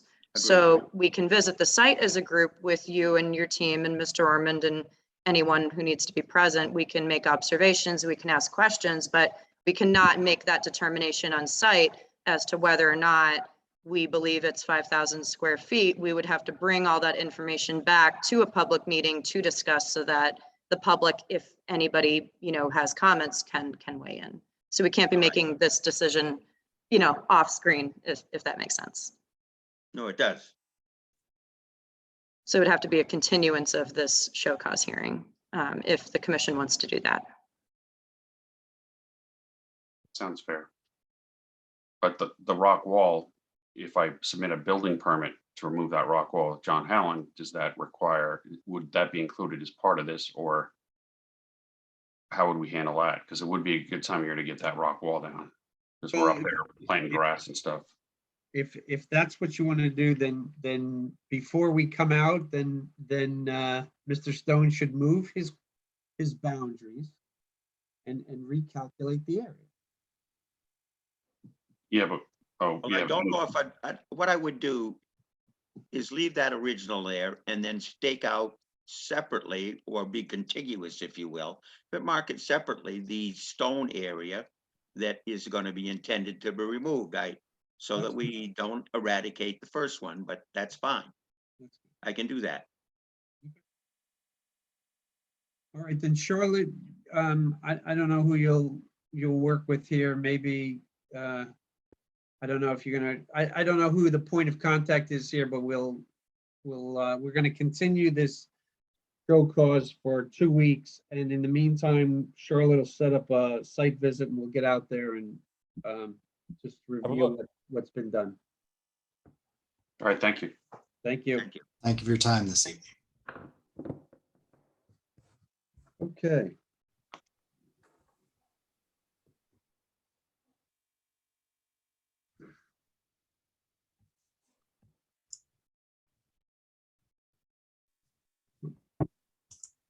Thanks, John. Thank you. Did you have any other questions? I just want to make sure you guys were aware of the stone wall because it was going to come up. So that's fine. It's a stone wall, it's not ledge, is it? Because it kind of looks like stone wall on ledge. No, it's a foundation that was probably built or started 30 or 40 years ago by the last homeowner, and then I think he passed away when he got the foundation portion done, and then it's sat for the last 40, 50 years. So wow, there's definitely some ledge right next to it. Yeah. Just to kind of, sorry, just to move on since we closed the show cause hearing, John, we can touch, we can, talk offline and we can set up a site visit that'll work for commissioners and for you and for everyone. So. All right. Well, thank you. I know you've all had a long night, so. Thank you, John. We appreciate your time. Yes. Take care. Thank you. Next order of business is minutes for approval. We got the August 25th and the September 8th minutes. Does anyone have any No. clarifications, concerns, anything? Make a motion to accept, approve the minutes from August 25th and September 8th. Second. We'll do roll call. Tom Bell, Tom Bell, aye. Eric Eisenhower, Eric Eisner, aye. Kathy Berrigan, Kathy Berrigan, aye. Chris McIntyre, Chris McIntyre, aye. Chris McFarland, vote passes 5-0. Okay, Charlotte, certificates of compliance. Yes, I know You've it's got late 100, night. 100 words. That's what you have. 100 words. I don't know if I can do that. Or less. Okay. All right, so the first one I'll start with 25 Sheldon Road. This is a 2015 notice of intent. There technically is an administrative stormwater approval. It is not a permit, so it doesn't need to be closed out other than maybe I'll just type an acknowledgement letter if we close it out. Let me just pull up my photos real quick. I was on site earlier this week. So this was a pool patio project with landscaping and hardscaping. We had approved an RDA recently to revise the previously approved landscaping plan. And so all of the plantings have now since been installed and completed. There are actually some changes in a good way in this area. So it was originally just supposed to be, I believe, beach grass and bearberry, and they added more native species here. So they increased the count and the types of species here than we permitted with the RDA, but the work was still, compliant in terms of native species were planted to be restored in this area. So for the most part, in terms of the plantings, I didn't have any concerns. The pool and the patio design. So the pool is designed per plan. However, the patio is about 75 square feet larger than originally permitted in the 50-foot buffer and about 90 square feet larger overall. And so actually I do have Xander Oram and Carmen Hudson from Cavanero. I'm not sure if they had gotten an answer from the landscape architect who designed the pool patio or built it, if there was any explanation for the increase in impervious, but other than that, I did not have any additional concerns. I do have some suggestions for conditions, but I guess Carmen and Xander, would you be able to just kind of clarify that change? They weren't even born when this permit came out. Xander probably exactly. Good evening. No, I was 10. For the record, Carmen Hudson and Xander Oram from Cavanero Consulting / Merrill Corporation, representing the owners of 25 Sheldon Road. First of all, before anything, oh my gosh, Xander and I have been here watching all of you since 8 o'clock. I'm sorry. I have to commend all of you for doing this voluntarily. It's way past my bedtime, so hopefully will make sense. Carmen, you're not the only one. Oh my gosh, 8 o'clock bedtime starts, Eric. So in any ways, we reached out to, so let me back up a little bit. The owners of the property are actually 93 and 95 years old. And the person that really takes care of any permitting or anything that needs to be done is, oh gosh, and of course now I'm forgetting her name because it's past my bedtime. Richland. Catherine Richland, in any case, their daughter. So they've owned this property since 1956, but they're only there on July and August. So what happened here was they received their notice of intent. They filed their notice of intent, received their order of conditions, and they had the pool and patio done during the fall. So nobody was there, checking the work. And what I noticed is that when, so if I may, Charlotte, I'm just going to share one plan.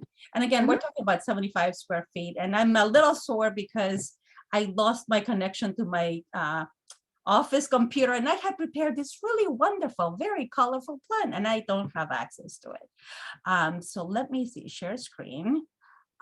Here it is. So this is the approved plan. And the approved patio was a little bit unorthodox, but you can see that while the pool, the proposed pool, was going to mimic the orientation of the existing pool, the patio was going to have the orientation of the house. So this patio was going to be perpendicular to this porch, right? And when they built it, the patio now is parallel to the pool. So because of the different orientation of the patio, the areas changed. And that was the bottom line of what caused this patio to be 75 square feet over in the 50-foot buffer zone and an additional 15 square feet over in the 100-foot buffer zone. And just also very slightly, very quickly, they did plant they had all the plantings done, but they died. They did not survive. And that is why this year, it was a different landscaper, Matt Bilbao. He got an RDA to plant again. So all of these are brand new plants that were replanted this year. And I believe, please Sandra, correct me if I'm wrong, they were supposed to plant 1,200 square feet of plantings and they planted 1,500 square feet of plantings. So I will leave it at that. And yeah, we're here for any questions. Yep. So yeah, my only question, Carmen, was just what was the reason just for the slight increase in impervious in the patio? You said it was mostly just the hardscaping. So it was, I think the reason was that because when I mentioned to Catherine that the patio was different, she was like, I didn't even know that it was different from the approval. So I think the bottom line is nobody was there when the work was done.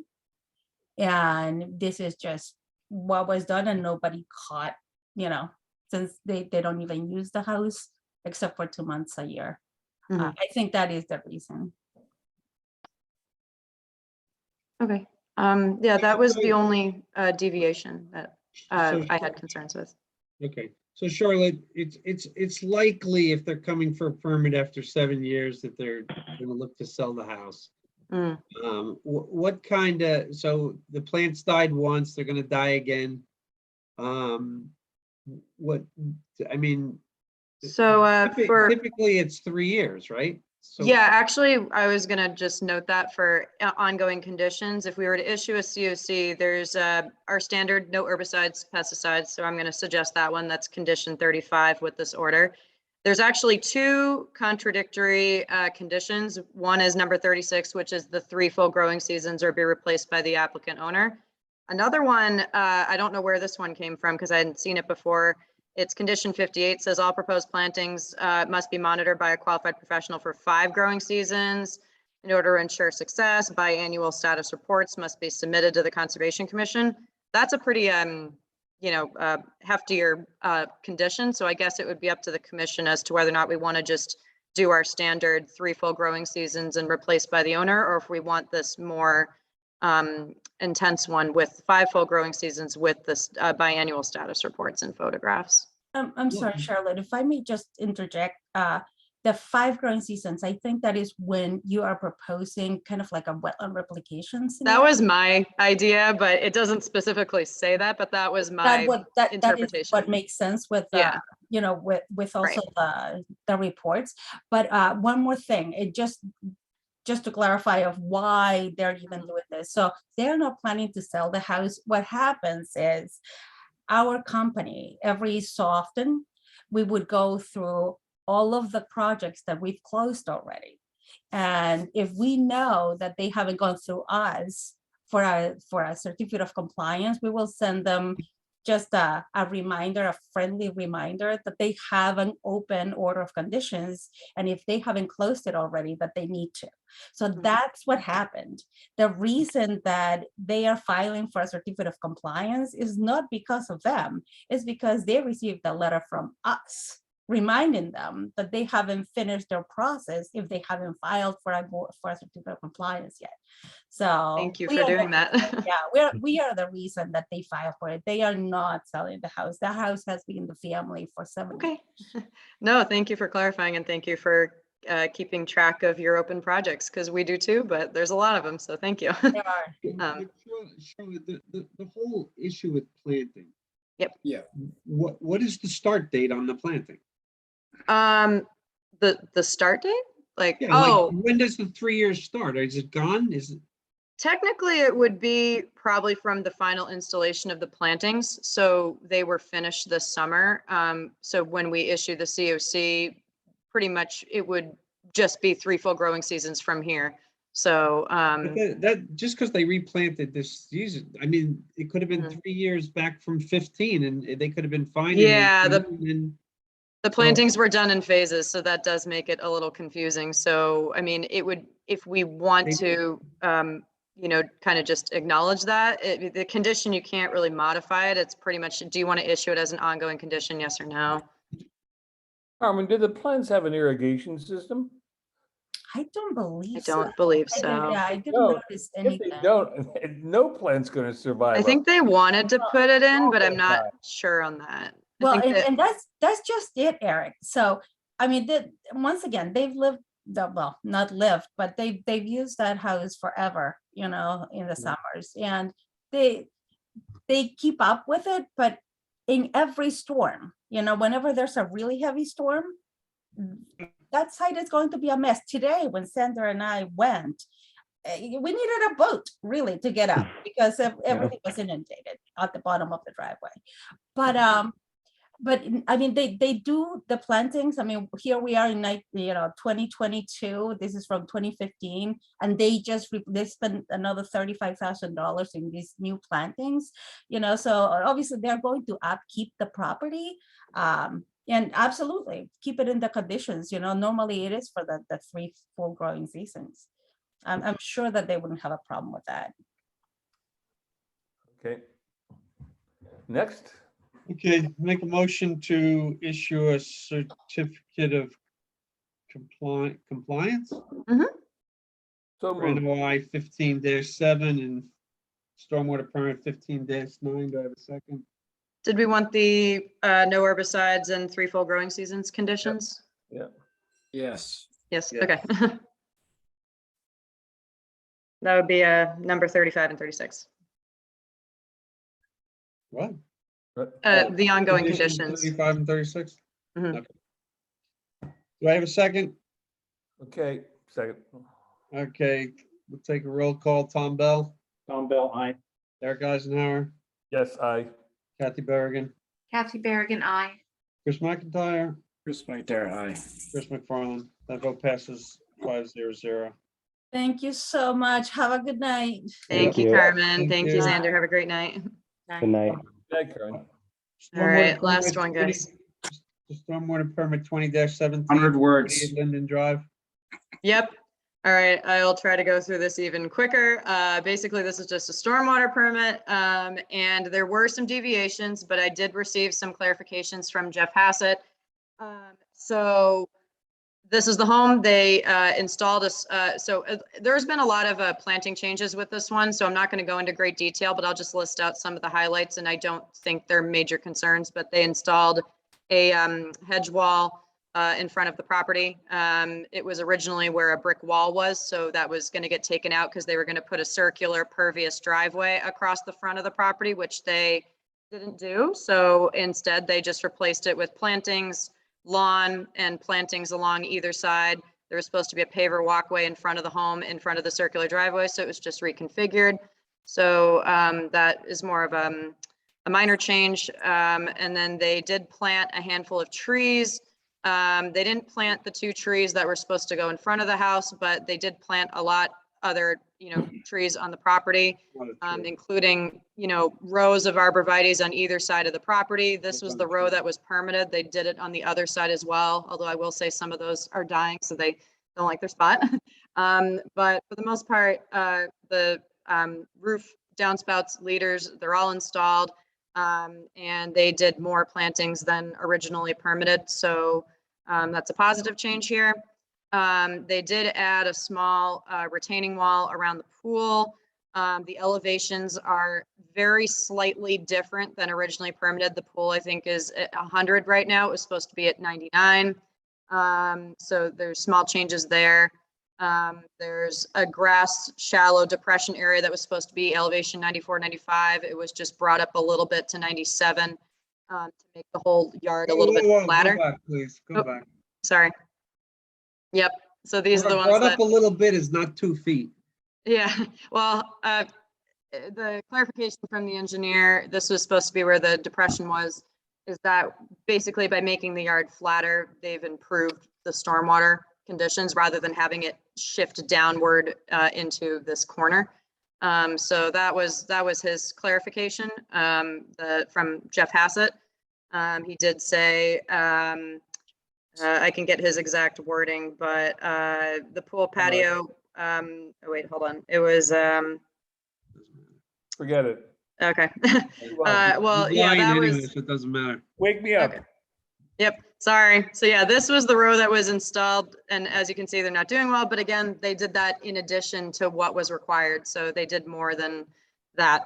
And then the only changes to stormwater that I want to note are, sorry, lots of plants. You can see in the driveway, so the driveway has this drain, and it does connect to the 18 Coltech chamber that we approved underneath the driveway. So that was just in there, and all the downspouts and leaders from the home do connect to the dry well chamber. So I just wanted to point that out. The drain apparently was proposed, but it was installed at the other end of the driveway to maximize the amount of water that was captured because the runoff comes from the street. So it was just put in a different location. And so I did have a question about the drain because I saw that the water level was high. He said the water is actually at the correct level. It's at the bottom of the outlet pipe. The catch basin has a sump to collect solids, and it's designed to always be full of water. So, I mean, overall, I didn't see any major changes, but that's just what I initially was concerned about. So Jeff Hassett clarified that the water's at the correct level. But other than that, other than a lot of minor changes to the planting. Oh, sorry, what was that? Good night. Eric wants to go to bed. Sorry. Okay. Well, does anyone have any major concerns with this one? Yes. Yes. Okay. So you said that there was a permeable circular driveway that was originally. Correct. And was there an asphalt driveway originally proposed? Yes. So the asphalt driveway was originally proposed on the left side of the house. So that was installed. They did not put in the circular driveway in front of the home, which was supposed to be pervious. So this driveway was slightly modified, I will say. So the original was, I think, a little bit straighter, but then they added a stone apron in front of the garage. So there didn't seem to be an increase in impervious. And then they just repositioned where the drain would go. There's still a catch basin in the street too. So there are still 2 drains. They just reconfigured where the location went to kind of capture the water more. So this was the drain that is in the street. There was supposed to be one here and one on the right side of the driveway, but they just put it. In, though. What's that? That's the city's drain. They said it was proposed on the plan. I mean, unless it was supposed to be existing, but I admit I was doing this one quicker than I normally would. So, but this was really this drain change here was really just the one that was modified from the original stormwater. What are the 2 trees that were supposed to be planted? The 2 trees that are supposed to be planted were supposed to be in the front of the home on either side. Sorry, I'm trying to get to. So the trees are supposed to be like one here and one here, which would have. I don't think they were specified. Just trees. There were proposed plantings. Hold on, I'll pull up the plan. They were supposed to. Sorry, man. Sorry. We're gonna have to start earlier for you, Eric. I'm sorry. No. You have to take a nap in the halfway point. I have. Yeah. So You woke me up. this was the original approved plan. So this impervious driveway was built per plan. There was a slight typo here in the plan. They wanted, it's actually 18. So it's not 15, it's 18. So that was corrected on the as-built, by the way. So these two trees were not planted. They were supposed to be in front of the circular driveway. Actually, sorry, this is supposed to be pervious. So I think I'm looking at a wrong version of the plan, but it is pervious, I swear. Sorry. I think it's this one. By the way, the drain in the street was shown on that plan. They had two other drains, which Yes. aren't there. Yes. Hold So on. they're supposed to be catching water before it goes off the driveway, and they're not doing that. So this was the proposed catch basins to connect to dry wells. So there is one here, but then they moved No, this one. there's not one there. That's not the No, one. sorry. This is the original plan. This one was moved to here. So this one was moved right here. Right. And then this one was here. That's way up. That's way up. I know. Yeah. They said it's supposed to drain down the driveway. But that was the explanation that I received from the engineer. He said sorry, I'm looking for it. Basically, he said the drain was proposed, it was installed at the other end of the driveway to maximize the amount of water captured on within the site and not going into the road. This is the original plan, by the way, not the as-built.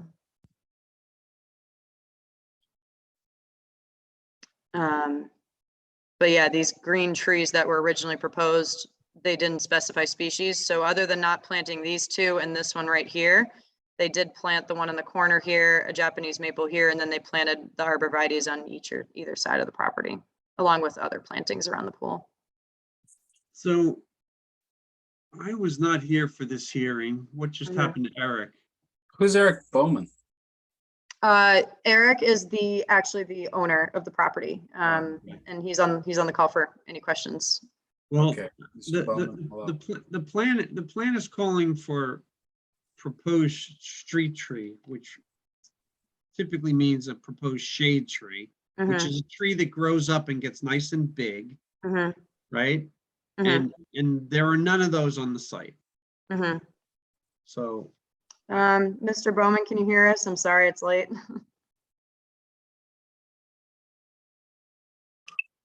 Yes, can you hear me? Yes. Oh, great. Thank you for your time tonight. Really appreciate it. We have two cherry trees that we planted. The one in the corner is a cherry tree, and there's one in the backyard that's also a cherry tree. And then we're able to save, it was like a 50-year-old Japanese maple tree that you got a picture of that we were able to transplant, and we have that in the side yard there. Like I said, I don't know how many trees Jeff had here, 10 trees or so. We ended up planting, if you count all the extra arborvitae in the front hedges, I don't know, 60 trees along that one side. There were 80 separate Hampton hedge in the front. We did another 50 green giant trees along the back. I don't know, we planted in excess of 100 and something trees. The reason we didn't plant the two trees in the front was, as you showed, we were going to do a circular driveway there. And just as the plan, as the project progressed, we just felt it would look a lot nicer and be a lot more useful with grass. And so now we have two spots of grass on either side, and there really wasn't room to put trees unless we kind of put the trees in the middle of the grass. So you can see here, before the trees were going to be right on either side of the walkway close to the road. And as you can see right now, we have hedges there in place of those trees. So Mr. Bowman, I see on this plan, there's quite a large tree. There are two quite large trees that were removed off this property, and these 5 trees were a deal that was made to make up for the loss of those 5 trees. I mean, for the loss of those 2 trees. So one of those, excuse me, one of those trees we saved. I'm sorry to interrupt you. That was the Japanese maple I was talking about. It was the yeah, that's not one of the ones that's on here. The 2 that are shown to be removed are a 14-inch pine of some sort and a 24-inch deciduous tree, which I have no idea what it was. But the 5 trees in the front of on the front of the plan is part of a deal. Okay, it's an application. It's presented to the board, and the deal was, okay, you're going to put 5 trees to make up for the other ones, basically to make up for the part of the rich environment that was destroyed. And these 5 trees, you know, you can put in as many arborvitae. Sir, there wasn't a pine tree. We didn't. There was one tree we removed. We removed a cherry tree, which was located just past the driveway. It's hard to point out here. It's the big red circle that was removed, and we planted 2 new cherry trees. The red star there, that was the Japanese maple tree that we saved, and we moved that from that location to just on the other side of the chimney. So we removed 1 cherry tree and planted 2 new cherry trees, and we saved that star, which is the Japanese maple tree. We didn't remove any pine trees. This star says it's a 14-inch tree. That's the Japanese maple tree, that star there. That tree is not a 14-inch caliper tree, the Japanese maple. Yeah, I don't, nor would a cherry tree ever be 24 inches in diameter. So I have to suggest that that's not really the case. Yeah, I'm sorry. I mean, I can give you, if you look at the old listing, you can see both of those. There were just 2 trees on the lot. That was it. There was a 50-year-old Japanese maple tree, which is where that star is. And we moved that tree. And then there was a cherry tree, which is the red circle he has. That was a cherry tree that we did have to remove, unfortunately, because as you can see, the foundation was there. And we replaced that with 2 new cherry trees, granted much smaller, but obviously we're, watering them and hoping they grow up quickly. Charlotte, is this the only plan we have? So this is the approved plan. I can show the as-built if that's easier, but I don't. No, I was hoping there'd be a better survey plan. No, sorry. This is the one that was approved with the stormwater permit. Yeah. But I mean, we obviously love vegetation more than anybody. I don't know, it's hard to see from the pictures, but Charlotte was here. We went above and beyond to plant as many trees as we could, and that's we certainly didn't skimp in that area. Like you said, Charlotte, some of those trees were planted earlier. We actually tried planting them around Christmas time last year, and they weren't doing well. We've been trying to water them back to health. They're doing a lot better now. Those are just the arborvitae along the one border property, but everything else was difficult keeping them going through the summer. But everything else is healthy and growing,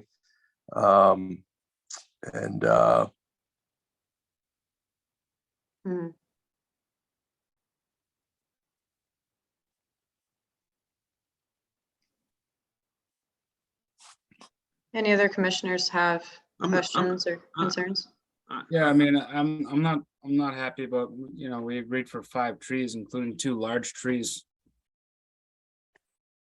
I mean, I'd like to see those trees. That's the shade trees. They provide The abrevieties and those plants, I'm not the tree expert here, but those don't provide any shade. That's kind of like what we're agreed on. Mhm.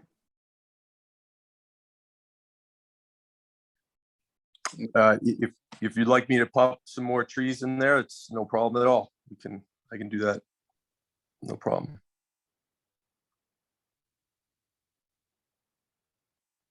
Is there a type of tree you'd like to see there? I know it wasn't specified on the plan. We went with a cherry tree. Do you want something different than a cherry tree?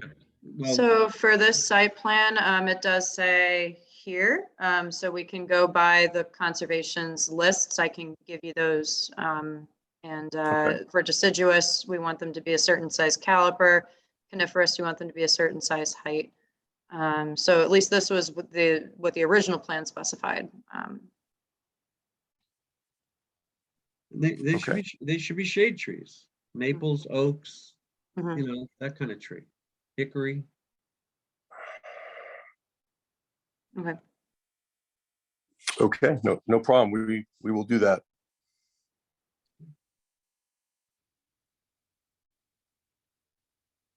All right. Okay.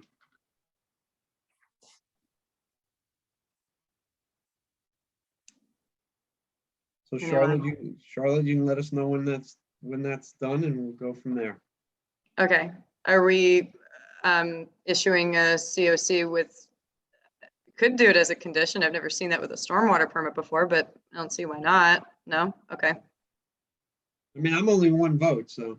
Okay. I don't, how do we? I think we're just waiting on waiting for them to meet the conditions. Yes, that would be my feeling. Right, so. Okay. Okay.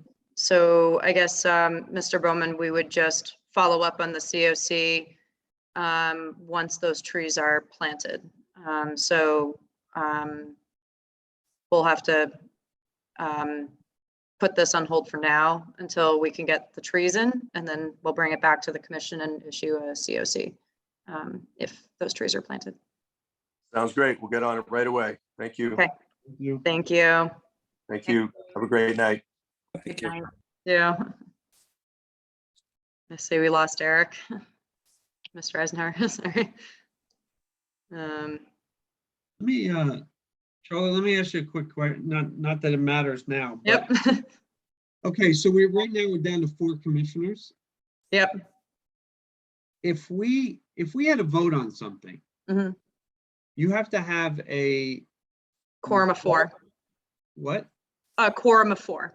So we're still good. I understand that. But if we voted, would we have to be a simple majority, or do we have to be a majority of the commission, which is 7 people in theory? That's a good question. I thought it was if we have a quorum of 4, that's the minimum that we need for a commission of 7 people. Right. So majority vote for a quorum of 4 would be 3. Correct. Correct. I believe. I don't know. We've been through this before, but I just couldn't remember. No, I thank you for asking that question, because I need to remind myself what the answer is. Okay. But yes, the majority vote would be 3 for a quorum of 4, but we can never have less than a quorum of 4 for our board since we have 7. Right. So in that vein, I'm searching for a new member. And I talked to Peter Hobson, if you know him, to see if he would volunteer, and he might. So he's an architect. I think he has the sort of qualifications that we would need. We would like somebody who can read a plan and has some experience in the field. Charlotte gave me a part of the town census that lists people's occupations. So in my abundant spare time, I don't know where I found time to do this, but I started to go through it and look at the occupations, and started to identify people in town who might be qualified, and don't know whether they're interested or not, but I'm going to give you a list, Charlotte. Okay. And I don't know whether it's legitimate for you to send them a letter asking if they would care to volunteer for the Conservation Commission. And I also don't know whether or not they would take new members before next year. That I'd have to check on. That's my only thing. I don't see why I can't send a letter of if you're interested. I don't think. Oh, no, there's no problem with that, but I've just never heard of anyone being appointed other than that, like, short window that they appointed. Yeah, that's a good question. I'll have to clarify with council. Well, you know how this goes. It takes a while to convince people that That's true. they're going to do it. So it might take 12 months to get to a closing date with. Yeah, on that kind of note, how hard it is to get people in here. It's kind of counterintuitive that we have is it a kind of a, Shirley, you were telling me about it's kind of a rare 2-term limit for people around here, or is it? Yeah, we're Angela might be able to explain it a little bit better, but from what I've been told, and Chris, correct me if I'm wrong, our Conservation Commission is somewhat unique, where within the last handful of years, we created this 2-term limit for the Conservation Commission. I think the history was honestly low key to probably get some people off the board. I don't know. That's what it sounds. I mean, that's what it looks like. So I think I think we set that precedent. And I don't know the exact details of the policy documents, but that's our policy, unless we change it. So we do seem to set that 2-term limit for all of us. Not like an on and off switch. I don't know. You can change it as soon as I time out. Okay. Okay. When do you time out? You want to be forced out, Chris? Yeah, please. When do you time out, Chris? I have a plan to work on tonight. I gotta stay up after this. No, that's awful. I have a 1-month-old. I have to stay up too. Don't worry about it. There's no better time though. Trust me. Poopy diapers. That's all they are. Let me tell you something. It gets better when they're done with university and they have a job. Anytime you want to trade Never your ends, 1 right? month old for my 15-year-old, just for like a week. Not there yet. Not there. I'll take both your kids for a week. Just start a trading kid program. As long as they don't give me lip. As long as they don't give me lip. That's true. Yeah, I'm not looking forward to that. All right. I just give them lip right back. Any 48-hour issues? No. Nothing I want to say at 11:30 at night. Well, I'm just going to mention them again, Charlotte, just to put you on the spot. Yep. 256 North Main Street. Yep. The stormwater permit was issued administratively by Jeff Summers on a property that had 2 homes and a shared 2 homes that were going to be rebuilt, and they were going to share a stormwater infiltration system. Now they've managed to knock down both houses, destroy the entire site, and they still think they can get away with what they had. Yep. And both administrative permits for both properties, looking at the stormwater reports, originally proposed 4,900 plus or minus square feet. So they were just under the regulation for a full stormwater permit, but they met the qualifications for administrative. So that's why they were administrative permits, which is quite rare for, a raise and reconstruct project. So I will be looking into the new those. NIPSEA's law has if you can't combine projects like that. The new NIPSEA's permit. Okay. Yeah, they mentioned that you can't combine projects like that. You should check Okay. the language that was like last year. Okay. That was the last year's change. Yeah. Okay. Because I'll have to check when one permit was issued, I think in 2020, and then the one that I issued recently was 2021. But I think since then, they broke them apart. They originally were Yeah. together, then they broke them apart. They broke up the lots too. So it's 2 separate lots now. And then 256 North Main was originally the home in the front. And then they moved that to the one in the back when they changed the lots and the driveways. So now 258 North Main is the one in the front and 256 is the one in the back. Well, if they keep digging, those lots are gonna drain in China. Yeah, no kidding. I don't know why the hole is that big. Like, I do. Are they looking, it's for the septic, isn't it? No. Yeah, that's probably where the foundations be. That's Right. how you get greater residential area without having to go through large house review. You bury your first story, essentially. So the first It only has to be buried 50%, you know, but the they don't basement have doesn't enough slope. count in the RGFA? It The doesn't basement? count. Anything that's 50% below grade. Huh, doesn't okay. count. Interesting. Oh, I heard that before, but yeah, I didn't think about that in terms of like you can bury the first level. That's okay. That's what everybody's doing. They want to cut in. Hmm. That's why they like these hillsides. They can cut into the side of the hill and reduce their Interesting. residential square footage by, 30%. Okay. House, that property. Yeah, well, law of unintended consequences, right? I mean, and our height limit, you can jigger that around too. We've seen Mhm. that. If you dig in, you can build it higher. I mean, look at the monolithic wall now on shingle wall with no windows on Howe Road. Looks like a prison. Yeah. Yeah. Nobody could ever escape from it because nobody could wiggle through the windows. They're so small. Mm-hmm. Yeah. So, speaking of prisons, the penitentiary out on the highway. Which one? The one. 390? Is it 390? Stop and Shop? Is it the Stop and Shop one? Yeah. Yeah, the prison with awnings. Just for your information, Charlotte, there's supposed to be a play area as part of that. Okay. Part of that project. Okay. So just make sure that make sure that John knows that we want to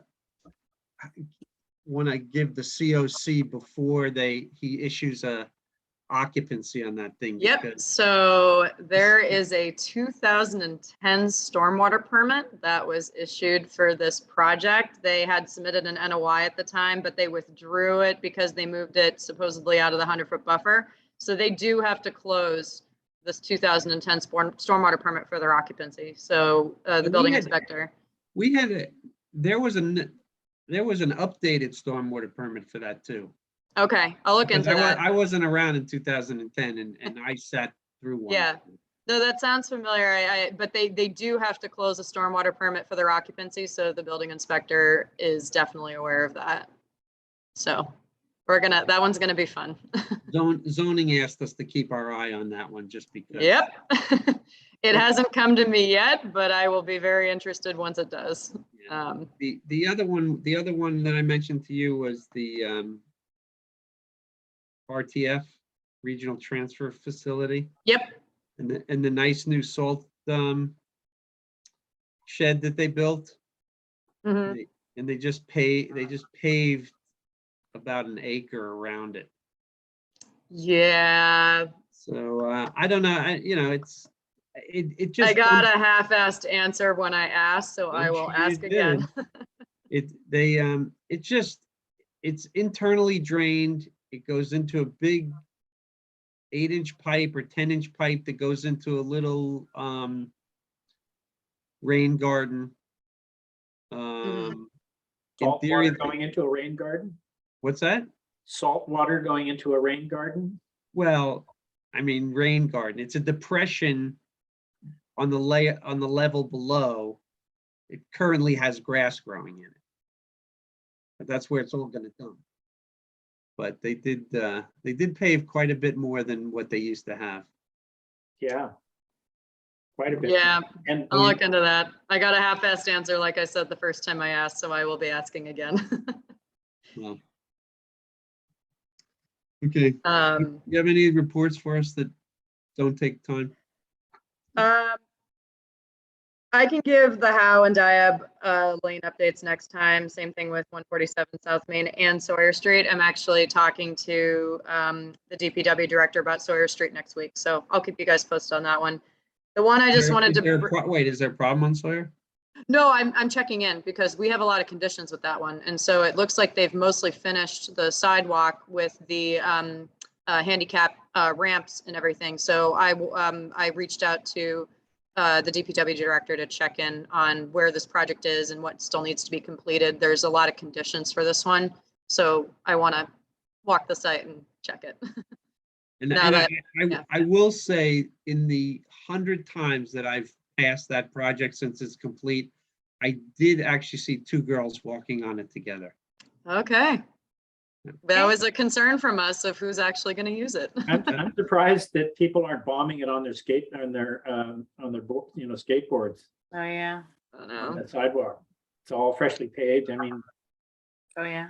looks like it could be fun. Tom, you could do it. I think Well, they're doing. I think they're doing the road back Yeah. towards the library. I think that's more fun.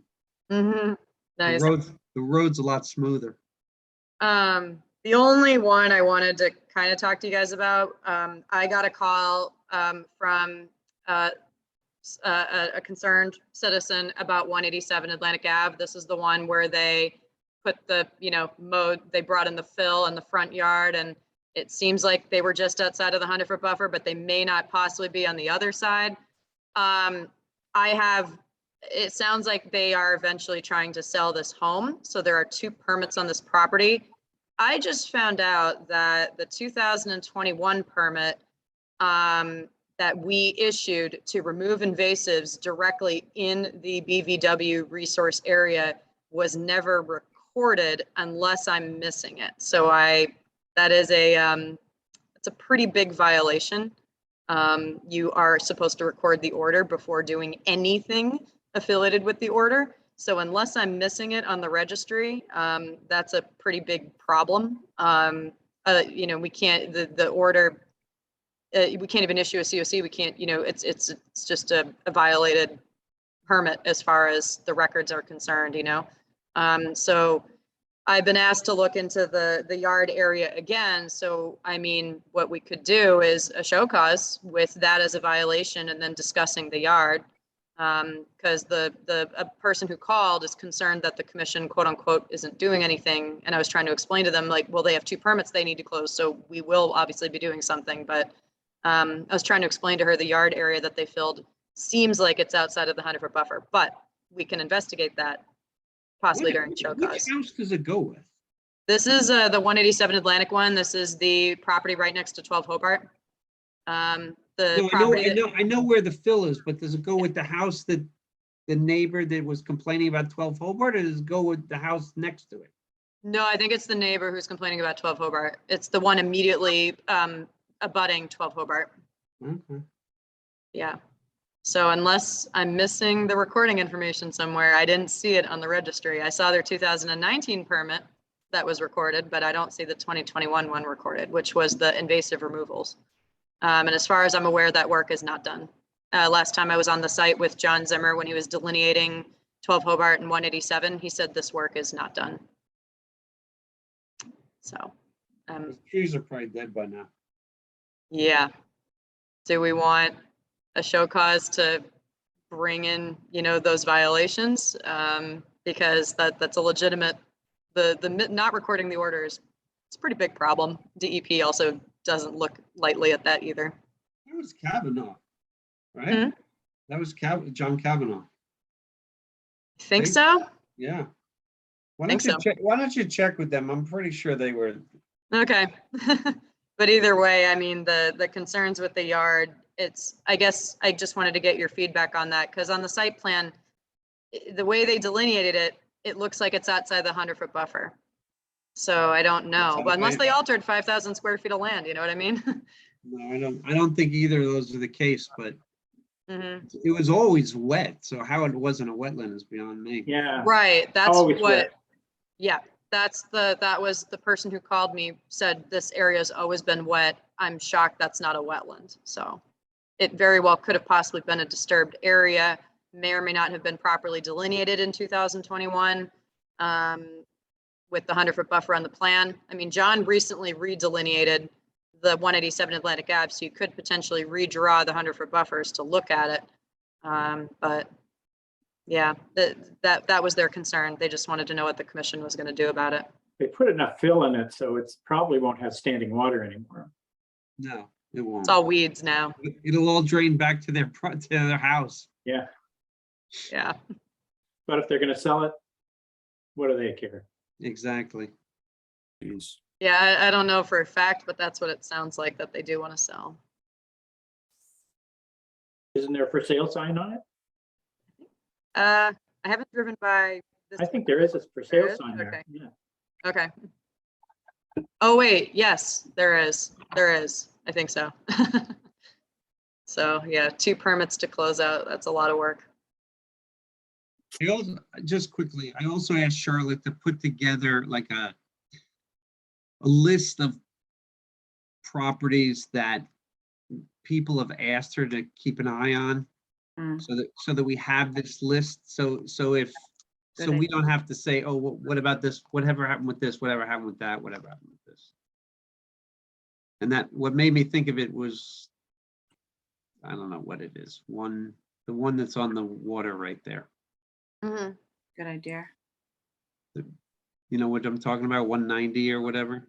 Oh, The Atlantic one, Atlantic Ave, 191 was Atlantic. torn down, the Kennedy house that was torn Yeah, down. yeah. Yep, that one, still waiting for an as-built, but the temporary occupancy, whenever that expires, that in theory, the building inspector has the authority to kick them out if we don't get what we want and what we need for an as-built, for a COC and for an occupancy. You know, I was on the beach down there and the realtor came along with 2 clients looking at Andrew Flynn's 2-acre lot. And that one definitely has a for sale sign now. Oh yeah. And I overheard the 2 potential clients. They looked at that house and they said, "Boy, is that ugly." And I think that screwed the deal. They didn't want to live across the. They don't want to look at it. No, they Protected too long. just put a big row of arborvitaes in front of it. No. But yeah, I can create a list. I will. 191 for sale already? Which one? 191? No, 205 across the Cunningham Bridge, the undeveloped lot, Dream House one. Yeah. And I should remember Andrew Flynn when this. Andrew, yeah, I thought you said someone was across the river looking at it. Oh no, if these people bought Flynn's lot, they would have to look across the river at the house that had been put up on top of, right, that had been put on the corner there. And they just remarked about how ugly it was and how out of place it looked. Oh, geez. Yeah. Why did they get a temporary? I'm not sure. I mean, they're only granted on a case-by-case basis. And as far as I'm aware, the case-by-case basis is if the building inspector knows a timeline as to what's going to be completed for all open permits and when that's going to be done, he can issue a temporary occupancy, I believe, up to 6 months with that timeline in mind. So it can be anywhere from 30 days to like 6 months, I think. And so with stormwater and with orders of conditions, he checks with me on permits that are, open, and I tell him what's open and then what needs to be done. So there's actually several, properties in town where they're trying to apply for occupancy and they're being held up by plantings for stormwater permits or NOIs because, we're in a water bin. So a lot of properties that are they're all trying to get their occupancy permits in the fall. I don't know. So is it 108? How we brought 102, the wetlands one? Brought them in for show cause because they had. Oh, 80, sorry, 80. We brought 80, in for show right, cause. right, Yeah. 80. So you said that they had a temporary occupancy. They did. It technically expired in August, so I don't know if the building inspector extended it. I would imagine he did because why would they be living there? Yeah. But yeah. They have put the graded catchment across the bottom of the driveway, but I don't know whether it works because it looks like it has tarps over it. So I don't think it's operational. No, not yet. They have to install it, do the driveway, the rest of the, everything. And then they just they completely have to bring the yard up to grade. It's all weeds now, but they have to bring it all back up to grade and finish the rest of the planting. So they do have a lot to do, but they're held up by the driveway part as well. Well, they could get a contractor in there next week, I'm sure, to pave it if they really wanted to. Oh, Yeah, I mean, they said they would look into it. Haven't heard back from them since, so. But I can come up with a list because a lot of them are definitely more, I look at them obviously more than others because they're hot spots. So I can come up with a list. I do have an inspection tracker, but I have to admit, these days I update it probably once a month. I tried to update it every time, but it's a lot of work. So my inspection tracker is in OneDrive, but I can create a highlighted, I don't want to say hit list, that sounds weird, priority list of sites that I look at more frequently. It would be good because it gives the commissioners a chance to just add a note, like, don't forget to look at this. Here's the problem I have with this house, whatever it is. So that because otherwise, if you don't have it, then you're going to forget something when you're out there. No, that's helpful. I mean, if I can make it I think I can make it a shared document because I can give you guys editing permission for the document and you guys can type notes and stuff in it, I think. That'd be great. It should be like a Google Drive. With the 3-year and like we have the, for the mitigation plans that they have to be viable for 3 years. It's almost more important that you see them at that 3rd year. Then you can probably skip the 2nd year. See that it's done in the 2nd year, and if you're busy, like 2nd year visits, probably just make sure they're still there at the 3rd year because that's when we can kind of revisit it. Yeah, one of my pet projects that's on hold is our special conditions template. I think could use a makeover. So if we want to modify any of those conditions of how we want things to be monitored after the fact, what we want during construction, if we want, we don't have a special condition, by the way, about no heavy machinery and the 50-foot buffer kind of thing. So like if we wanted to add anything, we could take away anything. I do have several that are like, I will admit, impossible to enforce, so I can highlight them. But yeah, that's one of my many pet projects of, if we wanted to update our special conditions template to be more specific of what we want from project start to completion and afterwards. So. Are our wetlands bylaws changes on the warrant? Or yeah, I submitted them. Yeah. You made the deadline. Oh yeah. I gave it to Tracy and town manager, so it was in. Nice work, Charlotte. Yep. Thank you. No, thank you guys for.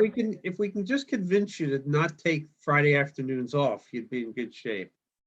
Oh, me? I don't take Friday afternoons off. Town hall closes at 1 o'clock. Oh, I thought you meant like I don't come in at all, and I was thinking about it for tomorrow. No. Yeah. I wish I got off on Friday at 1 o'clock. Well, we're in the office until 7 on Tuesdays. So that's actually the best time to every other Tuesday. No, right? Every Tuesday. Every Tuesday. Wow. Every Tuesday until 7. So actually, if you guys ever want to chat, from 5 to 7 is my quiet time, and I love it. So if anybody ever just has something that you want to talk through, it's probably the best time because I'm in the office, from 5 to 7. So listen, if you want Friday off, retire. What's that? Yeah. I'm getting there, Tom. I'm getting there. Yeah, that's yeah, it is a nice trade-off to get off at 1 on Friday. I have a baby. You get paternity leave. Yep. Mass regs. Yep. Could I say something? One brief thing before we go? Regarding herbicides, what defines an herbicide? I mean, I think based on what I heard tonight, because I tend to believe this guy that he thought it was okay to create a homemade or organic herbicide. Right. So I think we should put in wherever it's written in our bylaws or regulations that herbicides are not allowed in the buffer zones. We should spell it out, and that includes absolutely homemade, organic, from your kitchen, DIY. Absolutely. I agree. Also, Yeah. I And think- I'm I glad really think I'm some glad we people don't said that think about tonight. it. Yeah, I think you can spell it out. Mhm. And Yeah. like Kathy, have you- herbicide is an have you- herbicide, have you know? Have you driven by You know, that when house? Have you driven by Can't that kill house? plants. You can't kill Pardon? plants. Have you driven by 10 Parker to look at it? Not recently. No, I haven't. They turned it into a wasteland. I mean, it sticks out like a sore thumb over there. It doesn't look great, especially when every property around them is fine. Yeah. Mhm. Yeah. Yeah. You know, he tried to minimize sort of what he'd done. Oh, I was just out there pulling some weeds. Well, wow. I mean, it's nuclear. Mhm. I mean, there's Good nothing luck growing- survived Good that. luck growing anything in there if you put In, that. I remember it was so overgrown. Yeah, we get these weird situations, but I also recommend that this is going to sound scary, but for people who have been brought in on more than one occasion, enforcement orders are the way to go. So if we want something, we can, put it as a condition for a permit, but with RDAs don't have as much teeth as an order of conditions or an enforcement order. So just something to keep in mind in the future if we keep bringing in these people saying, you need to do something. I mean, the fact that they've been compliant, at least in that example, they did submit a mitigation plan. So they did everything we asked without an enforcement order. So there are definitely people like that. But then for other people, enforcement orders really tie that in of like, if you don't do something by a certain timeline, it's a fine. So yeah, we have the power to do that. But going through the steps, I've been told by DEP, by my training, by legal counsel, bringing them in, cease and desist, like going through this process, really gives you more support for an enforcement order. So by the time you do issue one, if anyone were to ever fight it in court, it's like, we have a record of like, this is what we tried to do. They didn't listen. Then we issued an enforcement order and fines. And that's how a lot of that holds up in court when, that's sometimes why I'm like, ooh, I could do an enforcement order on site, but I want to build my case, Makes sense. Yep. Yeah, those are just some things. The DEP manual on enforcement is really interesting, and I'm definitely learning more and more every day. They have MAC has a lot of great courses if anyone's ever interested. Oh, also their conference is coming up, their fall conference. If anyone's interested in signing up, you can email me and Angela. So just another, yeah. Next a thing drop. you're gonna want a uniform and a sidearm. I want something scary, man. I'm showing up in a tiny little electric car and I don't look intimidating at all. Yeah, that has to be bigger. I want like a pickup truck with fangs or something on it, something intimidating on the road. The old, The Hingham I'm laughing Conservation because Agent I can gets see you in it. yeah, the Hingham agent gets a truck. I was like, I want a truck. But we're sending the right message with electric.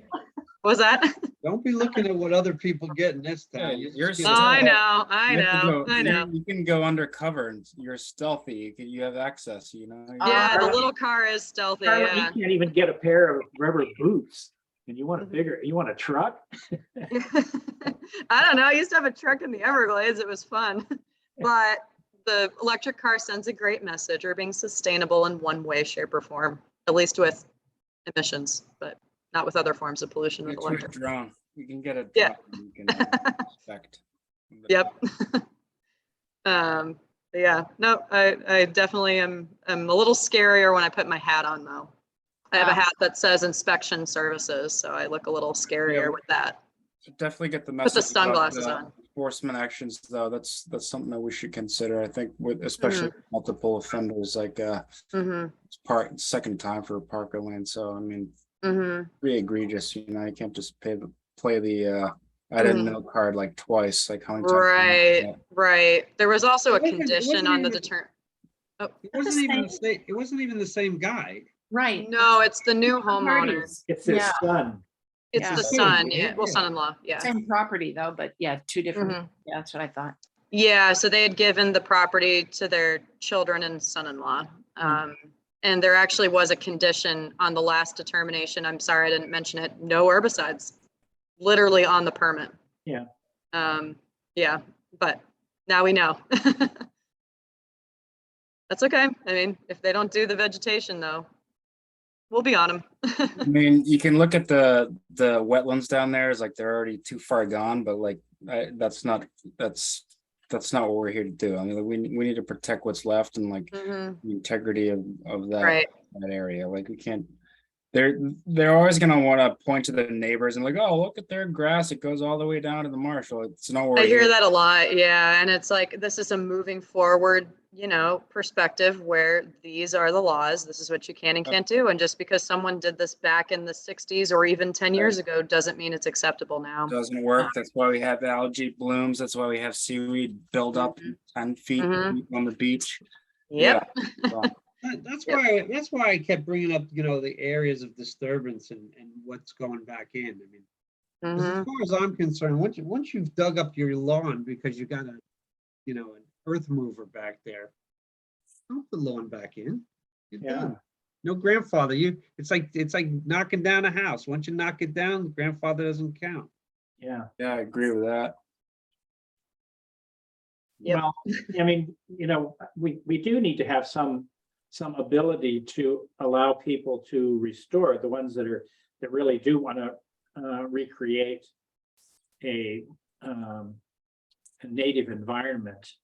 It should be an opportunity for them, and so some of our regulations, we ought to have some flexibility to allow people to remove invasives and do their best to put natives in. Yeah, I think there are some strategies with the eradication, for instance, the Japanese knotweed, where you inject the plant directly. Herbicides, yeah. I think that would be acceptable, especially if we had an order of conditions, they test the soil or something and verify that it's like, or at least present some evidence that strategy is not going to release herbicides into the surrounding environment. I think that seems like I agree with that. Yeah, we can definitely modify section 40, whatever we would want. I think we should, like Kathy said, definitely define, included but not limited to homemade and or chemical herbicides. And then put information about with the one exception of invasive removal projects with the permit or something, however we want to word it. I don't know if that would mean we grant a variance for that regulation, but we could look into it. So yeah, we definitely have a lot of wiggle room in our rules and regulations. I will eventually, when construction calms down and the winter starts coming, I will turn the rules and regulations document into a Word document, and I can put it in OneDrive, and we can, discuss it. Yeah, certain sections. I'll send you the OCR Christmas version in PDF. Okay. And you can try to convert it to a Word document, but probably what you end up having to do is copy and paste whole paragraphs into the text thing. I did that for the bylaws. Yeah, it was tedious, but I did it. Tedious. Yeah, when you try to copy, it's a scanned Word, it's a scanned document. So like when you try to highlight everything, it doesn't copy over well. It's a nightmare. Sucks. Boy, that is so sad that that's what we have. I know, it's really, like that was when I first started, I was like, this bothers me. Yeah, when you pull that up and it's got blacked out and like handwriting. It really bothers me. It looks outdated. Yeah. You could probably sub that out. I bet there's budget. You could sub that out and like give that to some give it to an intern. Yeah. Yeah. I Seriously, wish. you shouldn't be wasting your time with that. No, it would take me hours. You're right. But yeah, maybe I could hire an intern. I would love to do that for next summer. That would be really great. Task rabbit. Yep. All right. Motion to adjourn. Make a motion to adjourn. Second. Third. Favor. Proud of here. Bye. Thank you, everyone. All right, thanks guys. Sorry for the late night. Thank Yeah, you, Charlotte. I hope it slows down soon. I hope so. Doesn't help when I'm telling everyone to submit RDAs, so I apologize. You're doing a good job, Charlotte. Thank you. Excellent job. Excellent. Keep up the good work. Thanks, guys. Have a great night. Have a good weekend. Bye. Everyone. Good night. Bye-bye.